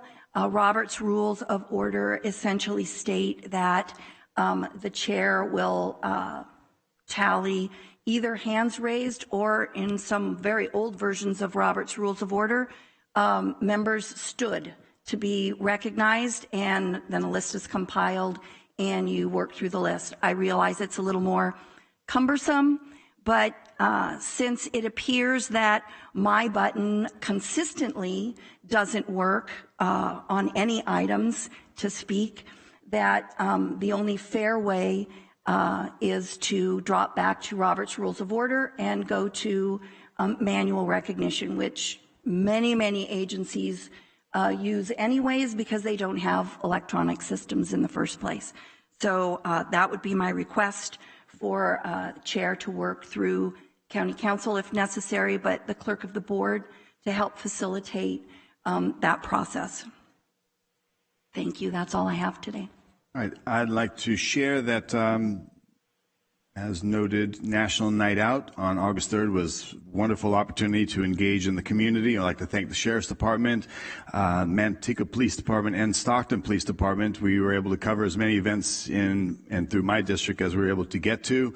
We delivered pizza, cookies, ice cream. I did autographed photographs of myself and Supervisor Rickman to give to our constituents. The kids loved them. It was fantastic. And we really appreciate law enforcement being there so we could engage with them as they're out in their community. Also, Victory Gardens was wonderful. It was on obviously August 2nd. We had members from our board that were able to make it. Highly anticipated groundbreaking ceremony with 48 unit. This is called Victory Gardens. It was truly an absolute victory to pull this off and get it done in a timely manner and in public-private partnership. We're going to have permanent supportive housing development on the campus for over in French Camp for our homeless veterans. It was very well attended with our Congressman, State Senator, State Assemblyman Carlos Villapudua, Mayor Kevin Lincoln in attendance. A great job by Peter Ragsdale and his staff for pulling this project together and helping us help homeless veterans.